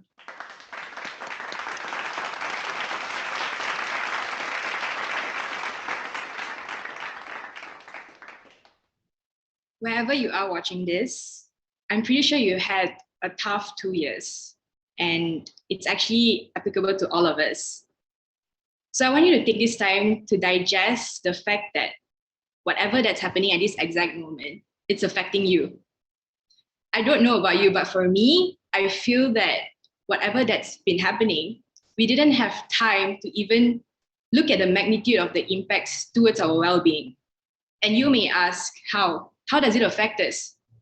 And that's probably because it didn't impair you physically or disable you from doing your work like pre-COVID days. Replying to emails, attending to client meetings are equally as important as though COVID is not an issue in the world. Some even say life goes on, and I concede that there's truth contained in that statement. But I think those who are actually really affected by the pandemic and whatever that's happening would beg to differ. For instance, if they lost someone who's very close to them or even their family members due to the pandemic, it must be a lot to take. So first, when the pandemic hit, they still have to go to work, obviously, because they need to sustain their family's life, while all of us stay home to stay safe. And then, although they've done everything they could, unfortunately, their loved ones still passed on. And soon after, society then pressures them to move on because grief is temporary. But we forget that grieving in times like this should not and cannot be equated to how we used to grieve without COVID. So I want to run through some events that happened in Malaysia this year with you. And I'm very mindful of my words, and I do not intend to be seditious. Of course, there's COVID, and then the declaration of state of emergency. We had the deportation of Myanmar nationals back to Myanmar, despite the military coup in Myanmar and the pandemic, custodial deaths, the delay in implementing Undi 18, and the White Flag campaign. So looking at all these events retrospectively, it feels like we've been through so much. And in fact, actually, that's a lot to digest. But it's because when all these are happening, and while we are conscious that all these events are happening, life goes on. Like, we still reply to emails and we attend to client meetings. But there's this interesting observation, and that is, whilst all these events happen, we actually didn't have a choice or control over these happenings. At a certain point, we might even feel like we are powerless, helpless, useless. But let's take the White Flag campaign as an example. If you don't already know, the White Flag campaign is actually a grassroots level social movement aimed to help those in dire need of basic necessities, those who lost their jobs because of the back-to-back lockdown. Looking at this single campaign alone, it shows and we witness the strength of the rakyat Malaysians coming together to help wherever they can, despite of distance, race, religion. So we also looked at, we've seen KitaJagaKita.com app, food banks, people trying to centralize initiatives, fundraisers upon fundraisers by individuals or groups of individuals. And all this essentially tells us that we have a choice at the end of the day, because we get to choose if we want to go that extra mile to help or not. So even though we believe in making small changes, some of us, there are also a large number of people who actually believe that making small changes aren't enough. They say, why make small changes when the outcome of making these small changes aren't as big as making systemic changes? Or why make small changes when you can fight those in power to fight for long-term changes? But for us who believe in making small changes, we believe that without our help in the interim, while we fight for the long-term change that we want, what will happen to these people who really need help? So rather than relying on the government or people in power, individuals and groups of individuals come together to help wherever they can and whatever that's within their means. The question is, what's in it for them? Fame, profit? My guess it depends, because there are many silent sacrifices behind the scenes that we don't see or even talk about. I know of people who established or founded NGOs. They actually sacrificed their high-paying jobs just to help the underprivileged. The question is why? Why would you do that? And we've also seen, in light of recent events, some activists who, in name of justice and rule of law, fight those in power, knowing well that they may end up in prison. Again, why? Why would anyone do that? To me, I don't think it's personal gain. You don't gain anything if you end up in prison. But I believe that these people, because of the cause that they believe in, and the cause that so strongly affect them, makes them want to fight for those who are powerless, especially. And this is why I say there's always a purpose for a purpose. You already know this, but purpose is obviously intention or motive or reasons of you doing something or not doing something. And before I go on further, it's not my intention to implore you to ask yourself, what's your purpose in life? Or ask yourself what you've done for the country, for your family, or even for yourself. Just a simple example. When we want to do something like hanging out with friends, it seems like it's a waste of time. Or people would actually say it's a waste of time because you're not doing anything productive. But the bigger purpose of just hanging out with your friends is actually just to keep up and catch up with them, with their life, and just bond in general. So the smaller purpose is hanging out with them, but the end goal is really trying to catch up with their life. Another extreme example is, for instance, you want to submit your work to your boss, and to reach the ultimate goal of submitting your work, you need to be diligent. And that's a small purpose, reaching that end goal, which is submitting your work, because if you're not diligent enough, you're probably going to submit like a crappy work to your boss. But essentially what I'm trying to say is, it's okay if you don't believe in having purpose, or if you don't believe in whatever you're doing, there's a purpose to it, because at the end of the day, whatever you're doing in life right now, there is a purpose. It's an implied purpose. So in reaching the ultimate goal, there's always tiny little ones that you aim to reach the ultimate goal. So back to what's happened in Malaysia. Those who actually took steps to help those in need without being instructed, that's obviously something that they believe in, and that's why they're acting upon it. They believe there's a bigger goal behind it. Studies have shown common reason for conflict, whether racial, cultural, economic, or political, is lack of empathy. And humans are now, of course, more urban, isolated, and anonymous. And exactly because of this, when a tragedy happens, we look at it from a form of abstraction. We cannot access the victim's pain and emotion because it's not happening near us. And when a tragedy happens that's not related to us, we always ask, what's the government doing? What are the NGOs doing? And what are the civil society organizations are doing? But we forget to ask ourselves the same. What can we do to help? So the first step to try to help or make change, bigger word, is of course to acknowledge that there's a problem in the first place. So Michelle King, in her book, The Fix, this is my favorite example. She said that to combat gender inequality, the first step is to acknowledge that there's a problem in the first place, which is gender inequality. then can you understand why the problem exists in the first place? Then the third step is to then take appropriate actions to combat the problem. So it's a 3-step exercise. You acknowledge there's a problem, you understand it, then you take steps to act on it. So if the first step itself fail, which is if you fail to acknowledge there's a problem in the first place, you would probably not understand why and you cannot take positive actions.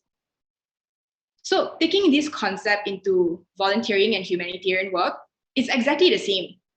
You need to see that there's a problem in society, then you understand why the problem exists to find the appropriate solution to combat that issue in the first place. So if you look at the 3-step exercise, and if you decided to take steps to help, you're probably more able to assess the beneficiaries' emotions and understand why they go through what they go through. And this is exactly why people say volunteering builds up empathy levels. And I know some of you might wonder, why am I invited to this talk? Because I'm just an individual. And if you realize already, I am not attached with any organization. So I'm doing things on my own capacity. So a few months ago, when things were actually quite overwhelming, if you remember, of course, everything's past now. You might not remember now, but I made a post on my Facebook account listing down all the happenings in Malaysia at that exact point. And I don't know how to help or what to even do, like, where do I start?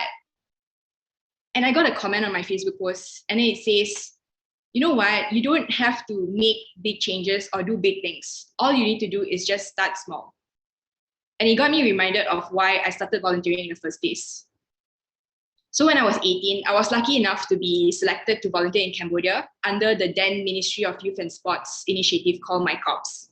So whilst I was in Cambodia volunteering, helping the locals there, it made me realize that when I'm back in Malaysia, I should volunteer even more, like helping people in my own country. And that's where and when I found about Small Changes Malaysia, and I happened to stick around Small Changes Malaysia for quite a while until I realized that I cannot be as committed as I want to, especially now that I've started working. So then I tried venturing into doing things on my own capacity even more, doing fundraisers. So I think a lot of people know me because of my fundraising initiatives.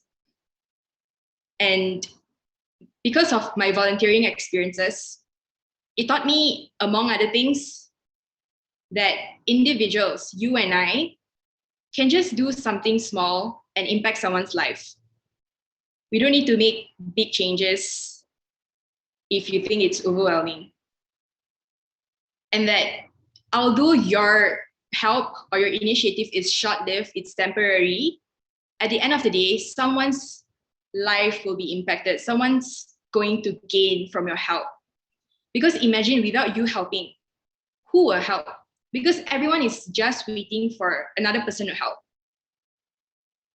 And this is why I think activists always say we live a day to fight another. Because if problems that's concerning the national magnitude is so easy to be solved, we would have solved it. It wouldn't have taken us years, decades, or a long period of time to fight for a solution or long-term change. Until today, we are still fighting for it. So I want you to imagine if the White Flag campaign failed, if actually no one cares about what's happening out there. What if there is actually no activists wanting to help those who are powerless? Nobody will be helping in the interim because everyone will be so focused on trying to get the end goal, trying to get a permanent change that all of us are fighting for. And all of us, regardless of your effort, whether it's big or small, we are trying to reach there anyway. So if you're trying to take the first step to help someone or make a change, just do it, even though if it's small, because every little effort counts. So don't you think making small changes are better than making no changes? Thank you.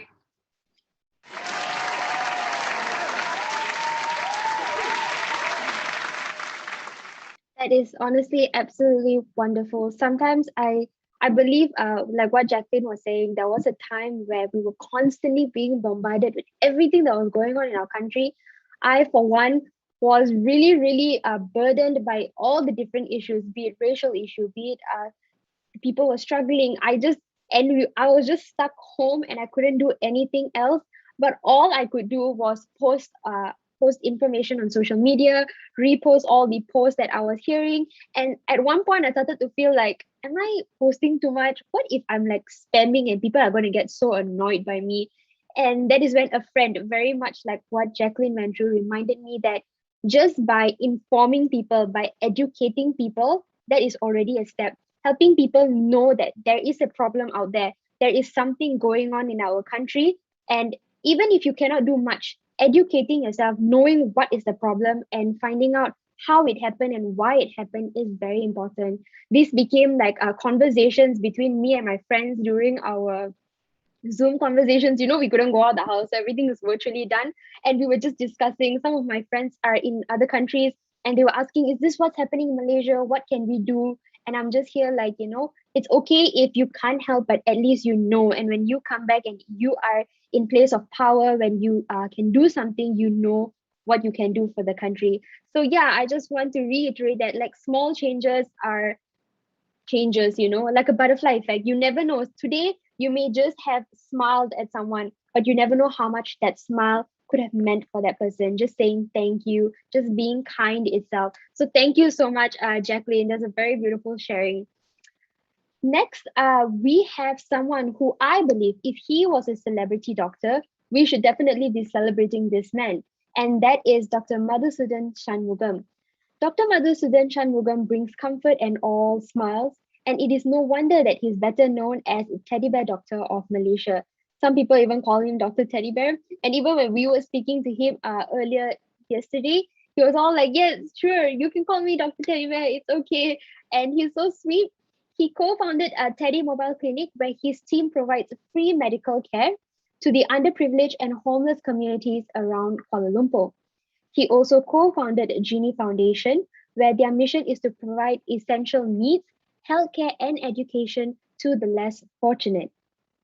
Now, philanthropist and doctor aside, for his extensive volunteerism, he was awarded the Commonwealth Points of Light Award bestowed by Queen Elizabeth II.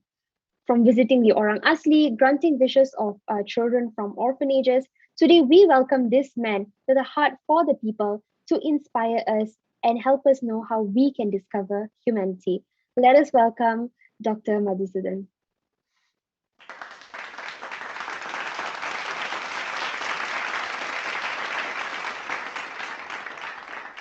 Hello. Hello. How do you define humanity? Is being born as a human enough to explain humanity? According to most sources, humanity often refers to the human nature, kindness. Humanity actually means a kind and compassionate feeling that humans have or should have for each other. That means the feelings that allows or encourages one person to help another person.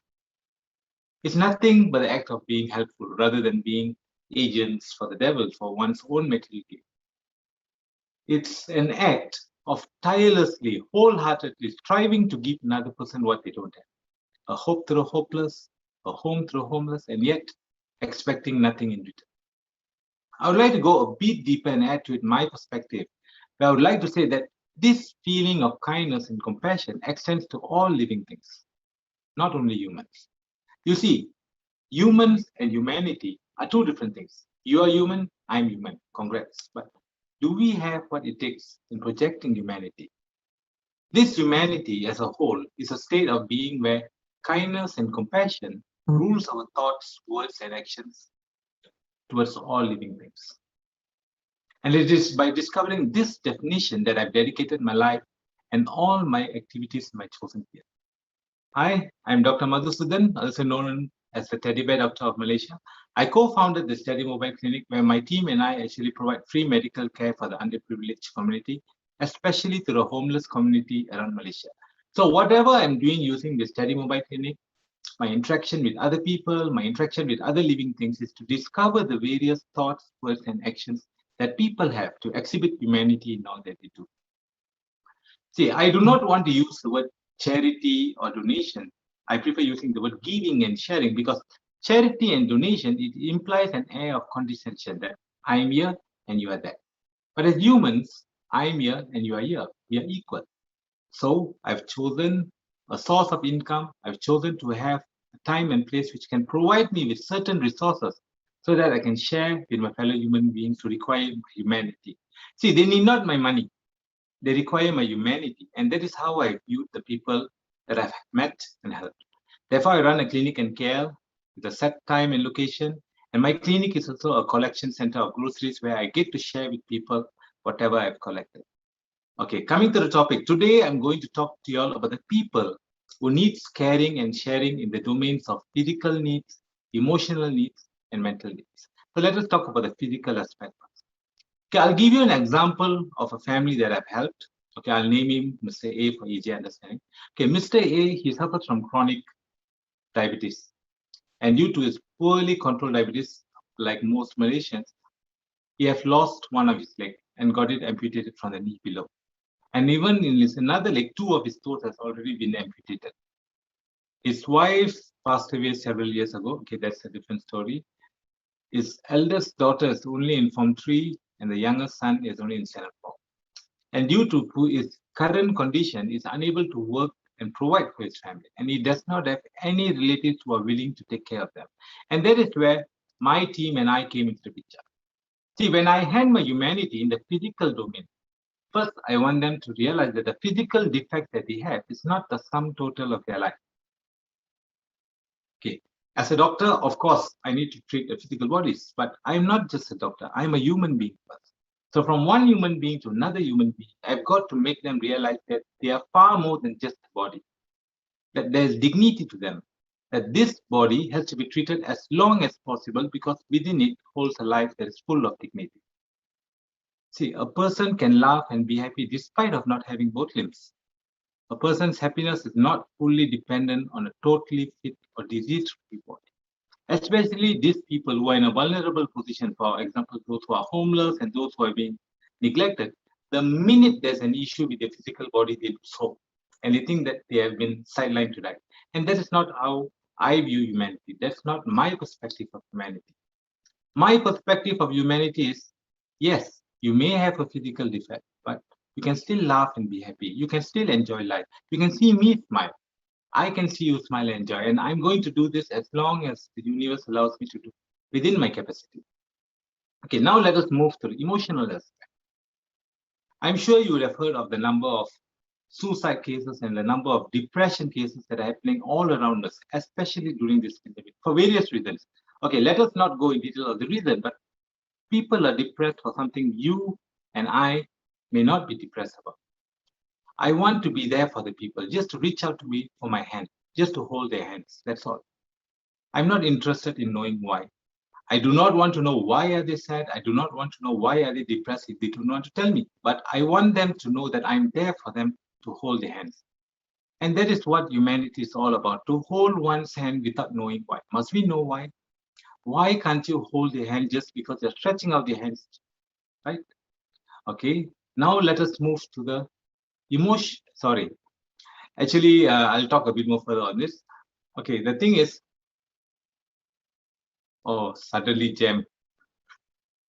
Okay, now I'll give you an example. Okay,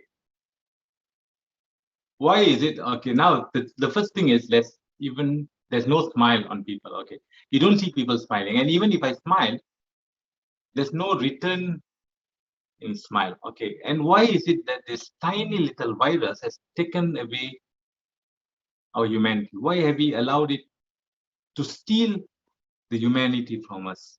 Okay, the truth is, by following the proper SOPs, by taking proper precaution, proper safety measures, you can still express your humanity. And that is what our frontliners have been doing. You would have heard stories after stories of our frontliners standing out there, making all kinds of sacrifices just to make sure that we are safe. Okay, and I've been encouraged and I've been given hope by many of them who are expressing their humanity. But I'm more concerned of the millions who have allowed it to disappear. Because take a look around you. There's so many people out there who are lacking with humanity. People of all ages, all ethnicities, and all backgrounds for no rhyme or reason. So how often do you see people going up just giving a smile or returning a smile? This COVID doesn't spread through smile. COVID, and you don't need to touch someone to smile. So in my chosen line of field, in my chosen line of work, I see the small group people whom I feel that I can make a difference. Okay, for example, okay, these are not all made up examples. Okay, I spoke to a friend of mine several weeks ago. I just called him up to wish him a happy birthday. And I've not spoken to him for some time, so I do not know exactly what was going in life with him. And he didn't sound the same. He sounded kind of depressed. But I didn't ask him why or what happened. And after some time, he said, bro, I'm actually not in the right set of mind now. There's so many things that's happening in my life, but I'm not going to tell you what happened, or I'm not going to tell you where am I. So I said, it's okay, bro. I do not want to know where are you. I do not want to know what happened, but I still want to wish you a happy birthday because I'm happy for the day you were born. Happy for the day that you came into my life. I'm happy that you're another person that have come into my life and made my life richer. And I want you to know that you have made a difference in my life, bro. I love you. See, that's all. Why can't we tell everyone that we know or that we come across that you have made a difference in my life? And for that one moment, let him be happy. For that one moment, let him feel that he has made a difference. And that is humanity. Okay, he may die today or he may die tomorrow. It's okay. That's the cycle of life. But he was happy for that moment. And that is humanity. See, I personally do not believe that death is the end of life. My philosophy doesn't allow me to believe it. I just believe that it's a changing of life, a transformation. See, I do not want to go through life thinking, oh God, that person is going to die, end of story. I go through life knowing that every transformation brings about a better change in everyone that I meet. A change for the better. I know it. He might not know it. I have a conviction that the universe is kind, that God is merciful, that God is love. Okay, and that is what humanity is all about, because we were all made in the image of God. We were made to be happy. We were made to be loving. We were made to be loved. And then why do we need to go around having a long face, making others feel miserable when some of them are already miserable? Okay. If you want me to talk about the emotional aspect, there's lots and lots to talk, because previously the number of cases that we see in the physical domain were many, but the number of cases now you see under this emotional domain have been multiplying at an exponential rate. Okay, now let us cut this and move to the mental aspect. Those who have lost their jobs, those who have lost the sole source of income, especially those who have lost hope. Okay, this brings me a point to enlighten you of the white flag movement. I'm sure many of you would have heard of this white flag movement, even the previous speaker spoke about it. Okay, the white flag movement was started in Malaysia by a group of youth in Kuantan who lost their very close friend to suicide due to financial difficulties. Okay, it all started amidst the spiking cases of COVID in Malaysia, and the news of this movement spread like wildfire all over the media. Okay, basically in this movement, anyone who's in need of help, especially in the sense of food, is required to raise a white flag in front of their home. And anyone in the capacity to help could extend a helping hand. This is to ensure that all our brothers and sisters of the nation get their ends to meet. It's just that we don't want anybody to be left behind. However, there are a few mouths who are going around and saying that this movement is an epitome of desperation and surrender. What does this white flag actually mean? Okay, this white flag actually means it's a conquest of the ego. That's what it is. It is not begging. It is not surrendering. It's just saying that I am a person who's capable of giving back to the community, giving back to society. But just right now, I require a bit of help, and I will be really grateful if you could help me. It doesn't mean you're down. It doesn't mean that you are gone. It's just requiring a bit of help at that moment of time. Okay, you can do it if you have the strength to do it. And there are many people out there who are willing to help you out. Okay, how does it feel actually to raise this white flag? How does it feel to know that at the end of the month, there's no money that's going to come in for you to buy things and put food on the table? Okay, if you had sat there thinking that, oh God, there's no money that's going to come in, and suddenly you hear of people giving out this kind of support, giving out all this kind of help. It's like God sending you a boat to tide over for the next few months. You just need the strength. You need to believe that there are people out there to help you out. You see, what do you need actually? You need food on the plate. And you need a place to stay. But many people have been thinking that they have been living so well and so comfortably that if they cannot live with the same comfort, they're gone, they are done. But no, start from the scratch, start with the fundamentals. There's always a place for you to start, and there are always people out there to help you out during these difficult times. Okay. If you can look at all these aspects of humanity that I spoke about and realize that all these are actually simple opportunities for us to express our humanity, you have won it all, including COVID. Okay, because today there may be COVID, tomorrow there will be something else. It's not the end, it's just a process. But this humanity will exist as long as there is God, because humanity is God. Okay, none of us have seen God face to face, right? I'm not sure about you all, but I haven't seen God face to face. But to that one person whose wound you mended, regardless of the fact that his leg may go, to that person at that moment, you are his God. To that friend of yours whom you said, bro, I love you. You have made a difference in my life and made him happy for that moment. You are his God. And to that person who have lost a job and he said, I know you may have lost a job, but you will get a new job soon and I will help you get through this. For that person, you are his God. So humanity is God, isn't it? Okay, that is my philosophy in my own simple way. Nothing great. Thank you. Have a good day, everyone. I'm sorry for the jam in the center.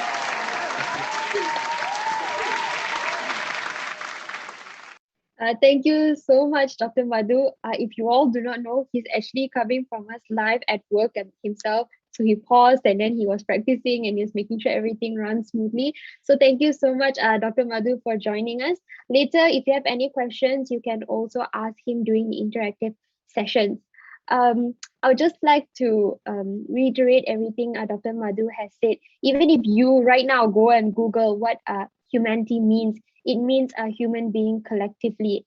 And I don't know why, as humans, we're always afraid to be vulnerable, be it putting yourself on either end. If you have to go out of your way to help someone, we're always like, oh, do I want to? Or to put ourselves out there and say like, I really need help.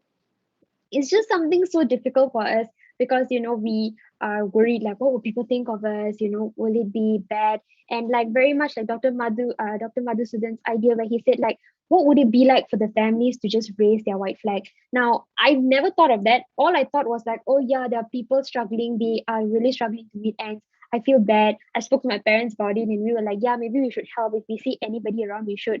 But it didn't occur to me what that family must be going through the moment they decide like, should we do this together? And they're not vulnerable as one person. It's like your whole family is coming out that house and asking, I need a place to stay. Can you help me?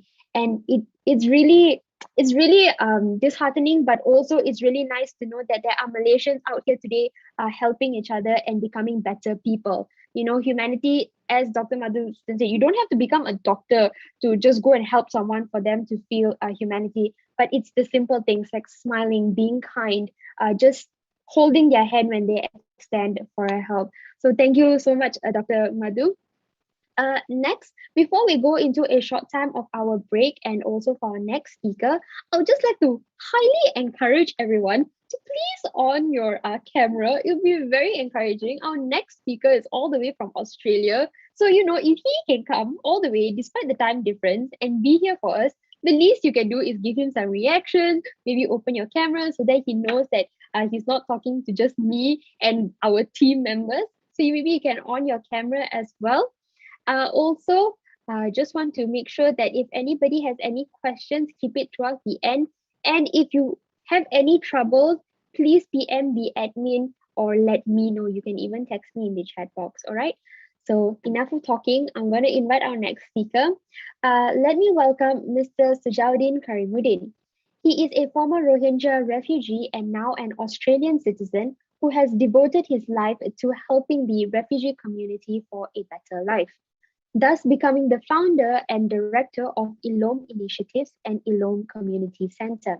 Now, what does ILOM translates to is knowledge and education in the Rohingya language, by which ILOM Initiatives projects allow participants to have the opportunity to improve their knowledge in respect to any specific set of skills or anything that they need. ILOM Initiatives is a refugee community-based organization that aims to support the refugee community in Malaysia. ILOM envisions a society where refugees' basic human rights will be recognized and enforced by empowering refugees to become productive members of the hosting society. So how can we help the refugee in our country, or better yet, even know them? For that, we shall hear from the man himself. So for now, let us please welcome Mr. Sajaudin.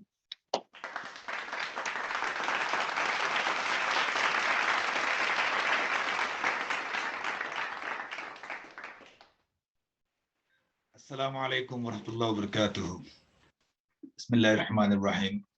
Thank you very much, Susanna, for your kind and very generous introduction. And I hope you can hear my voice quite clearly because we had a bit of a trouble. Yes, you're loud and clear. Yeah, thank you very much. You know, my dear viewers, there are thousands of people every year seek shelter in other part of the world, in other places. And these seeking shelter, these activities has been there for thousands of years. It always has been there. It is not a new phenomena, if you like, if not a new thing. Often we hear that it's like refugee crisis, refugee influx, and refugee problem. It sounds like it is something new. It sounds like it's a creation of modern problems. It's a creation of the modern conflicts. No, although the Refugee Convention was perhaps drawn in 1952, however, the refugee problems exist. People migrated, people seek shelter, seek refuge for thousands and thousands of years. Wherever there was war, obviously people would flee war. People will flee from danger to seek refuge in somewhere else, or to seek shelter in somewhere else. Understandably, this is a natural instinct. In fact, this is a survival instinct, I might say, to seek shelter, to flee from danger. Even when animals sense danger, they flee from that place. They are not going to stay there to face the danger often. And it is also a natural inclination to provide shelter, support, protection to those who are in need of it, who are seeking it. It's a human practice, a human nature doing that.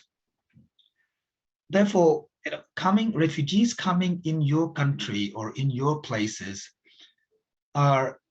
it's not they're not there for fun. They're not there because they see it's a huge fun thing to do. It's a desirable thing to do, for that matter. They are there because they are compelled to leave their nation or their country or their places because of whatever problems they're facing or whatever endangered their life to save their life. For example, I left in 1998 from, left Burma, from Arakan. Arakan is, for those who might not know, modern day known as Rakhine. Rakhine was known as Arakan. Arakan is where all the Rohingyas come from. Arakan was an independent nation, independent country, until the Burmese invaded Arakan and colonized Arakan, and then declared later on, much later, even after British colonial period, in fact, declared that Rohingyas are the illegal immigrants in that land, in Arakan. The reality was, or the reality is, in fact, the Rohingyas are indigenous people of Arakan. They're not outsiders. They did not came illegally, or they reside there illegally, for that matter, because they are the original people of that land. The Burmese are the one who came to our land, invaded us, and then declaring us as illegal immigrants. I was born in Arakan. I was born into a reasonably respected and wealthy family. Growing up in a genocidal regime, under the genocidal regime, like the Burmese regime, it is very helpful to have an influential family behind you, which means you are protected from so many atrocities that my fellow Rohingyas were experiencing, or they had to go through, or they had to endure all these atrocities and abuse. For example, forced labor. Yes, forced labor. Forced labor still exists in many parts of the world. Forced labor still exists. Certainly in Burma, still exists in many forms. Forced, my other villages or people from the town were taken, would be arrested by the military and would be taken to their camps to work for free, without pay. In fact, the family of these poor souls, poor laborers, had to bring food for them so that they don't starve. The military is not going to provide them any food. So this was the situation, and I can go on, and this is not the topic today to talk about the atrocities in Arakan against Rohingya people by the genocidal Burmese regime. People live in the circumstances like that. I had to leave because I didn't know what to say, what not to say when you are living under the genocidal regime, the regime that is determined, employing every method to eliminate you from the land. I was ignorant of those terms, the words or the things, what I have to say or what should I not say. Because of that, I went to immigration officer to ask for my national ID card, which was needed for me at the time. I was growing to become an adult. I was about 17 at the time. And I was told that the Rohingyas are not qualified for citizenship. Or according to the law, you will have to prove that you were here for 3 generations. Now, and obviously when they were saying this, they were mocking, they were insulting, you know, they were provoking, of course. And I felt angry, for obviously, and then I asked the officer, and I told the officer, in fact, that, you know, I can prove that easily because I know where my great grandfather's graves and his father's graves, and or his family's grave for that matter, and also we have land. Still, we are you know, cultivating and farming on those land which were owned by our ancestors, and we have registry or documents of our ancestors. But I said, I doubt you could prove your ancestry like that. I doubt that you might not even remember your grandfather's name or great-grandfather's name. Now I understand, all the viewers might say it's a very arrogant response. Maybe it was arrogant response for a young man, perhaps. But that was the response. And instead of telling me, or, you know, of the situation or whatever, they arrested me and handed over me to military intelligence, MI in short, we call it. And military intelligence has, you know, the intelligence had taken me in their custody, and it's needless to say how they interrogate. They tortured me very badly.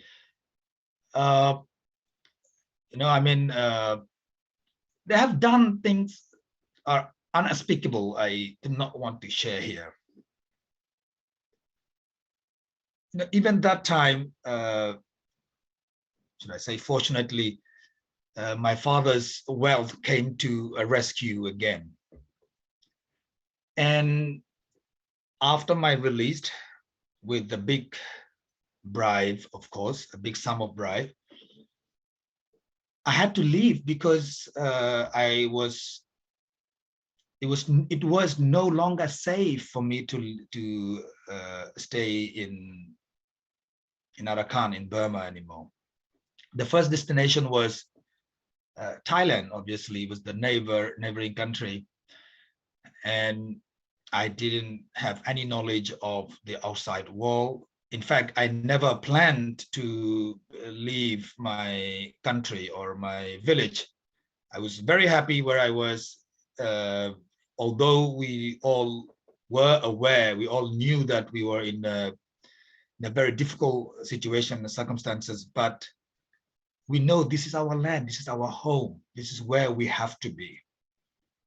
And things changed, and I had to leave, and I had to go to Thailand, and only to be found by the human traffickers, and to be sold by them, and to be enslaved by them. Yes, again, yes, slavery still exists. We often think that slavery no longer is a reality now, but it is a reality for many refugees in Southeast Asia. And unfortunately, a lot of the officers in those countries are also involved in slave trading and other human traffickers. Anyway, long story short, and after Thailand, I try to find a safer place, which I thought was Malaysia, and I came to Malaysia. And as everyone knows, Malaysia is not a 1952 signatory to 1952 conventions, and nor the signatory to the protocol in 1978, I think. Therefore, refugees in Malaysia are considered illegal. Because they are illegal, they are vulnerable, right? And let me give you an example. Like, while I was in Malaysia, right? It was so frightening. Like, you cannot leave your home fearing, without fear, right? You know that if you are leaving your home, you might not come back home because you might be found by the police or immigration or anybody else, and you could be arrested. Imagine living under this sort of fear, living like a fugitive while you have done nothing wrong. That's how my life was in Malaysia. And I tried so hard in Malaysia to get some education, to learn reading and writing, for example, in English language as well. It was so difficult because there was no opportunity for you. There was nothing available for you. And I used to pay 10 ringgit to go to visiting an internet cafe, and the kind man, the one who's looking after the internet cafe, would donate his time to teach me some basic computer skills. Back then, I was working in a factory for 23 ringgit a day for 8 hours, and then I will spend 10 ringgit almost every day to learn some new skills so that I can improve myself, my life, and the people around me as well. Now, having lived as a refugee in Malaysia, I think I understand some of the difficulties and restrictions, limitations, and roadblocks, and for them to grow. Therefore, we came and chose this, to develop this alum empowerment, as Susanna has very, kindly explained to you what alum empowerment is doing. Alum initiatives, in fact, it was started as alum empowerment and alum initiatives now, because it was initiated by the refugees themselves. So we call it alum initiative. The purpose of alum initiative is to give the opportunity, the alternative opportunity, what do we call it, to educate, alternative education for the refugees who never had access to these opportunities, right?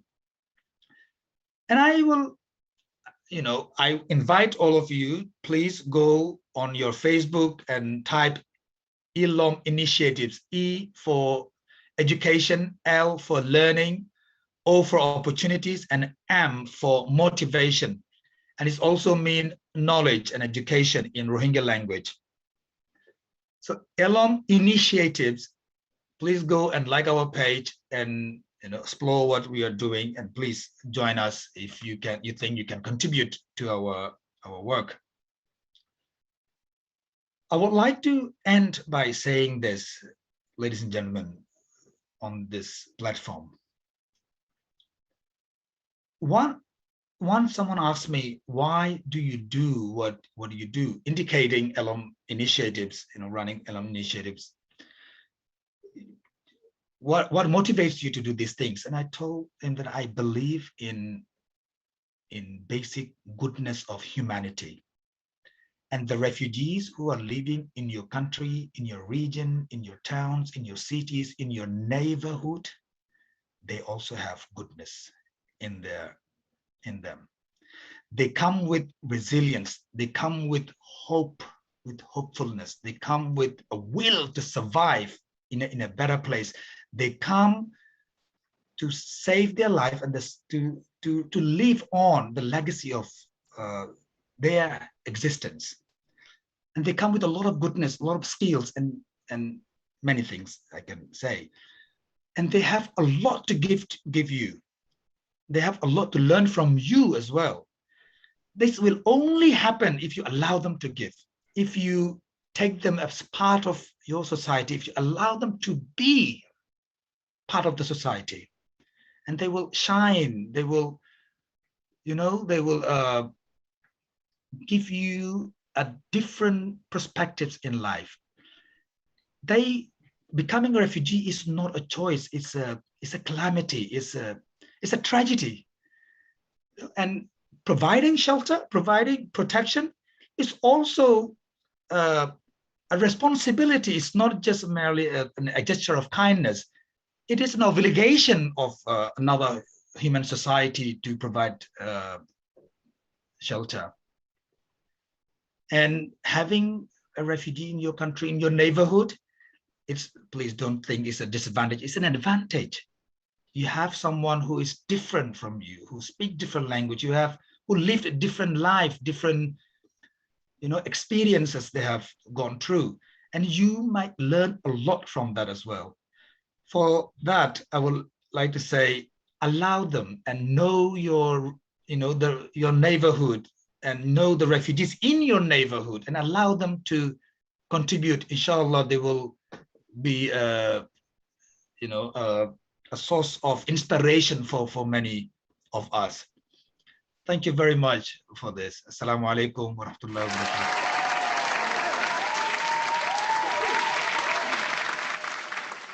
Thank you so much, Mrs. Sujaudin. Definitely, I think whenever we meet someone, anybody can be a blessing. When you want them to be a blessing, we just have to give them a chance.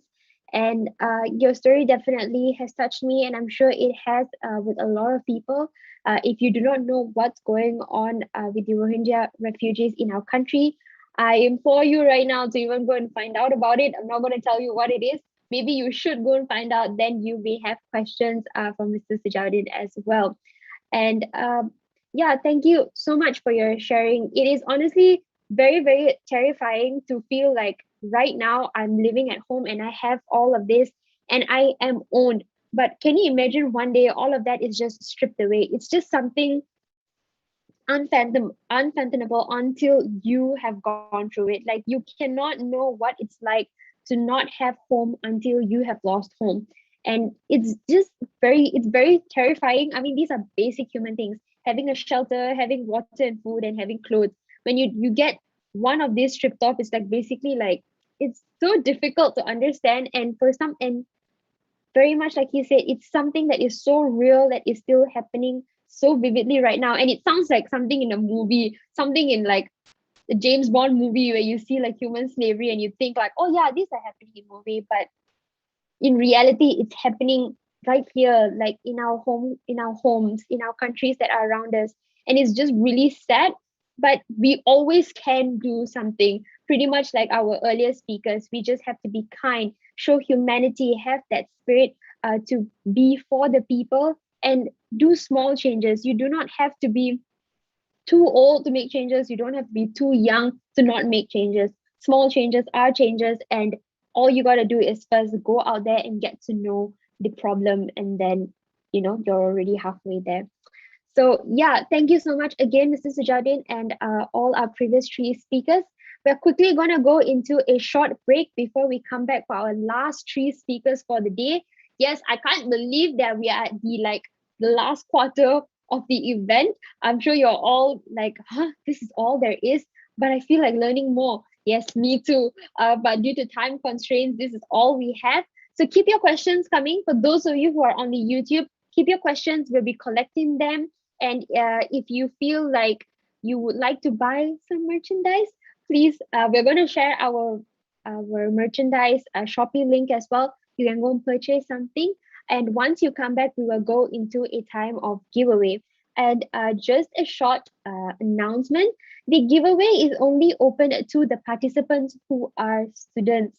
Unfortunately, doctors and my lecturers and all the staff, I'm so sorry that it's not open to you. I'm sure you want to participate in the giveaway, but you can't, as well as the interactive game session at the end. It's only open for the students who have registered. I'm really sorry, but you can definitely purchase our merchandise, wear our t-shirt, wear our button badges, carry our bags. And yeah, thank you so much. I'll see you guys in 10 more minutes before we go into our three speakers and also our interactive session. I'll see you soon.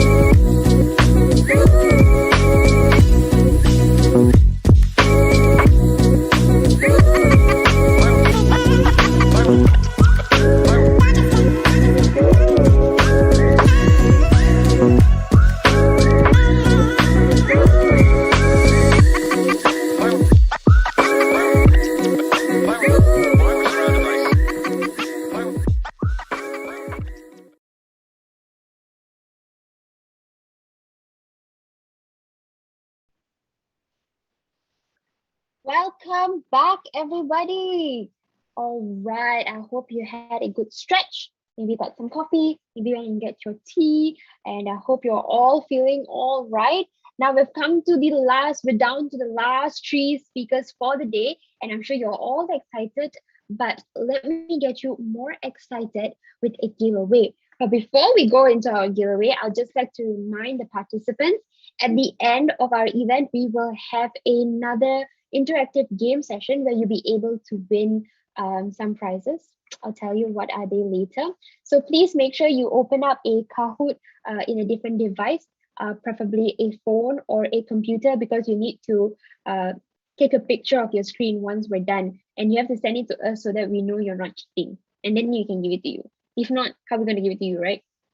So yeah, putting that aside, without further ado, I'd just like to encourage everybody, please, on your cameras for the last three speakers at least. If you have questions, those on the YouTube as well, please keep your questions coming. We're going to be collecting them before we go into our interactive session. No question is too many questions, but we'll try our best to ask all of them for you. On top of that, if for the ones in our Zoom platform, be ready for our interactive sessions again. Ask your questions. If you didn't get to ask questions earlier today, don't worry. We'll make sure the moderators give you a chance to speak as well. All right, so let's go straight into our giveaway. And this time, there's only one winner. Now, if this person doesn't want to win this, I'm going to take it, okay? It is not a notebook and it's not a power bank, but it is an Edifier X3 Plus wireless buds. No buds, but earbuds and buds, wireless buds. If you want to win them, hold on to your ticket because I'm going to ask Celine to share the screen now and we're going to see who is that one lucky winner. I believe if you win this, you really need this. So maybe, I hope you're praying hard and being like, God, me, please me, please me. Celine, spin the wheel. And she's spinning. And she's spinning. This time you're like, I want it. See, all the people thought the giveaway also worrying. They don't want to come and they just left. No. Number 13, are you here? Number 13, you can PM me in the chat box or PM the admin. Are you here? Number 13, you just want something. You want a wireless bud. Like, do you not want it? Are you there? Are you there? Number 13, going once, going twice. I'm losing patience with all of you, okay? We're going 3 times. All right, we're going to spin the wheel one more time. If you are the winner from your ticket, that's your number. Please PM me, all right? Celine, spin the wheel. Come on, guys. Come on. Come on. I hope you all are here. Please take your present. Don't you want your present? What kind of people don't want present? Number 57. Are you here? Are you here? Please let me know in the chat box. You can say, yes, I'm here. You can even just say hi. You can even just put a Y. Something. Are you there? Are you there? Number 57. Are you there? It's me! Yes, there is Chong Chun Ping. Congratulations, Chun Ping. You won the wireless plus. It's an Edifier X3 Plus. The wireless bud for you, just for you. Thank you so much for saying yes. It gives me such great joy. Thank you so much for joining our giveaway. Participants, don't worry, we still have one more for our Kahoot. You still have a chance. Don't tell you, I didn't tell you. I already told you much earlier. If you want to know how to win, go and read the Instagram captions for each of our speakers and everything that we have posted on our Facebook page. Maybe you can even scroll through the comments or in the chat box, whatever the admins have posted, all right? Now, without further ado, we're going to start off with our next speaker. Now, our next speaker is yet another anticipated one.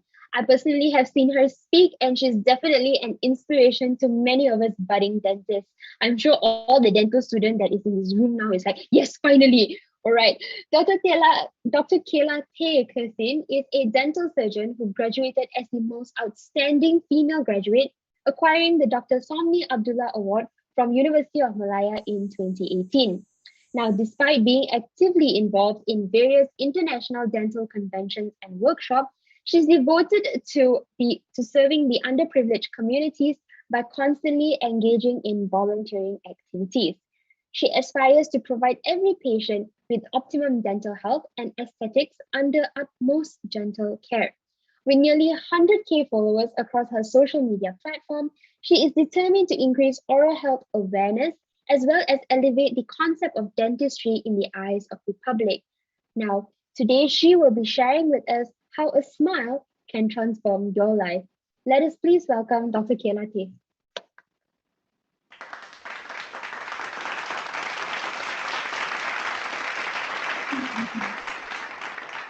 Hi guys, can you hear me? Hi Suzanne. Yes, can hear you loud and clear. All right, cool. Can I start my talk now? Sure, go ahead. All right, okay, you guys ready? Okay, let's go for it. All right. Hi guys, I'm Dr. Kayla. I am a content creator, a TV host, as well as a full-time dentist. Yes, a dentist. Whenever I tell people that, the response I always get is, but why? See, I know my profession has a lot of blood and saliva involved, and most people are put off by it, but I had a reason. The moment I graduated from dental school, the secret society of dentistry automatically gave me a superpower. In fact, not all dentists, not just me, all of us have this amazing power to make you instantly feel self-conscious and uncomfortable about your teeth when you see us. Example, you brush your teeth extra hard in the morning before your dental appointment. When you're talking to a dentist, you're thinking, what did I have for lunch? What meal did I have just now? I hope there's nothing stuck in between my teeth. So I'm sure that happened to you before. And yes, we know. Dentists were scary. Last Friday, I had a patient coming into my clinic, and the first thing she told me was, oh, I love seeing the dentist. And she gave me a big fat hug. Yeah, I'm just joking. That never happened. In fact, the first thing I always hear from my patients is the exact opposite, like, I'm so scared of you, or I'd rather give birth than having a dental filling done. Really? You'd rather have a human being coming out of your body than getting your teeth checked? But isn't that the amazing thing about dentistry?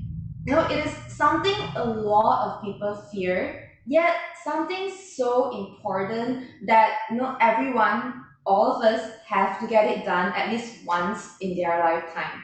So let's get back to the question, why dentistry? Why choose a profession where it's filled with blood, saliva, and patients who are afraid of us? I'm going to review the answer. Transformation. I have a lot of patients who have not or simply cannot smile for most of their life until they got their dental treatment done. We can take a look at the pictures.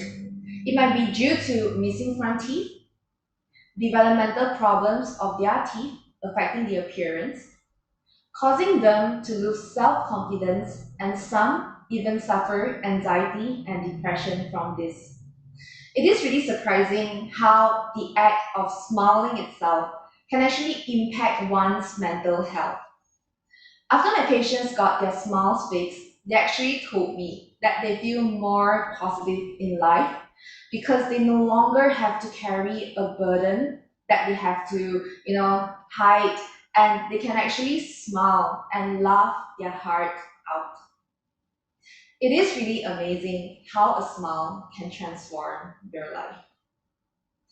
And this transformation does not only apply to dentistry. See, I know most of you guys are not dentists. You might be dental students, you might be just students, you might be future engineers, accountants, architecture, chefs, artists, and more. But what we are really doing in the future is transformation. We are the young ones. Well, I hope I'm still young enough to say so, but we are the generation who will transform the world into a better one in the future. And we can do that in two ways. First, through our own profession, and second, the environment. Let me explain this from the perspective of a dentist. As dentists, we are people who can build really close relationships with our patients because, if you can be comfortable with the person that you're most afraid of, like me, the relationship is going to last. It is not easy for someone to open up, quite literally, themselves and let another person take close examination and even perform treatments in their mouth. And because of this, we really have the power to transform someone's life through their smile. And when we are talking about smile, it's not just something that is nice for people to look at. Yes, it can be something aesthetic and it is functional, but it can be closely related to our general health as well. I had a patient coming in for a dental clearance before, his heart surgery. Dental clearance means that dentists have to clean the oral cavity, fill out whatever tooth decay that's there, as well as removing any tooth with poor prognosis, which means it is likely to fail in the long run and are likely to cause infections before the patient undergo any major operations or surgery. When I told him that we are planning to extract most of his teeth, he smiled sadly and said, "Not like I had a choice, right?" Truth is, he had a choice. He just didn't make the right one. It is really sad to see a man in his 40s having to extract more than half of the teeth he has left because he neglected his oral health for his entire life. This could have been avoided if he simply brushed his teeth better or get a health checkup, a mouth checkup once in a while. If you're thinking, well, I only have to face that if I had heart problems, right? Think again. It has been proven that gum diseases can lead to cardiovascular diseases, for example, heart attack, increased blood pressure, and more. In Malaysia itself, 9 out of 10 adults suffer from gum diseases. That means within your social circle, more than half your friends have bleeding gums, thus a higher risk for heart diseases. I know what you're thinking right now. I'm still young. Why should I worry about gum diseases and heart attack at my age? Okay, you're probably watching this from home and is currently sitting down. Now, imagine the chair that you're sitting in has a broken leg, okay? And I will place some nails in front of you and ask you to patch the broken chair up. Or simply just choose to sit in it until it eventually breaks. Most people would choose the easy way out, which is to sit on the chair thinking, nah, I'll fix it someday until it actually broke one day. And when the entire chair collapsed, it is too late. Same goes to your oral health. You could have done a skilling or a dental cleaning every 6 months, just to make sure that your oral health is in its best condition. But instead, most people refuse dental visits until their teeth are causing them pain and they had to get more complex treatment done. They'd rather spend their money on food, clothes, shoes, but they refuse to get their routine dental cleaning done. And let me tell you one thing. Our mouth, we use it a lot. In fact, we use it every day to speak, to smile, to eat, to survive. Isn't that a wise choice to take better care of your best asset? Let me tell you a story. A woman in her 30s walked into my clinic a few days ago. She told me she has this horrible teeth hypersensitivity in her entire mouth whenever she drank cold water. She simply lived with it until someday she accidentally inhaled sharply, like this, and had the similar pain on all her teeth. That was the oh no moment when she decided to visit the dentist. Upon examination, we found out that all her teeth has been eroded, most likely by acidic substances. Dental erosions means that your teeth are being thinned down by acidic substances. Turns out, she's a huge lover of acidic drinks like lemon juice, Coke, vinegar. The outermost protective layer of her teeth, called enamel, has been eroded by all these drinks over the past few years, exposing the layer underneath, which is left unprotected, hence the dental hypersensitivity. The solution? Dental fillings on all teeth and diet modification. Did you know that this could have been avoided if she came to us earlier? And did you know that what we would recommend her to do apart from diet modification? Rinsing with plain water. Yes, simply rinsing with water after drinking those acidic substances can wash them away, thus reducing the chances of dental erosion. But she didn't know until damage has already been done. This is why it is so important to get routine dental care, to prevent a disease before it has the chance to even occur. Now, remember what I was saying? Transforming the world through our profession. This is when I come into place. This is when I provide treatments for the patient and help better their oral and general health. But if you ask me, what's the most important aspect of my profession? Is it my ability to treat diseases? My answer is no. Our job is not to treat disease, but to prevent it from happening at all. And to do that, we have to raise awareness. This brings us to the second part of transformation, the environment. I understand not everyone has access to dental care or the courage to simply step up to a dentist. How are they going to get awareness when they don't even want to see a dentist in the first place? You might wonder. This is when the environment comes into place. See, I'm a dentist practicing in Malaysia, and let me tell you, most Malaysians only visit the dentist when they are in pain, can claim their dental benefits from their employer, bored. Why so? Because they don't find the need to. Like what I've mentioned, 9 out of 10 adults in Malaysia has gum diseases. And this tells us the society and the environment we're in simply do not care about oral health. And why don't they understand the importance of it? No, is it the public's fault? Or is it your fault for not caring enough? I don't think so. Because I think this responsibility belongs to us. the dentist. We should provide enough awareness to the public to make sure they realize how their oral health can impact their general health. We should be educating and transforming the mindset and attitude of the society towards their own health.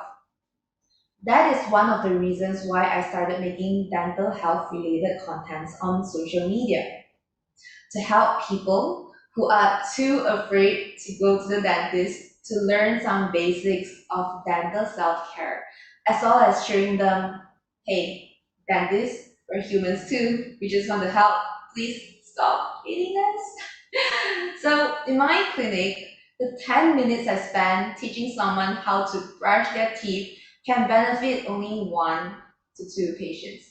But on social media, I can use the same amount of time and spread the information to more people. I have close 90,000 followers across YouTube, Facebook, and Instagram. And imagine how many people can benefit from learning through a content I put on social media. Definitely way more. Here's something interesting. This does not only apply to dentists, but all professions as well. By all professions, I'm talking about your profession. Yes, you. Most people blame others when they couldn't get a job, couldn't get the raise they wanted. They blame their boss, they blame their working environment, they blame the lack of opportunity, but most of the time, we are in control of our own environment. We are in control of the transformation we want to bring into our own life and the society. And when you couldn't get that raise, what you can do is to raise the self-worth. When you can provide more values and improvement to your environment, when you are irreplaceable, your raise will come. When I see my patients coming in with tooth decay, I don't only treat the decay. I teach them how to brush, how to floss, how to rinse, and this might sound silly, but I even ask them to demonstrate back to me the toothbrushing technique that I just taught them to make sure they fully understand it. And this is the value I provide to my patients and to the environment. I don't just settle the problem and say, bye. I actually care. I care about my patients. I want to make sure that my patients know how to brush when they go back, and they can teach their friends and families how to brush and the importance of it, therefore eventually creating an environment with better oral health awareness. When the society has a better level of oral health awareness, they will go to the dentist more regularly because they care about their oral health. They'll know that, if they are unhappy with the appearance of their teeth and their smile, they can get something done about it instead of living with it for the rest of their life. Thus, bringing them more confidence and a better mental health. They'll know that someday, if their health gives way, if they have a heart attack or got into an accident that requires major surgeries, they don't have to sacrifice all their teeth just to get a surgery done. They'll see dentists as friends who are able to help solve their dental problems instead of people who they are forced to face when they are in pain. And when you instill in people's mind on how a smile can transform their life, you actually inspire them to be in charge of their health, be it oral health, general health, or mental health. You bring your own profession up to the next level where you don't only treat diseases, but you help prevent it entirely, which is the goal of a healthcare profession. You don't only transform your patients, your professions, and the society's life, you transform your own life as well as you grew from all these values you're bringing to others. These are just my visions, the small perspective of the dentist. Imagine if everyone has the same mentality in their own field of profession.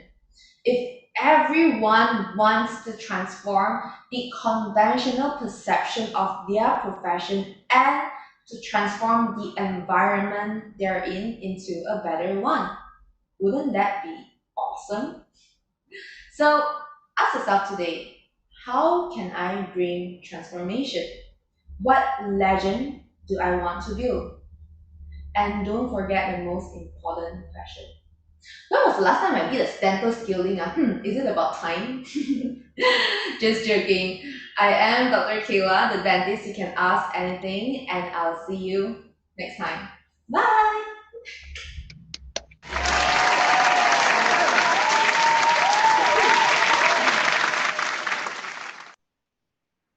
Thank you so much, Dr. Kayla. Thank you so, so much. It is definitely inspiring to see someone who doesn't only just do their job as a job, but their job is like their lifestyle, and they're so passionate about it. And they don't think about it only like doing their 9 to 5. They're thinking about how can I make a difference? How can I change someone's life today? And it's very inspirational to see like, okay, I'm going to advise my patient, but in hopes this patient will be able to share it with their family and friends, which is very, very encouraging. And yes, please, if you want to go and visit her, if you have not gone for your 6 months once visit, you can definitely go and see her. You can find out more about her. As well, yeah, I don't know why. Personally, even for me as a dental student, the moment people find out I'm a dental student, they'll smile like this to me. Oh, hi. I'm like, hi, you have a very nice smile. Why won't you smile? No, your smile is very nice. And I think I'm very self-conscious because you're a dentist. I'm like, I'm not a dentist yet. To tell you the truth, even I had to undergo my own story before I achieved this smile. And it is honestly very true. Just fixing your smile or doing what you need to do. And thankfully, I had parents who addressed this and made sure I got whatever I need to get done or fixed so that I can build my own confidence. And here I am today talking in front of all you people and smiling happily. So I'm not telling you that, it's too late for you, but you still have the chance to. So come and speak to us. Dental students or even dentists, we're very friendly people. We're not scary. Okay. All right. Now moving on to our next speaker. She is none other than Ms. Sumitra Viswanathan. She previously worked with the UN Refugee Agency, UNHCR, where she led teams to protect refugees across the globe before deciding to return back home. She then received the opportunity to lead Women's Aid Organization, WAO, as the executive director. Now, the shift from refugee protection to striving for gender equality was no easy task. However, her desire and lifelong goal was to create an impact in Malaysia, which pushed her to grow. Self-reflections, working on herself, addressing and reframing her own biases and self-limiting ideas. All these had to happen while developing our fresh strategies and building and leading an enhanced team of feminist activists under the organization. She had so much to do, yet she is still going at it. And I would like to invite Ms. Sumitra right now to tell us how we can make Malaysia a better place or a better country for women. Let us welcome her.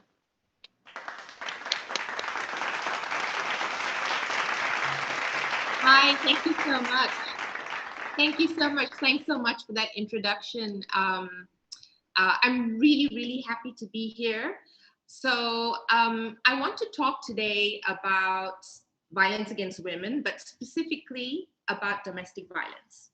So yes, again, my name is Sumitra Viswanathan, and everything that I do every day is about working to make Malaysia a better country for women and girls.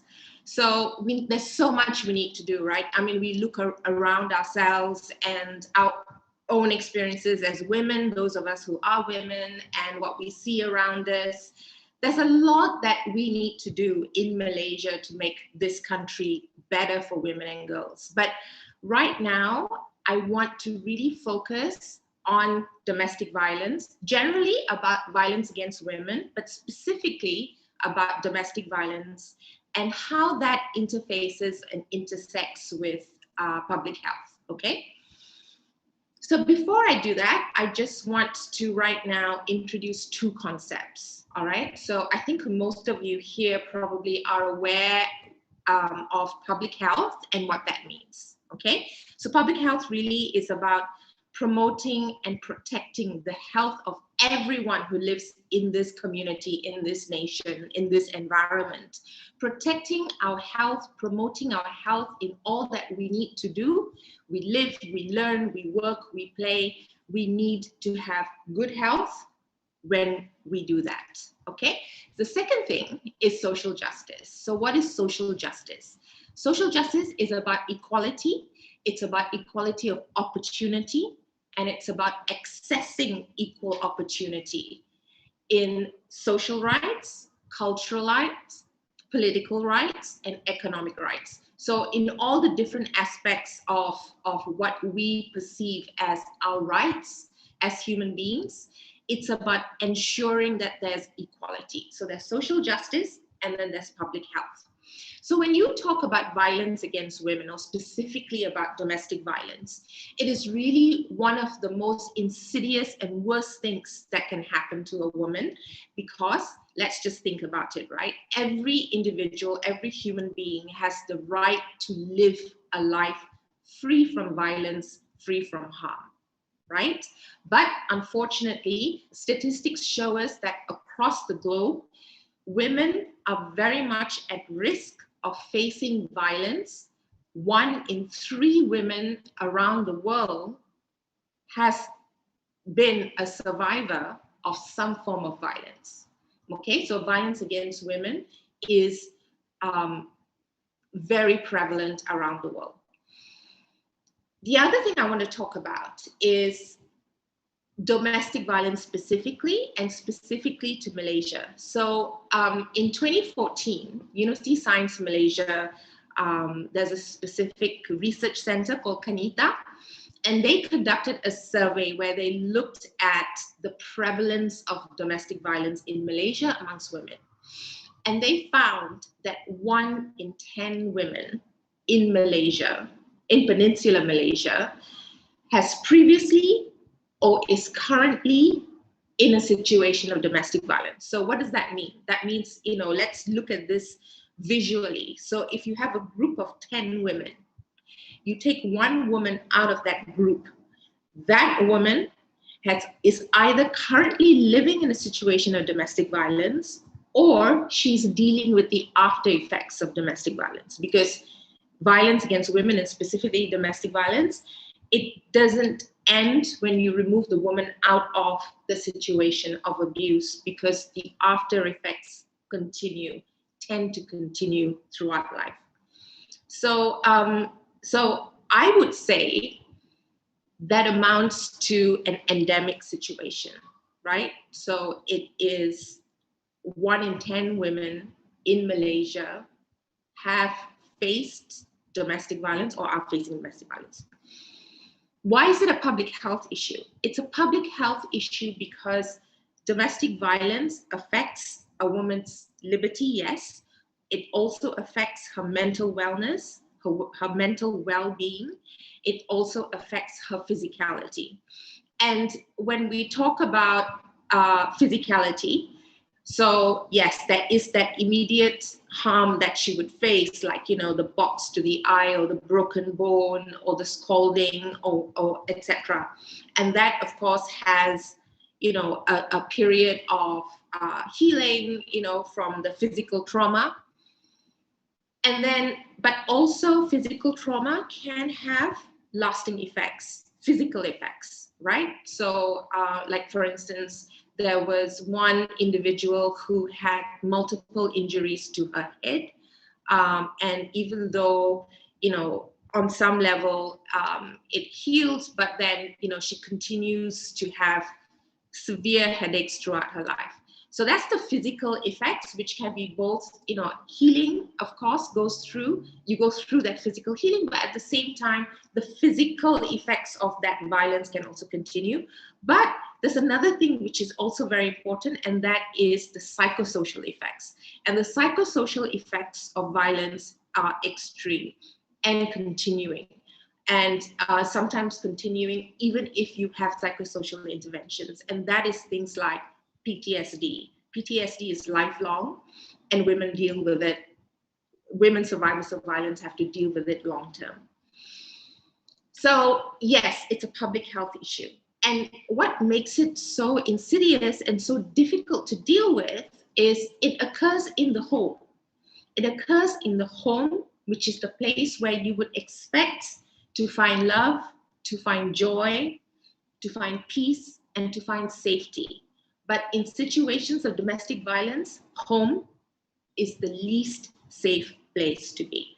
So let's just cycle back a bit and look at our current environment. So what's going on in Malaysia right now?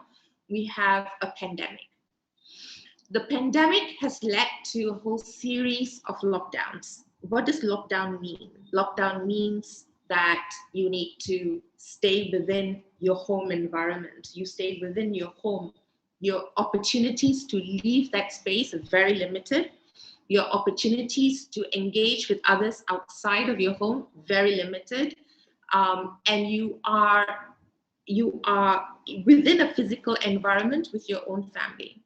Now, if that family has an existing problem, or if that situation of confinement triggers what is already latent, but triggers and brings it out to the forth, you have a situation that is really beyond any human being's ability to endure, and nor should anyone have to endure violence in the home, right?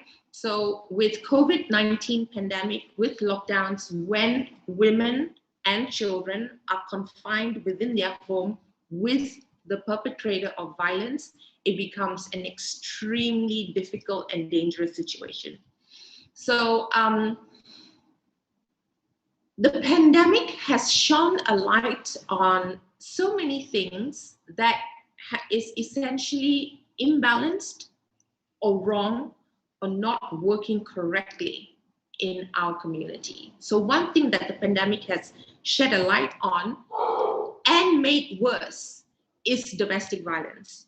So WHO, the Director General of WHO as well, has said numerous times that domestic violence is the hidden pandemic within the COVID-19 pandemic. And WHO globally has put out that caution, has put out that call to governments to make sure that within all of the measures that they put in place to protect individuals from COVID-19 transmission and spread, that they also pay attention to the issue of domestic violence because it has become more pronounced. For instance, there's a local women's human rights NGO called Women's Aid Organization who provides services for domestic violence.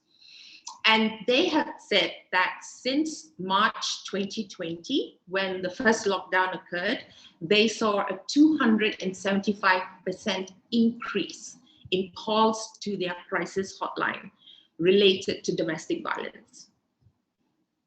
At the end of 2020, they had provided services to, I believe it is more than 3,000 individuals, and that is just one NGO in Malaysia. In the first 6 months of this year alone, they had already attended to 1,800 cases of domestic violence. And they also reported rescuing 12 women and their children in the space of 1 week.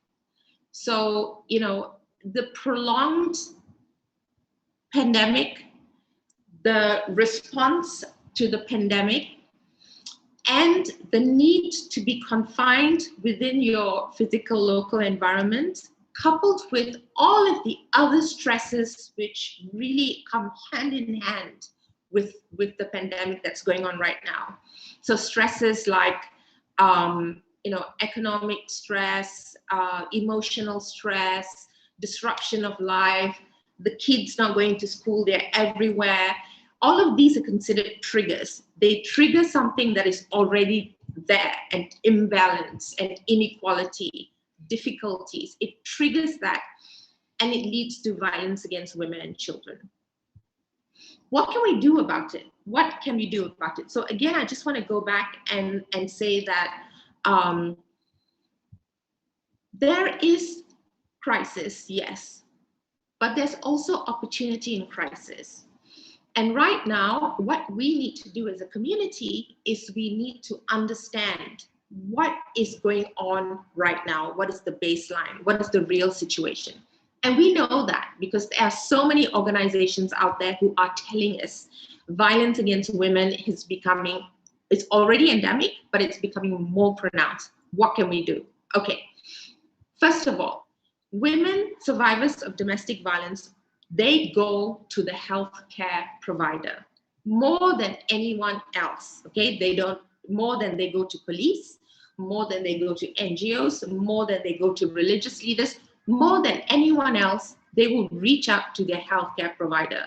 That is the most critical and crucial point, and as well the best opportunity that we have to identify when a woman is in a situation of domestic violence. So it's critical that that identification is done at the point which is the first interface with the survivor. So how do we make this possible? How do we make the ability for a woman first to have access to the services that she needs at the time that she needs it? And how can we make it possible for healthcare providers to be able to respond in the way that they need to? So I have a plan, all right? So the plan is bring it down to the community level. We need to bring it down to the ground. We need to go into the grassroots. We need to take advantage of what is already there, systems and networks that are already present, and capacitate them so that we are able to respond to something that is really one of the most serious crises that we are facing right now as a country, okay? And that is the Klinik Kesihatan. Klinik Kesihatan is an amazing, amazing structure. It is so important. It brings so much value to our communities. It's about, you know, everyone in whatever taman, whatever PPR, wherever you live in Malaysia, there is one Klinik Kesihatan near you that you can go to for healthcare. So Klinik Kesihatans, anyone who works within that Klinik Kesihatan, whether you are a nurse or a doctor or a hospital assistant or whatever, we need to train. We need to give these healthcare providers the knowledge and the ability to identify domestic violence when it happens. And this means asking questions. This means asking the right questions in the right way. And WHO has a wonderful curriculum for exactly that, for capacitating grassroots healthcare workers. So you may think that it's something that's, you know, a bit hard, right? For, you know, if a woman comes to the clinic and, you know, she's got a cough or a cold or whatever, to do a screening. What do you say? Is your husband beating you? And like, what? How do you say that? There is a way. There's a way to do it. There is curriculum, there's training to sensitize healthcare providers to look for the red flags and the warning signs, and to ask the right questions in the right way. So I want to give you some statistics. There was a study done in Kuala Lumpur, and I think it was in HKL. There were 800 over women who were surveyed. And out of those 800 women, 22% had stated that they are currently facing domestic violence, okay? The healthcare provider, none of the healthcare providers that they had visited had ever explored that with them. So then they surveyed the healthcare providers that had been responding to these 800 women for other things, right? And out of the number of healthcare providers, more than 96%, about 96% said that they never explored domestic violence with the woman because they were ashamed or embarrassed or unsure how to do it. Okay, so then the next question is, if they had asked, would these women have disclosed? So out of the women who had faced domestic violence, 66% said that they would have disclosed it to their healthcare provider if they had been asked. So it's a situation of where there's a need. We've identified the need. We know that there's a need. There is an opportunity, an important opportunity to identify and to ensure that services are provided to women, that protection is given to women, but that opportunity is being lost. So we need to maximize on that opportunity, and so we need to train. We need to train this amazing network of healthcare workers throughout Malaysia at the grassroots level so that they will be able to identify domestic violence and make sure that the survivor and her kids are responded to. It's critically important. So what is the risk of doing nothing? The risk of doing nothing is high. The worst thing that can happen to a survivor of domestic violence is she dies.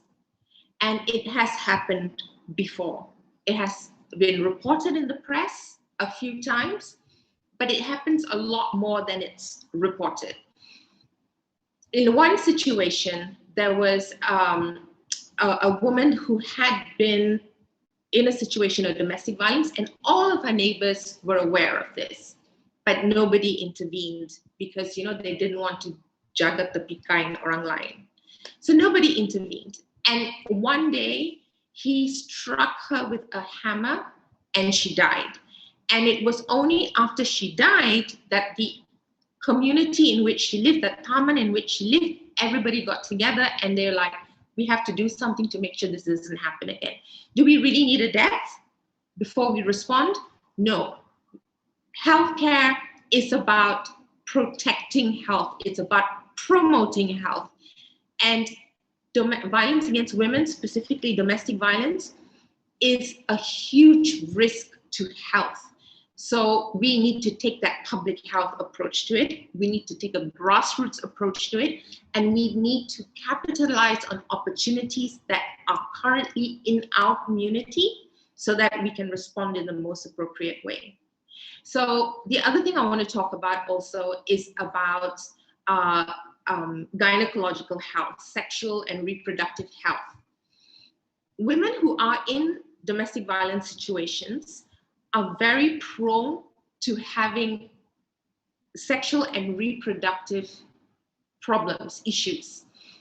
That's one thing. So, when it's things like, it's something that's very prevalent amongst domestic violence survivors as well, is unexplained pelvic pain, and other kinds of gynecological complaints. It's very common.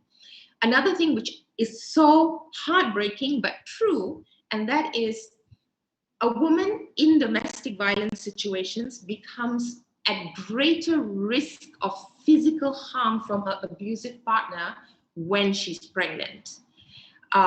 It's inexplicable. I don't know what the research is behind it as to why it makes a woman more vulnerable, but that is indeed the case. So therefore, in addition to grassroots healthcare workers, like people who work in clinic kesehatans, it is also important for us to raise awareness amongst OBGYNs, obstetric and gynecologists, to be aware and alive to this. When women go for, health checkups, when they are pregnant and they go in for their checkups, it's good to do that little bit of prodding and screening, especially when you see things like, depression, the recitation of what some doctors call psychosomatic issues, which always boggles my mind. I'm not sure why anything is ever psychosomatic when there's always a reason for a healthcare complaint, a health complaint. So yes, so OBGYN is also extremely important. And finally, I also want to talk about GPs, so the general practitioner, our lovely neighborhood doctors that we all go to, our cough and cold doctors, so-called, but really for so many of us, they're the mainstays, of our families. Our families traditionally go to the same, clinic and so forth. They are also a really important network, and they also need to be capacitated. And with GPs, something just really simple as making sure that leaflets are available as and when needed. So I just want to cycle back to what I started with, and that is domestic violence is a critical public health issue. We need to address domestic violence, not just from the public health aspect, yes, but we need to address it in order to ensure justice for all in our community, social justice. Everyone has the right to live a life free from violence and discrimination. It's so critical. So that public health lens on towards achieving social justice for women survivors of violence, especially domestic violence, is so critically important. So again, there's opportunity in crisis. We are right now in a crisis. We're learning to live with it because, I guess in all indications are, we will need to modify and change the way we are, the way we think, the way we live, moving forward into the future. At the same time, we need to focus a lot more on promotion and protection of public health. We need to focus a lot more on promoting and achieving social justice. And we absolutely need to focus so much more on ending domestic violence on women and children. So I hope that we can all do our little bits to make this a possibility. I hope that you will also take some time to think about what I said, what I have spoken about. And I really welcome any questions or any comments or even any ideas you have to share with me to make this a reality. Thank you so much.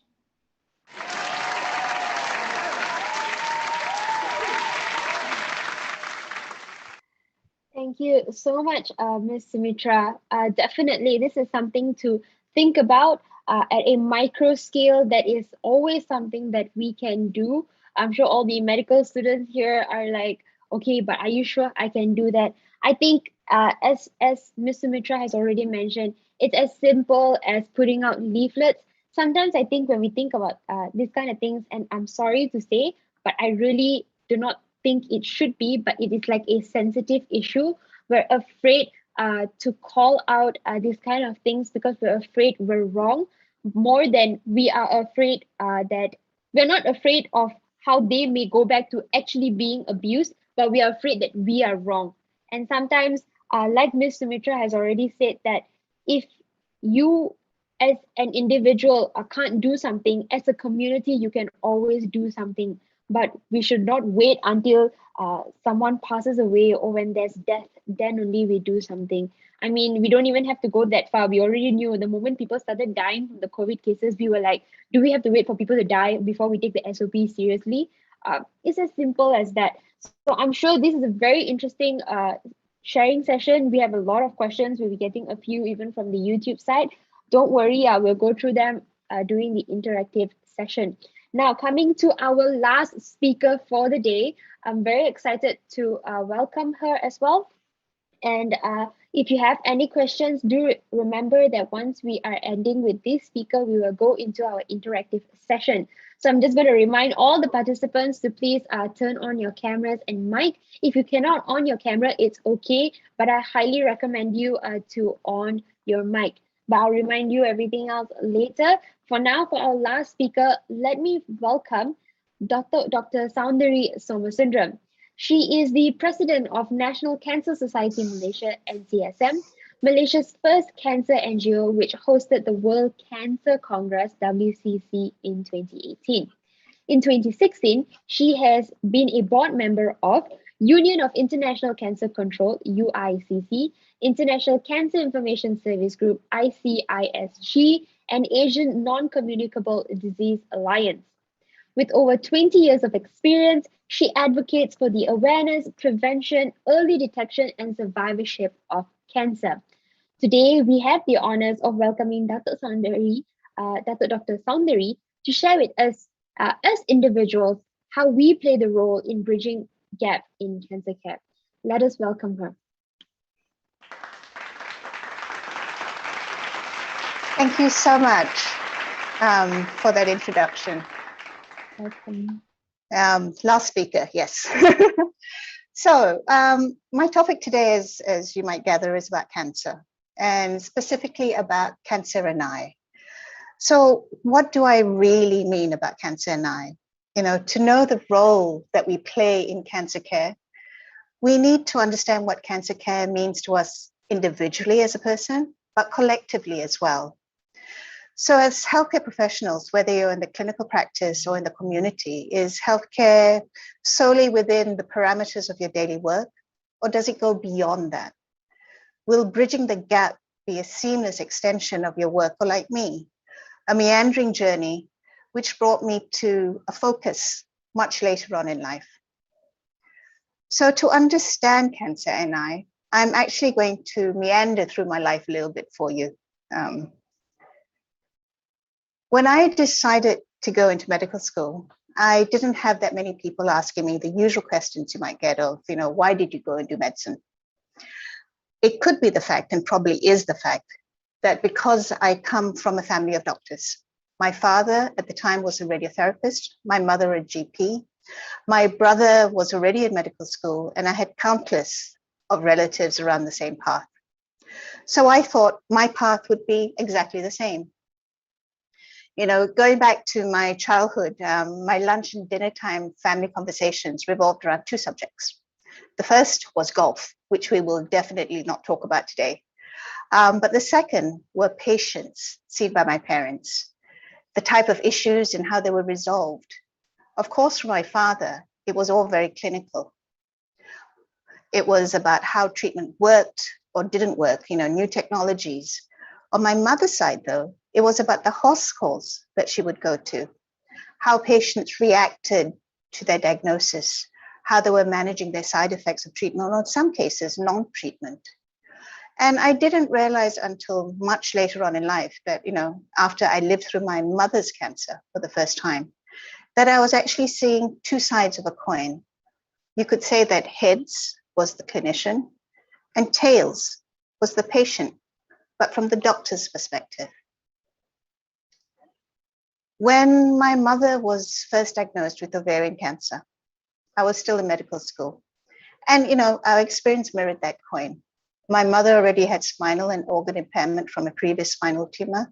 So we, her advocates, poured through the research on treatment options, weighing the pros and cons based on her impaired status, and decided the best course of action. Despite all that, the reality was that she had less than a 10% chance of living because of the type of tumor she had. And I'm happy to say, you know, I'm relieved to say that we beat the odds. Note that I said we.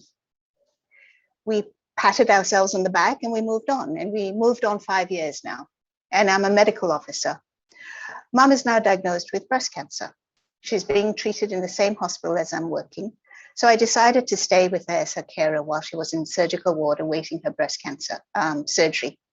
So here we were, two doctors, sitting in the ward amongst other women in similar positions. Slowly, very timidly, a question would be asked, and then another and another. And then suddenly we had the whole ward around us. And the questions weren't what we were expecting. They weren't about the technicalities of the surgery. They were about, will I wake up after the surgery? Will I still be a woman? Will I live? Will my family, my husband still love me? Will I be abandoned? It was then that I realized that the two sides of the coin analogy was all wrong. Yes, one side is definitely the clinician, but the other side, the tails, was not the physician speaking for the patient, but had to be the actual patient. That when mom went through her ovarian cancer, we failed her. We didn't take the time to listen to her, to hear her voice. And to all the budding clinicians here listening to this, you might say, well, we know this. We've heard this from all our lecturers. Or maybe, we've also heard it from the Bibles of medicine, Grey's Anatomy, The Good Doctor. So why make such a big deal about it? Why? Because it's harder than it looks. We as healthcare professionals are trained to act from the perspective of a clinician. Is that bad? Yes and no. Yes, acting as clinicians, we get technical improvements, enhanced treatments, and ultimately better outcomes. But to utilize that know-how in a meaningful way, we first have to get the patient to the table in a timely manner, and then we need to keep that patient engaged. And that is a lot harder and more complex than we imagine. And then you add on top of that, if that isn't hard enough, add the frustrations of seeing a patient come at late stages when near to nothing can be done. The impotence you feel when the patient turns down your treatment because they're afraid. Or when you see them months or years after diagnosis in a worse state, physically or mentally, knowing that you could have done something, but at the time didn't quite know what to do. That can really break you. In cancer, getting the patient to the table is so incredibly important. And yes, as cliched as it might sound, it can be the difference between life and death. Equally as important though, it could be the difference between a life of suffering with cancer to one rejoicing a life with cancer. And in this, the role we play in bridging that gap in cancer care is essential. Whatever the job is you have, you, me, all of us have a role. Flipping to the bigger picture, to Malaysia. Malaysia is an upper middle class country. Yes, we definitely have the economic trappings of an upper middle class society. The tallest twin towers, the amazing city infrastructure, hundreds of shopping malls. Our healthcare parameters, though, speak a different story. A story of rising rates of obesity, diabetes, heart disease, and cancer. Pre-COVID, non-communicable diseases, or NCDs as we call them, accounted for 73% of all deaths in Malaysia. 35% of those under the age of 60 years old. In 2016, this accounted for 67% of all premature deaths, with cancer being the second largest cause.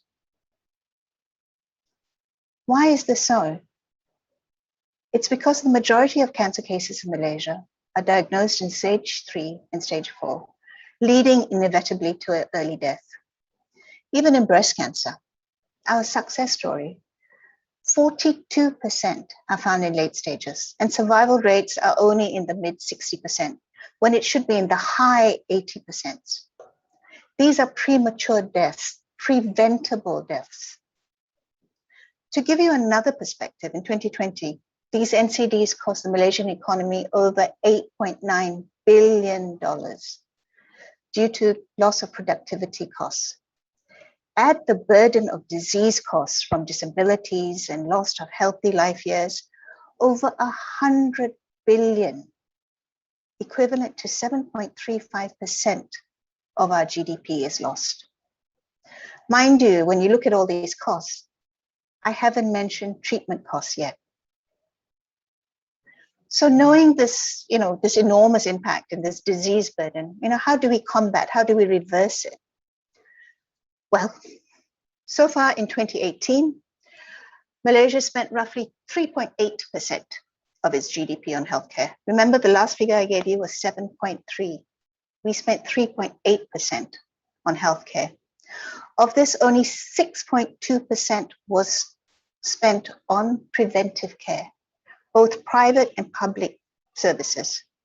6.2%. From that, straight away, you know two things. One, we're not spending enough money on healthcare. But two, we need to optimize the spend for a more sustainable impact. So let's play what if. What if we shifted that healthcare spending from treatment to prevention and early diagnostic interventions? And we know from economic modeling, investing $1 in strategic core preventive strategies will save you $7 in treatment costs. What would that mean to cancer care in Malaysia? But wait, what is the definition of cancer care?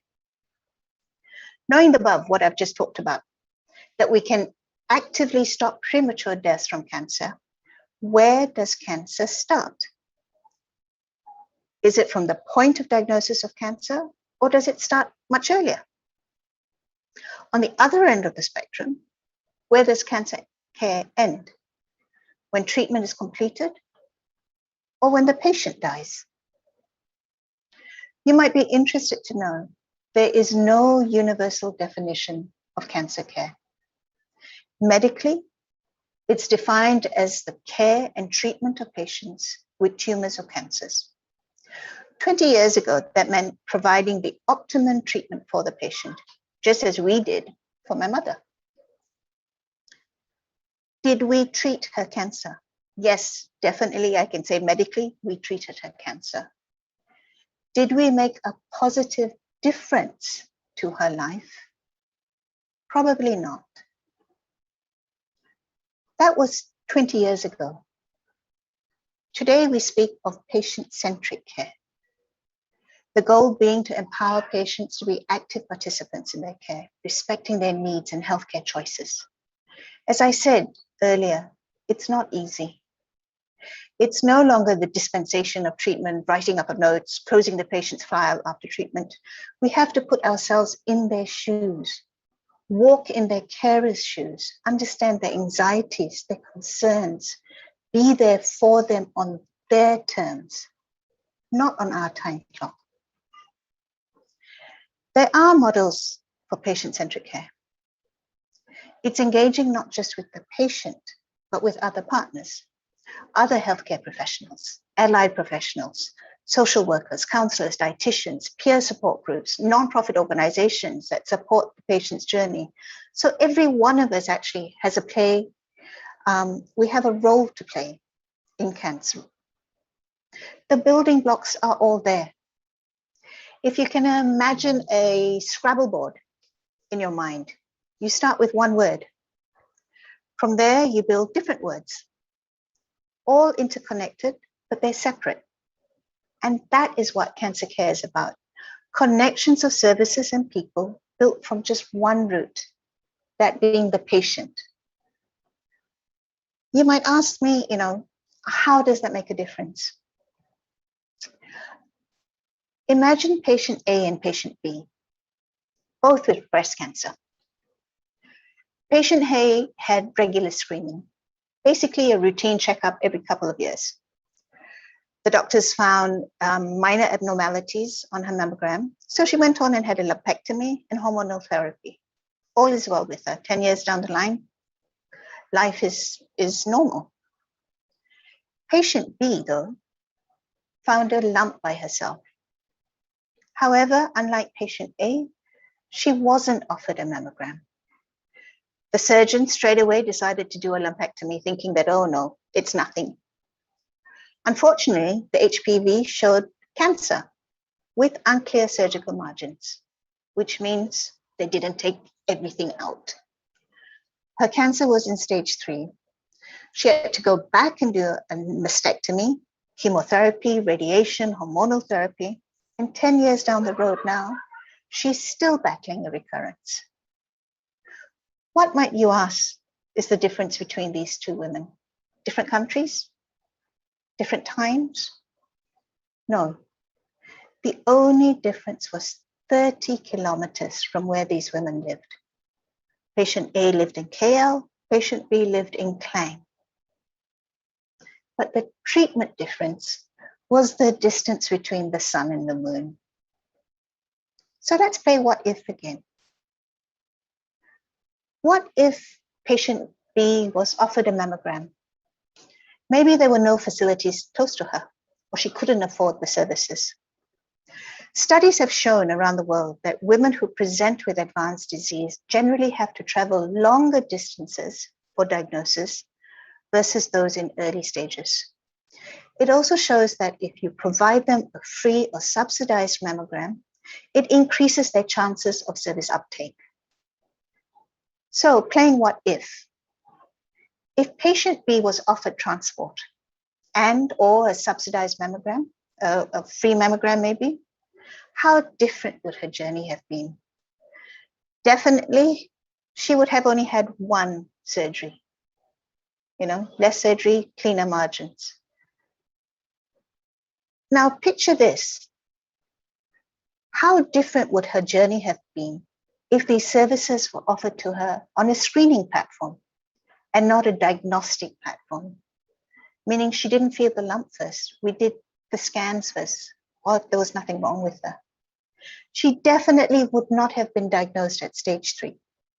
Her journey would have been similar to patient A, and she would be enjoying life now, probably cancer-free, and not enduring the constant treatment and suffering that she is now. A free or subsidized mammogram and transport could have made all that difference. Another area of potential impact. We know treatment abandonment, people leaving treatment or failure to start potentially curative treatment is a phenomenon seen here in Malaysia, and very much so with cancer. It's a major cause of treatment failure for both adult and childhood cancer. What can we do about it? Is it making treatment better, more accessible?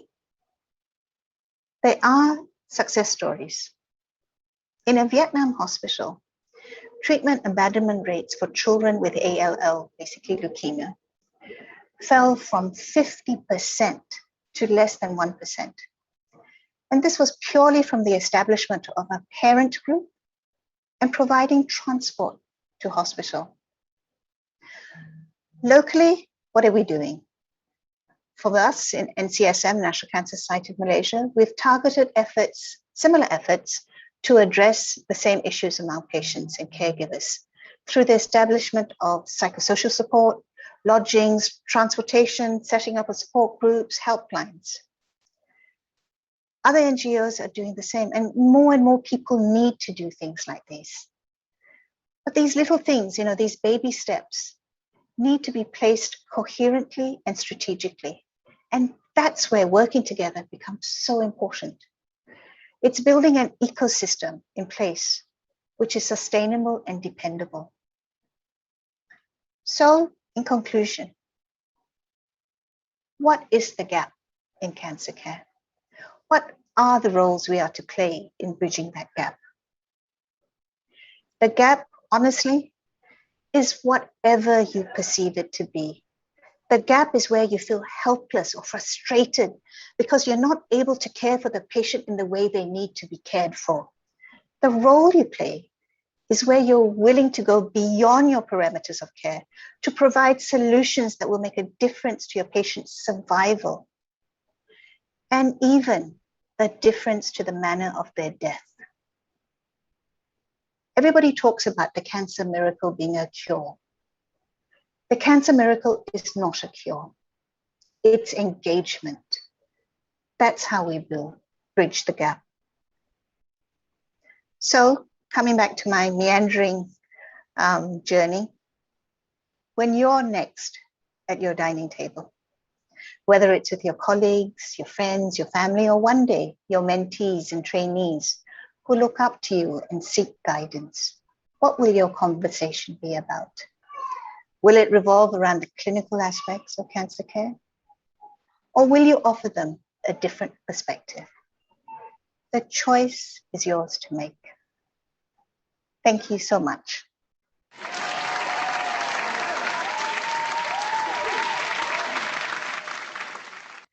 Thank you so much, Dr. Soundari. Definitely an eye-opening sharing. I think as future healthcare providers or currently healthcare providers, sometimes we always overlook the things that truly matter. Sometimes we are always concerned about, okay, what treatment are we going to give?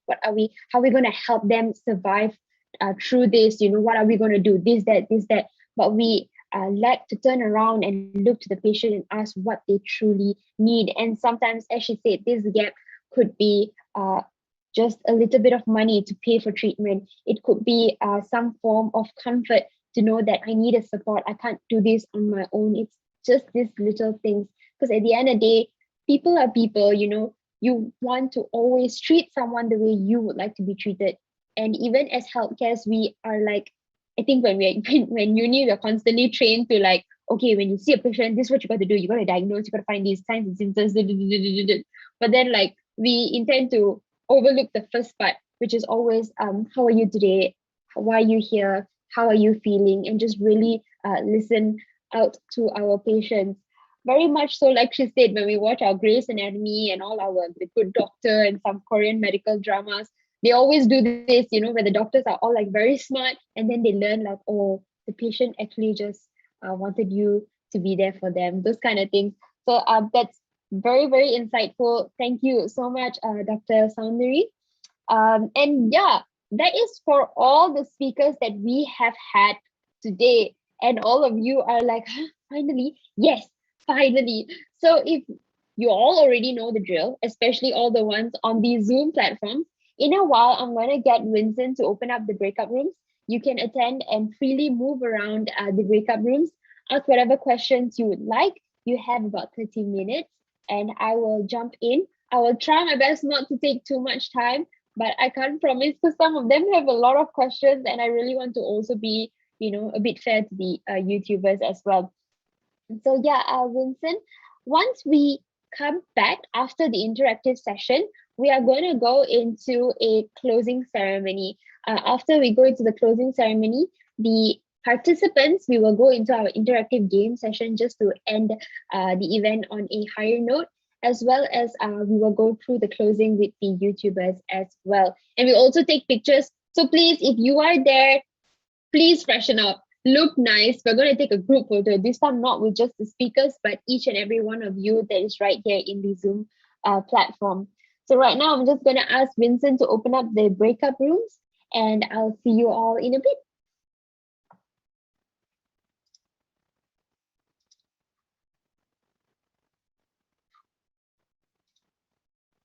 All right, my YouTubers, are y'all there? Let's see. I guess everyone is already here. We have a few questions. Let me just look at the questions over here. All right. So I think we have like 1 or 2 questions for each speaker. So first up, let's go to Miss Jacqueline's room. Arjun? Oh.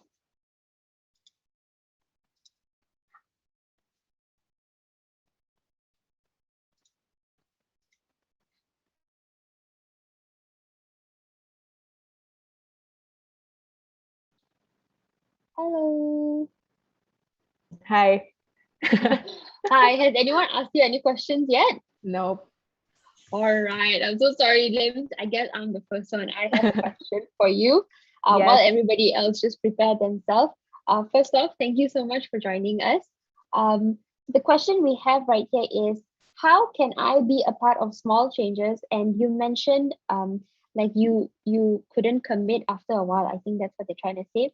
What can I expect if I were a participant or a volunteer? What is like in my mental prep if I were to want to volunteer?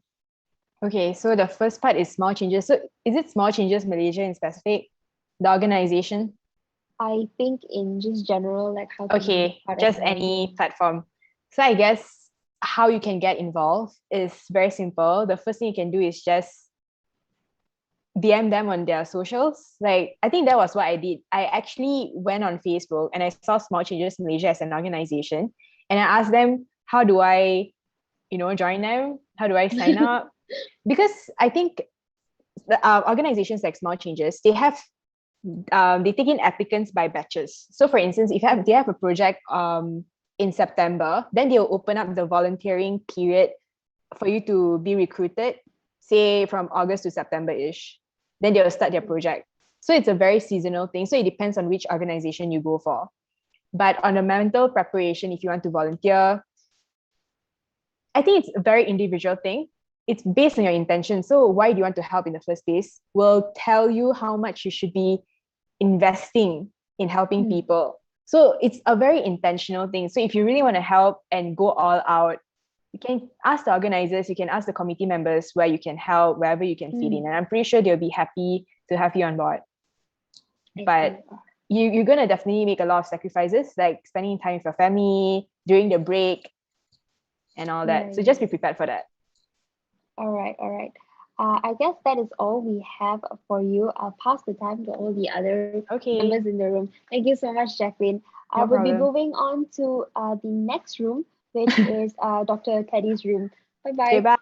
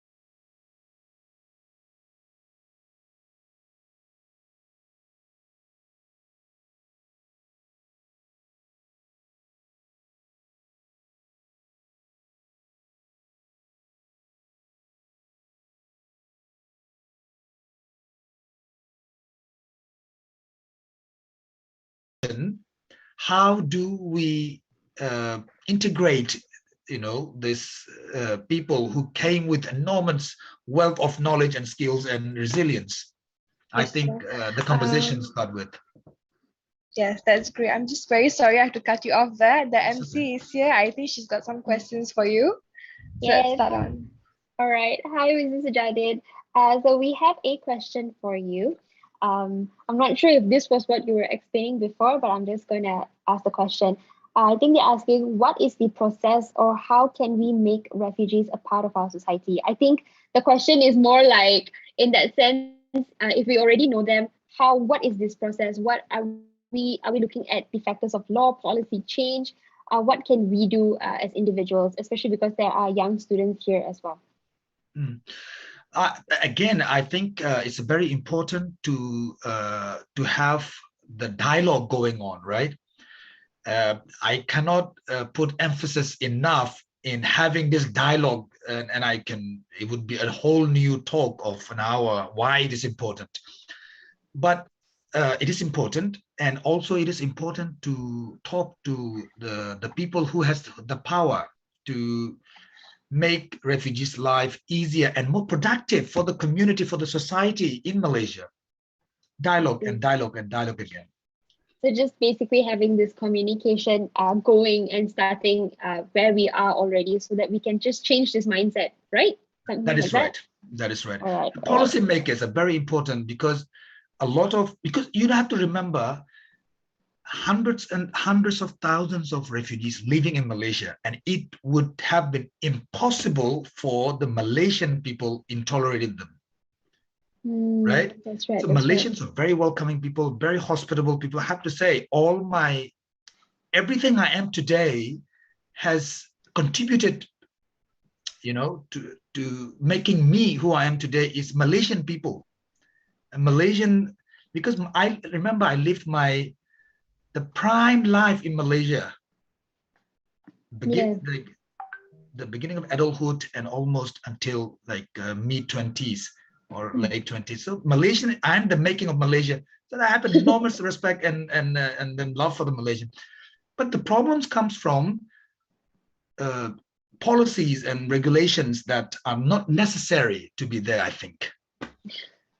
That's right. That's right. I do believe like if we can make, I think, the appropriate changes, I think we can definitely accommodate and also open our homeland to people who are in need.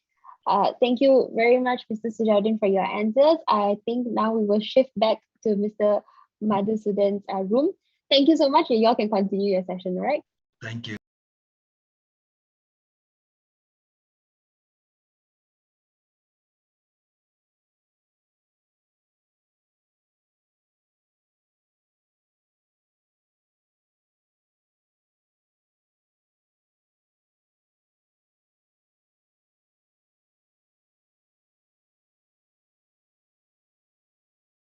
To do humanity, because if a person is not willing to be helpful, then it's very difficult to tell him. And also, sometimes if you go and force someone, no, you have to do in this way and that way. We don't like to be forced. When we are forced and thought to do something, we'll probably do something the opposite way usually. Yeah. All right. So yeah. All right. I'm just going to pause the facilitators and anybody, if you have any questions. Hi, Dr. Madhu. We have a question for you, and I think this is you might get it even after I leave this room.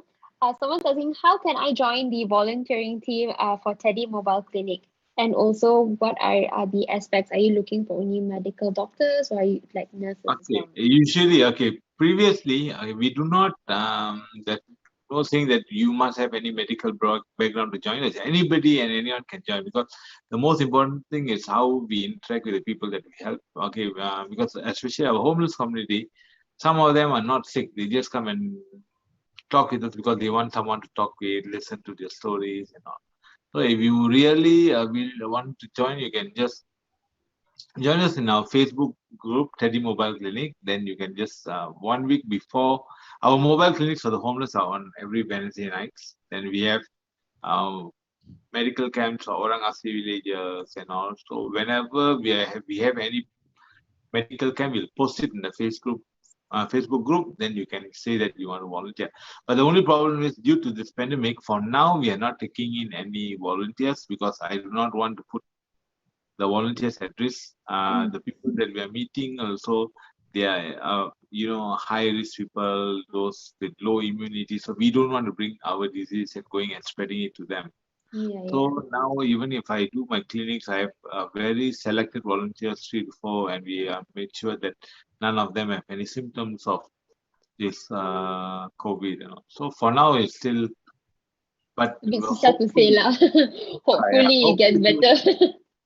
All right. So I hopefully, like, in time everything will open up. I think I think my brother has helped you out. A few of my friends have mentioned they have helped you out. He was like, oh, he's coming to talk. So I think let's be hopeful that in the future we can come and join you as well. Please do. Yeah, that's all from the YouTube side. Thank you so much, Dr. Madhu. I'll let the others continue. We'll move on to Miss Sumitra's room. All right.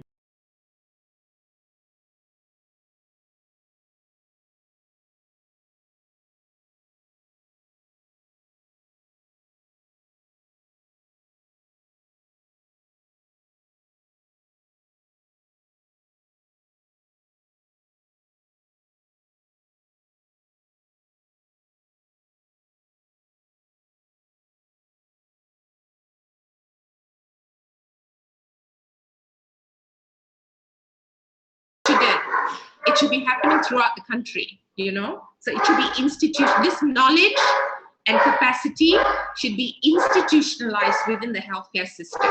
So that is so important. Sorry, my dog is barking.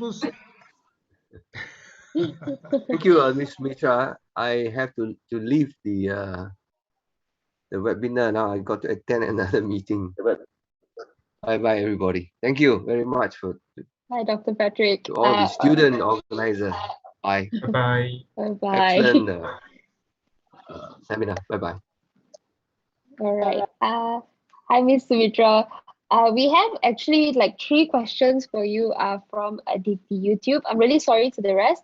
However, I think you kind of just answered for one of them, but okay, I'll just tell you a few. The first question is how the pandemic can affect domestic violence. That's the first question. Yeah. So yeah, again, so it's a combination of things. So number one is lockdown. So whenever there's lockdown, when there's an existing situation of violence within the home, whether against a child or against a partner, usually the woman partner, then it becomes a much more dangerous situation. And then the other thing also is the pandemic has created a lot of related social issues, social problems, right? Like mostly economic depression. And then also, you know, from a psychosocial perspective, you know, many people are finding it difficult to cope with the change in everyone's circumstances, right? So that is a trigger. It's not a cause of domestic violence. It's not a cause of domestic violence. It's important to underscore that, but it's a trigger. Yeah, so the pandemic has led to that increase, has led to, you know, this incidences and occurrences increasing, the severity of the violence increasing. And then there's also something else which we found, you know, interesting, that's actually a trend, and that is women and children who have left abusive homes in the past, right now, as a single mom with kids, it's becoming much more difficult to earn a living. So the reverse is happening. So having left an abusive home, women and children are returning to the abusive home because they are unable to live separately and independently. So, you know, between being, you know, in a situation of serious economic need and in a situation of violence, they actually are choosing to deal with the violence rather than not being able to maintain themselves, to support themselves. So that's something as well that we have seen as a trend that's been happening, which is obviously very sad and dangerous.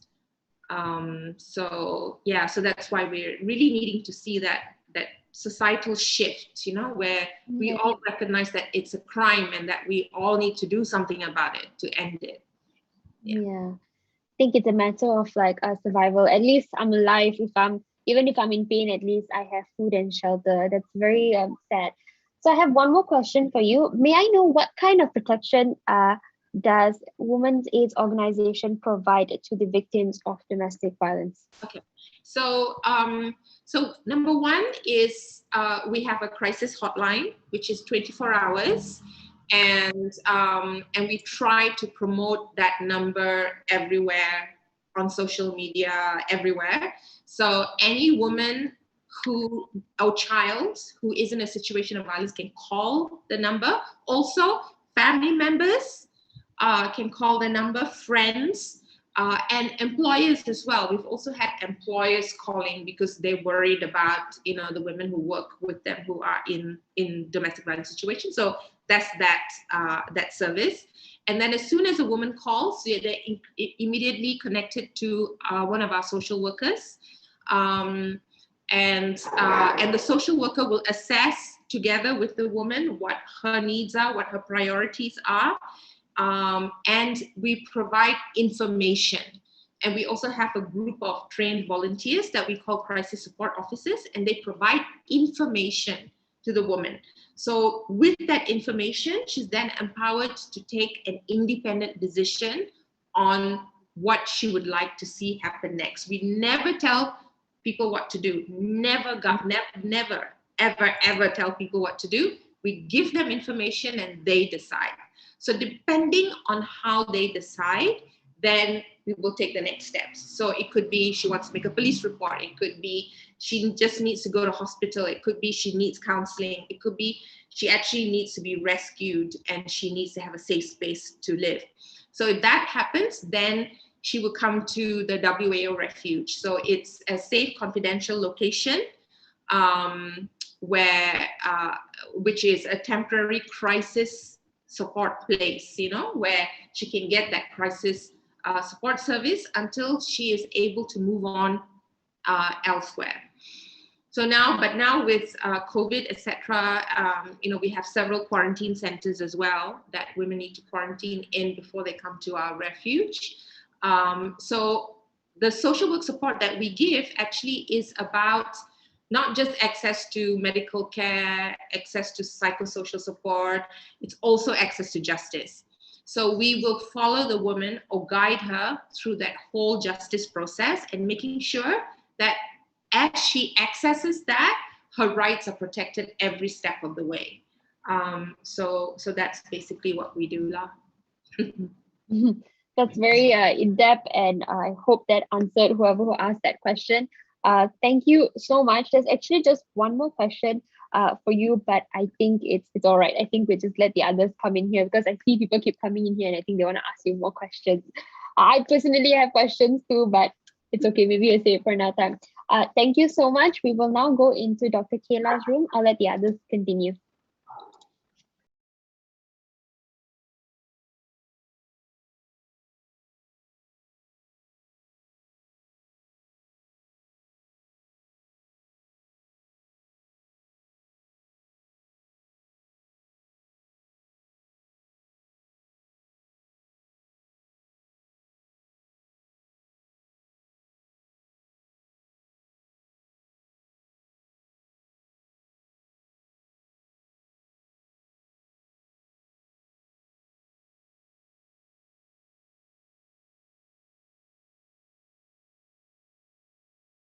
So my English is not proper. It's more like towards the American influence, but I think like those kind of like hobbies sort of help form who I am today. And yeah, so memes, watching YouTube videos, workout. But nowadays I tend to, to be very honest, I work out less compared to back then because of COVID. I love hitting the gym, but now I'm a bit scared to go to the gym.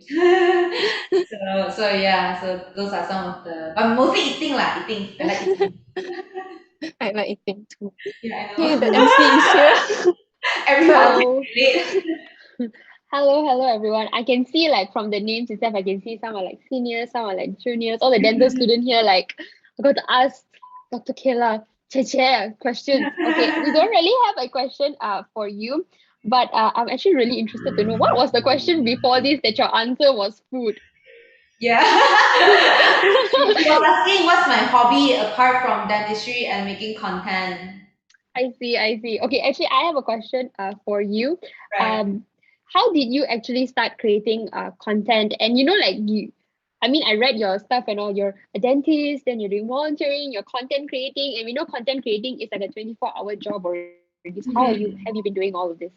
Yes. So I first started making content online because as I made content back when I just graduated, and as dental students or as dentists, we receive so many questions from our friends during family gatherings. They ask, they'll talk to you. Second question, can you see my teeth? Why this one is like this one like that? So that happens to all of us. So I was like, instead of answering one by one, and why not I just put a piece of content online, and it can help answer questions that other people have. At the same time, when you are short of time, you just send the link, say, this video will explain everything to you. So that's one of the reasons. Your second question is that how do I sort of like balance my time? The thing is that it really depends on your choice. Some dentists I know, they don't really like dentistry, they like making content, so they reduce their clinical time to do content. Some, they do content for the sake of doing content, but they like to do dentistry more, so they will still do clinical dentistry, but they maybe like a little bit behind on the content part. For me, I actually like both, but I do like dentistry a lot. So what I do is basically I work 9 to 6, and after working hours or on my off day, like today, I'm doing this. So on my off day, I utilize those times, sort of like maximize my time to do content. But it is a sacrifice because with all this going on, you tend to have less time to rest, and you tend to have less personal time as well. So it really depends on whether you can do it or not. If you are willing to sacrifice, then just do it. If you think you cannot manage this Maybe for the first 3 months, yes, but in the long run, can you sustain it? If you can sustain it, go for it. If you cannot sustain it, perhaps you should sort of like weigh your priorities and make the decision on sort of which path you want to go. All right. Thank you so much, Dr. Kayla. I'm going to go to the last room. I'll let the others continue, all right? Thank you so much. Bye. Thank you.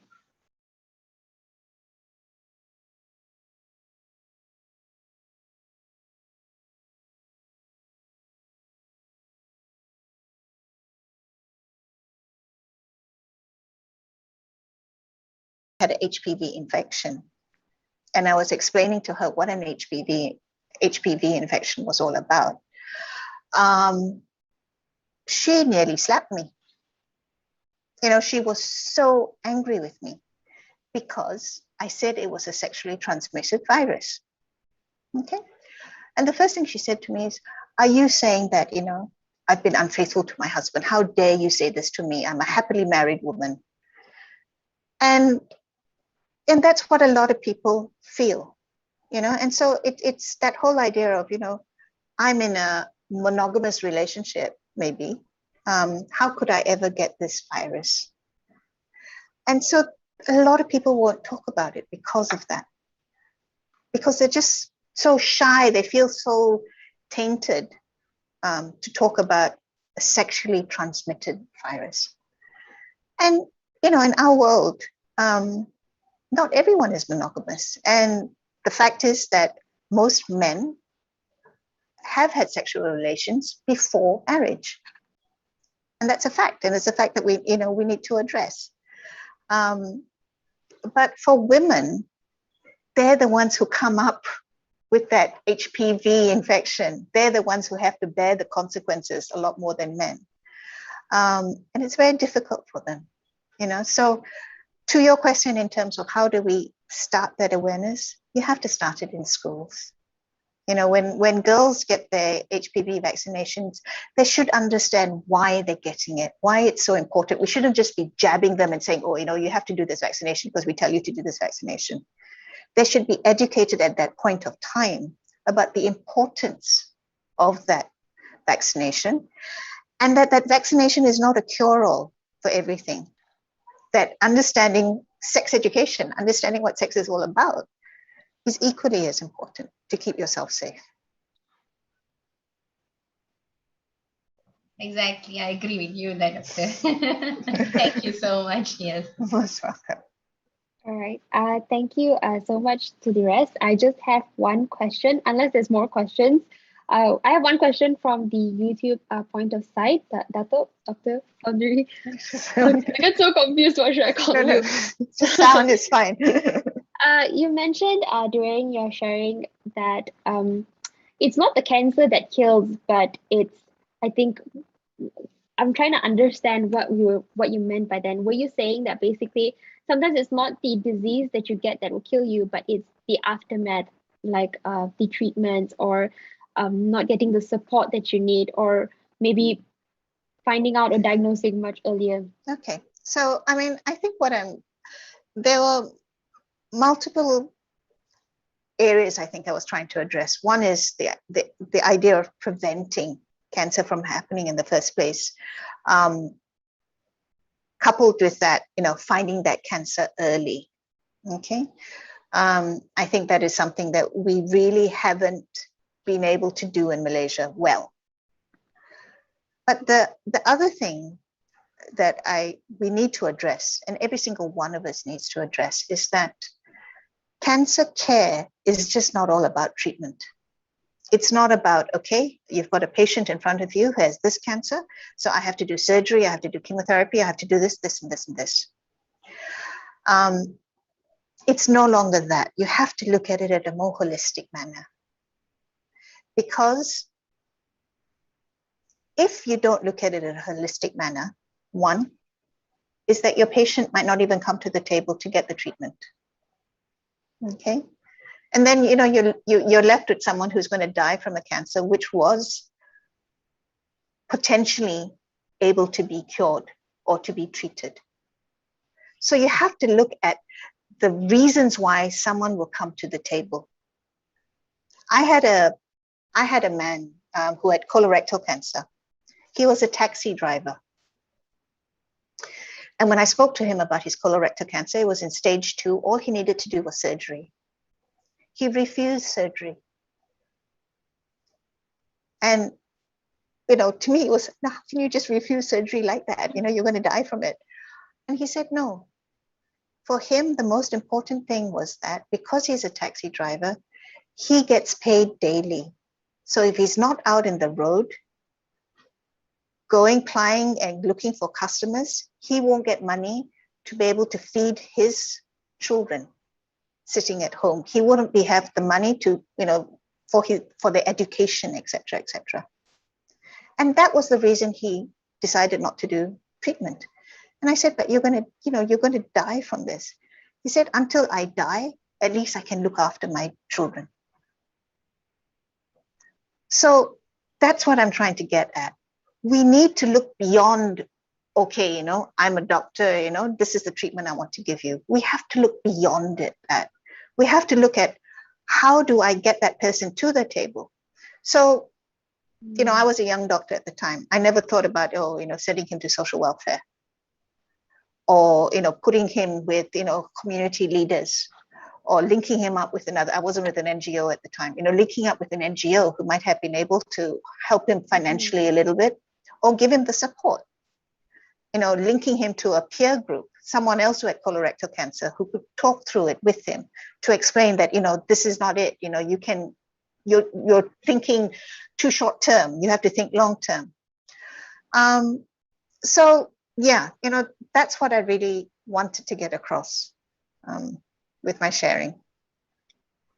I thank you so much, Dr. Soundari. I understand what you meant, that it's beyond just the treatment, but it's about getting the patient to come and maybe get what is necessary for them and to maybe increase their likelihood of survival. Thank you so much, Dato and Doctor. If anybody else has any questions, the room is going to close in a bit, and I'll see you all back in the main room, yeah?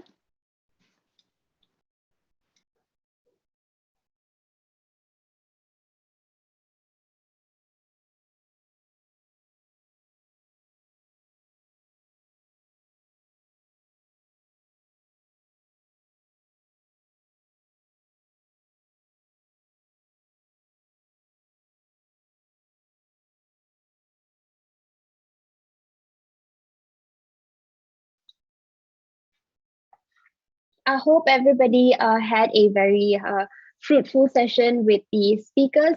I'm sure some of you had questions that you were not able to ask them due to the time constraints. I'm really sorry about that. However, if you do have questions and you want to bring them forward to the speakers, we have our platforms that you can reach us out onto, Instagram and Facebook. Those are the platforms. You already know, TEDxAIMSTUniversity.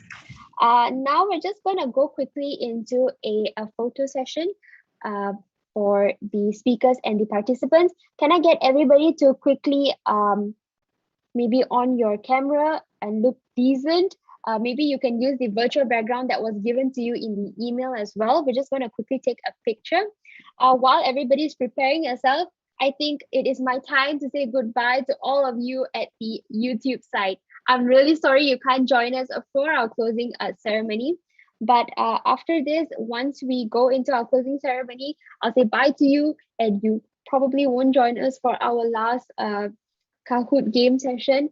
But no worries, I will see you all in a bit after the merchandise video. So you can go and buy something. Just go buy something. By the end of today, when I ask the committee, did anybody buy? And if they were not a member, and if I do not see non-YouTubers there, I mean YouTubers there, you're going to go to bed tonight and you're going to cry. I'm just kidding. I'm not that bad, okay? But please think about it. 99 Shopee sale, okay? Maybe buy some merchandise. While you use this time to take some photos, while you go and buy something, we're going to go with our photos first. So let me smile for our camera. I'm going to call Garrett. Can I get all the speakers to raise your hand? Also, can you unraise your hand first? Can I get for our advisors first? Prof. Rajesh and Dr. Bina? Oh, yes, sorry. Prof. Rajesh here? Dr. Bina? Yeah. All right. Okay, then now can I get all the speakers as well? And speakers first? So we go with Jacqueline. And yes, everybody's here. Okay, I'm just gonna do a very small head count. Doctor, all right. Miss Sumitra, all right. Dr. Kayla, all right. Okay, Jacqueline, all right. Okay, everybody's here. Now, can I get the committee, all the committee for the TEDxAIMS University? Can you please raise your hand? I'm gonna raise my hand too, because who am I not today, right? Anybody else? All right. Okay. We have. All right, Jared. Can we take a picture? If you're there. Sure. Okay. Okay. 3, 2, 1, smile. Okay. Another. 3, 2, 1, smile. Okay. Yeah, again. 3, 2, 1, smile. Okay. Yeah. Okay, so also thank you so much to the speakers. If you want to stay until our merge video, you can, but if not, goodbye to you. For the rest of the members, please stay, don't move your face, just keep smiling. You can unraise your hand, advisors and everybody else. We will play for you the merchandise advertisement in a bit. But yeah, participants, please don't go away. Please just smile at the camera, okay, until Garrett is done. Okay, I will begin the second page now. Okay, 3, 2, 1.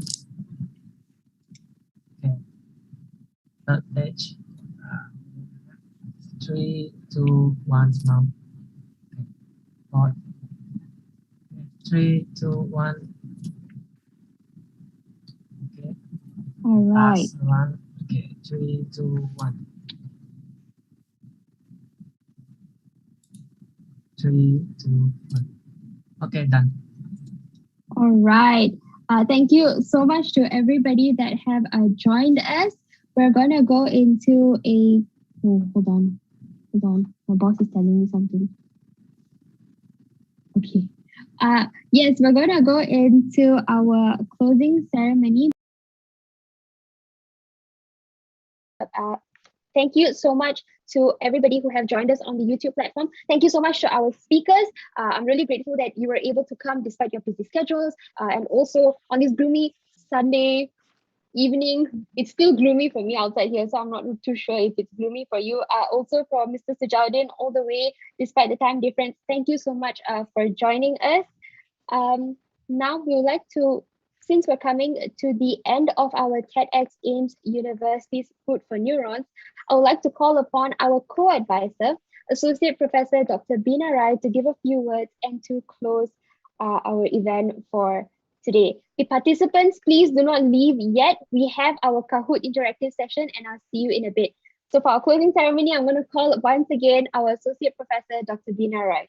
Let's welcome her.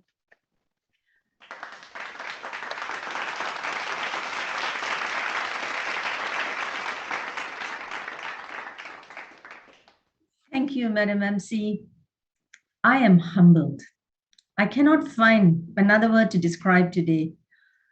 We all needed this day. It's food for our neurons, which was a theme for today.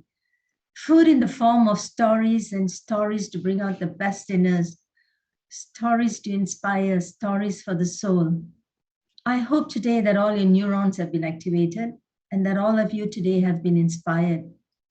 I hope that you've all learned something to carry you through this difficult and challenging times where often we seem to be surrounded by gloom and doom. But our speakers today with their stories, what I pick up is that they have all risen above their challenges. Inspirational stories, inspirational people with resilience, and I learned these words today, empathy, strength, and used it in so many different ways. And what was even more inspiring was that the speakers in the audience were writing this message to inspire the others on. I sincerely hope that all of you have benefited from today's program. And with all my heart, I thank all the speakers for coming here to share your story. There is a Chinese proverb that says a journey of 1,000 miles begins with a single step. And today it was not a single step, but a giant leap that was taken by a group of students from AIMS University, not only with a vision and a dream, but the passion and the gumption to make that dream come true.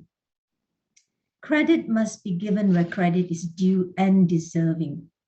My role today will not be complete if I did not mention each member of this young, inspirational team that worked to give you this program today.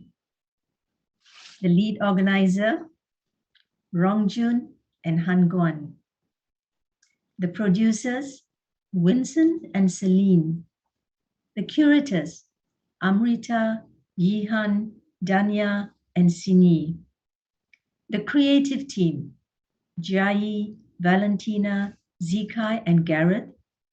The public relations, Kiara, Yuvita, Leong, Chongzi, and Hong. And our vibrant MC, Susanna. They all deserve a huge round of applause. And I must also speak for Prof. Rajesh and myself that we had the immense pleasure and honor of being advisors for this amazing team. Thank you. Thank you all the audience who've joined in and stayed with us throughout this whole program. You helped to make it happen. I trust that you have enjoyed listening to each one of our speakers today and are anxiously waiting for the next such event to be organized, which we hope will be next year, and they will make it happen. With that, as all good things must unfortunately come to an end, with great sadness and pride, I would like to officially bring today's the TEDxAIMSTUniversity event with the theme Food for Neurons with a close. Thank you, everyone. Stay safe, stay well, stay inspired.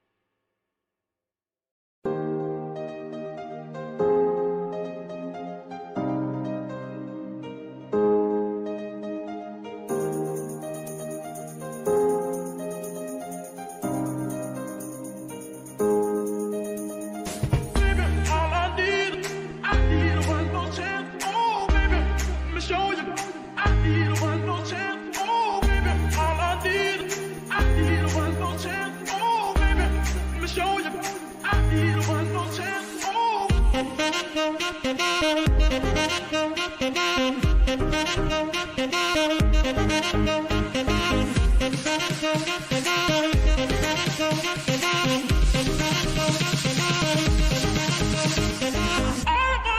I need.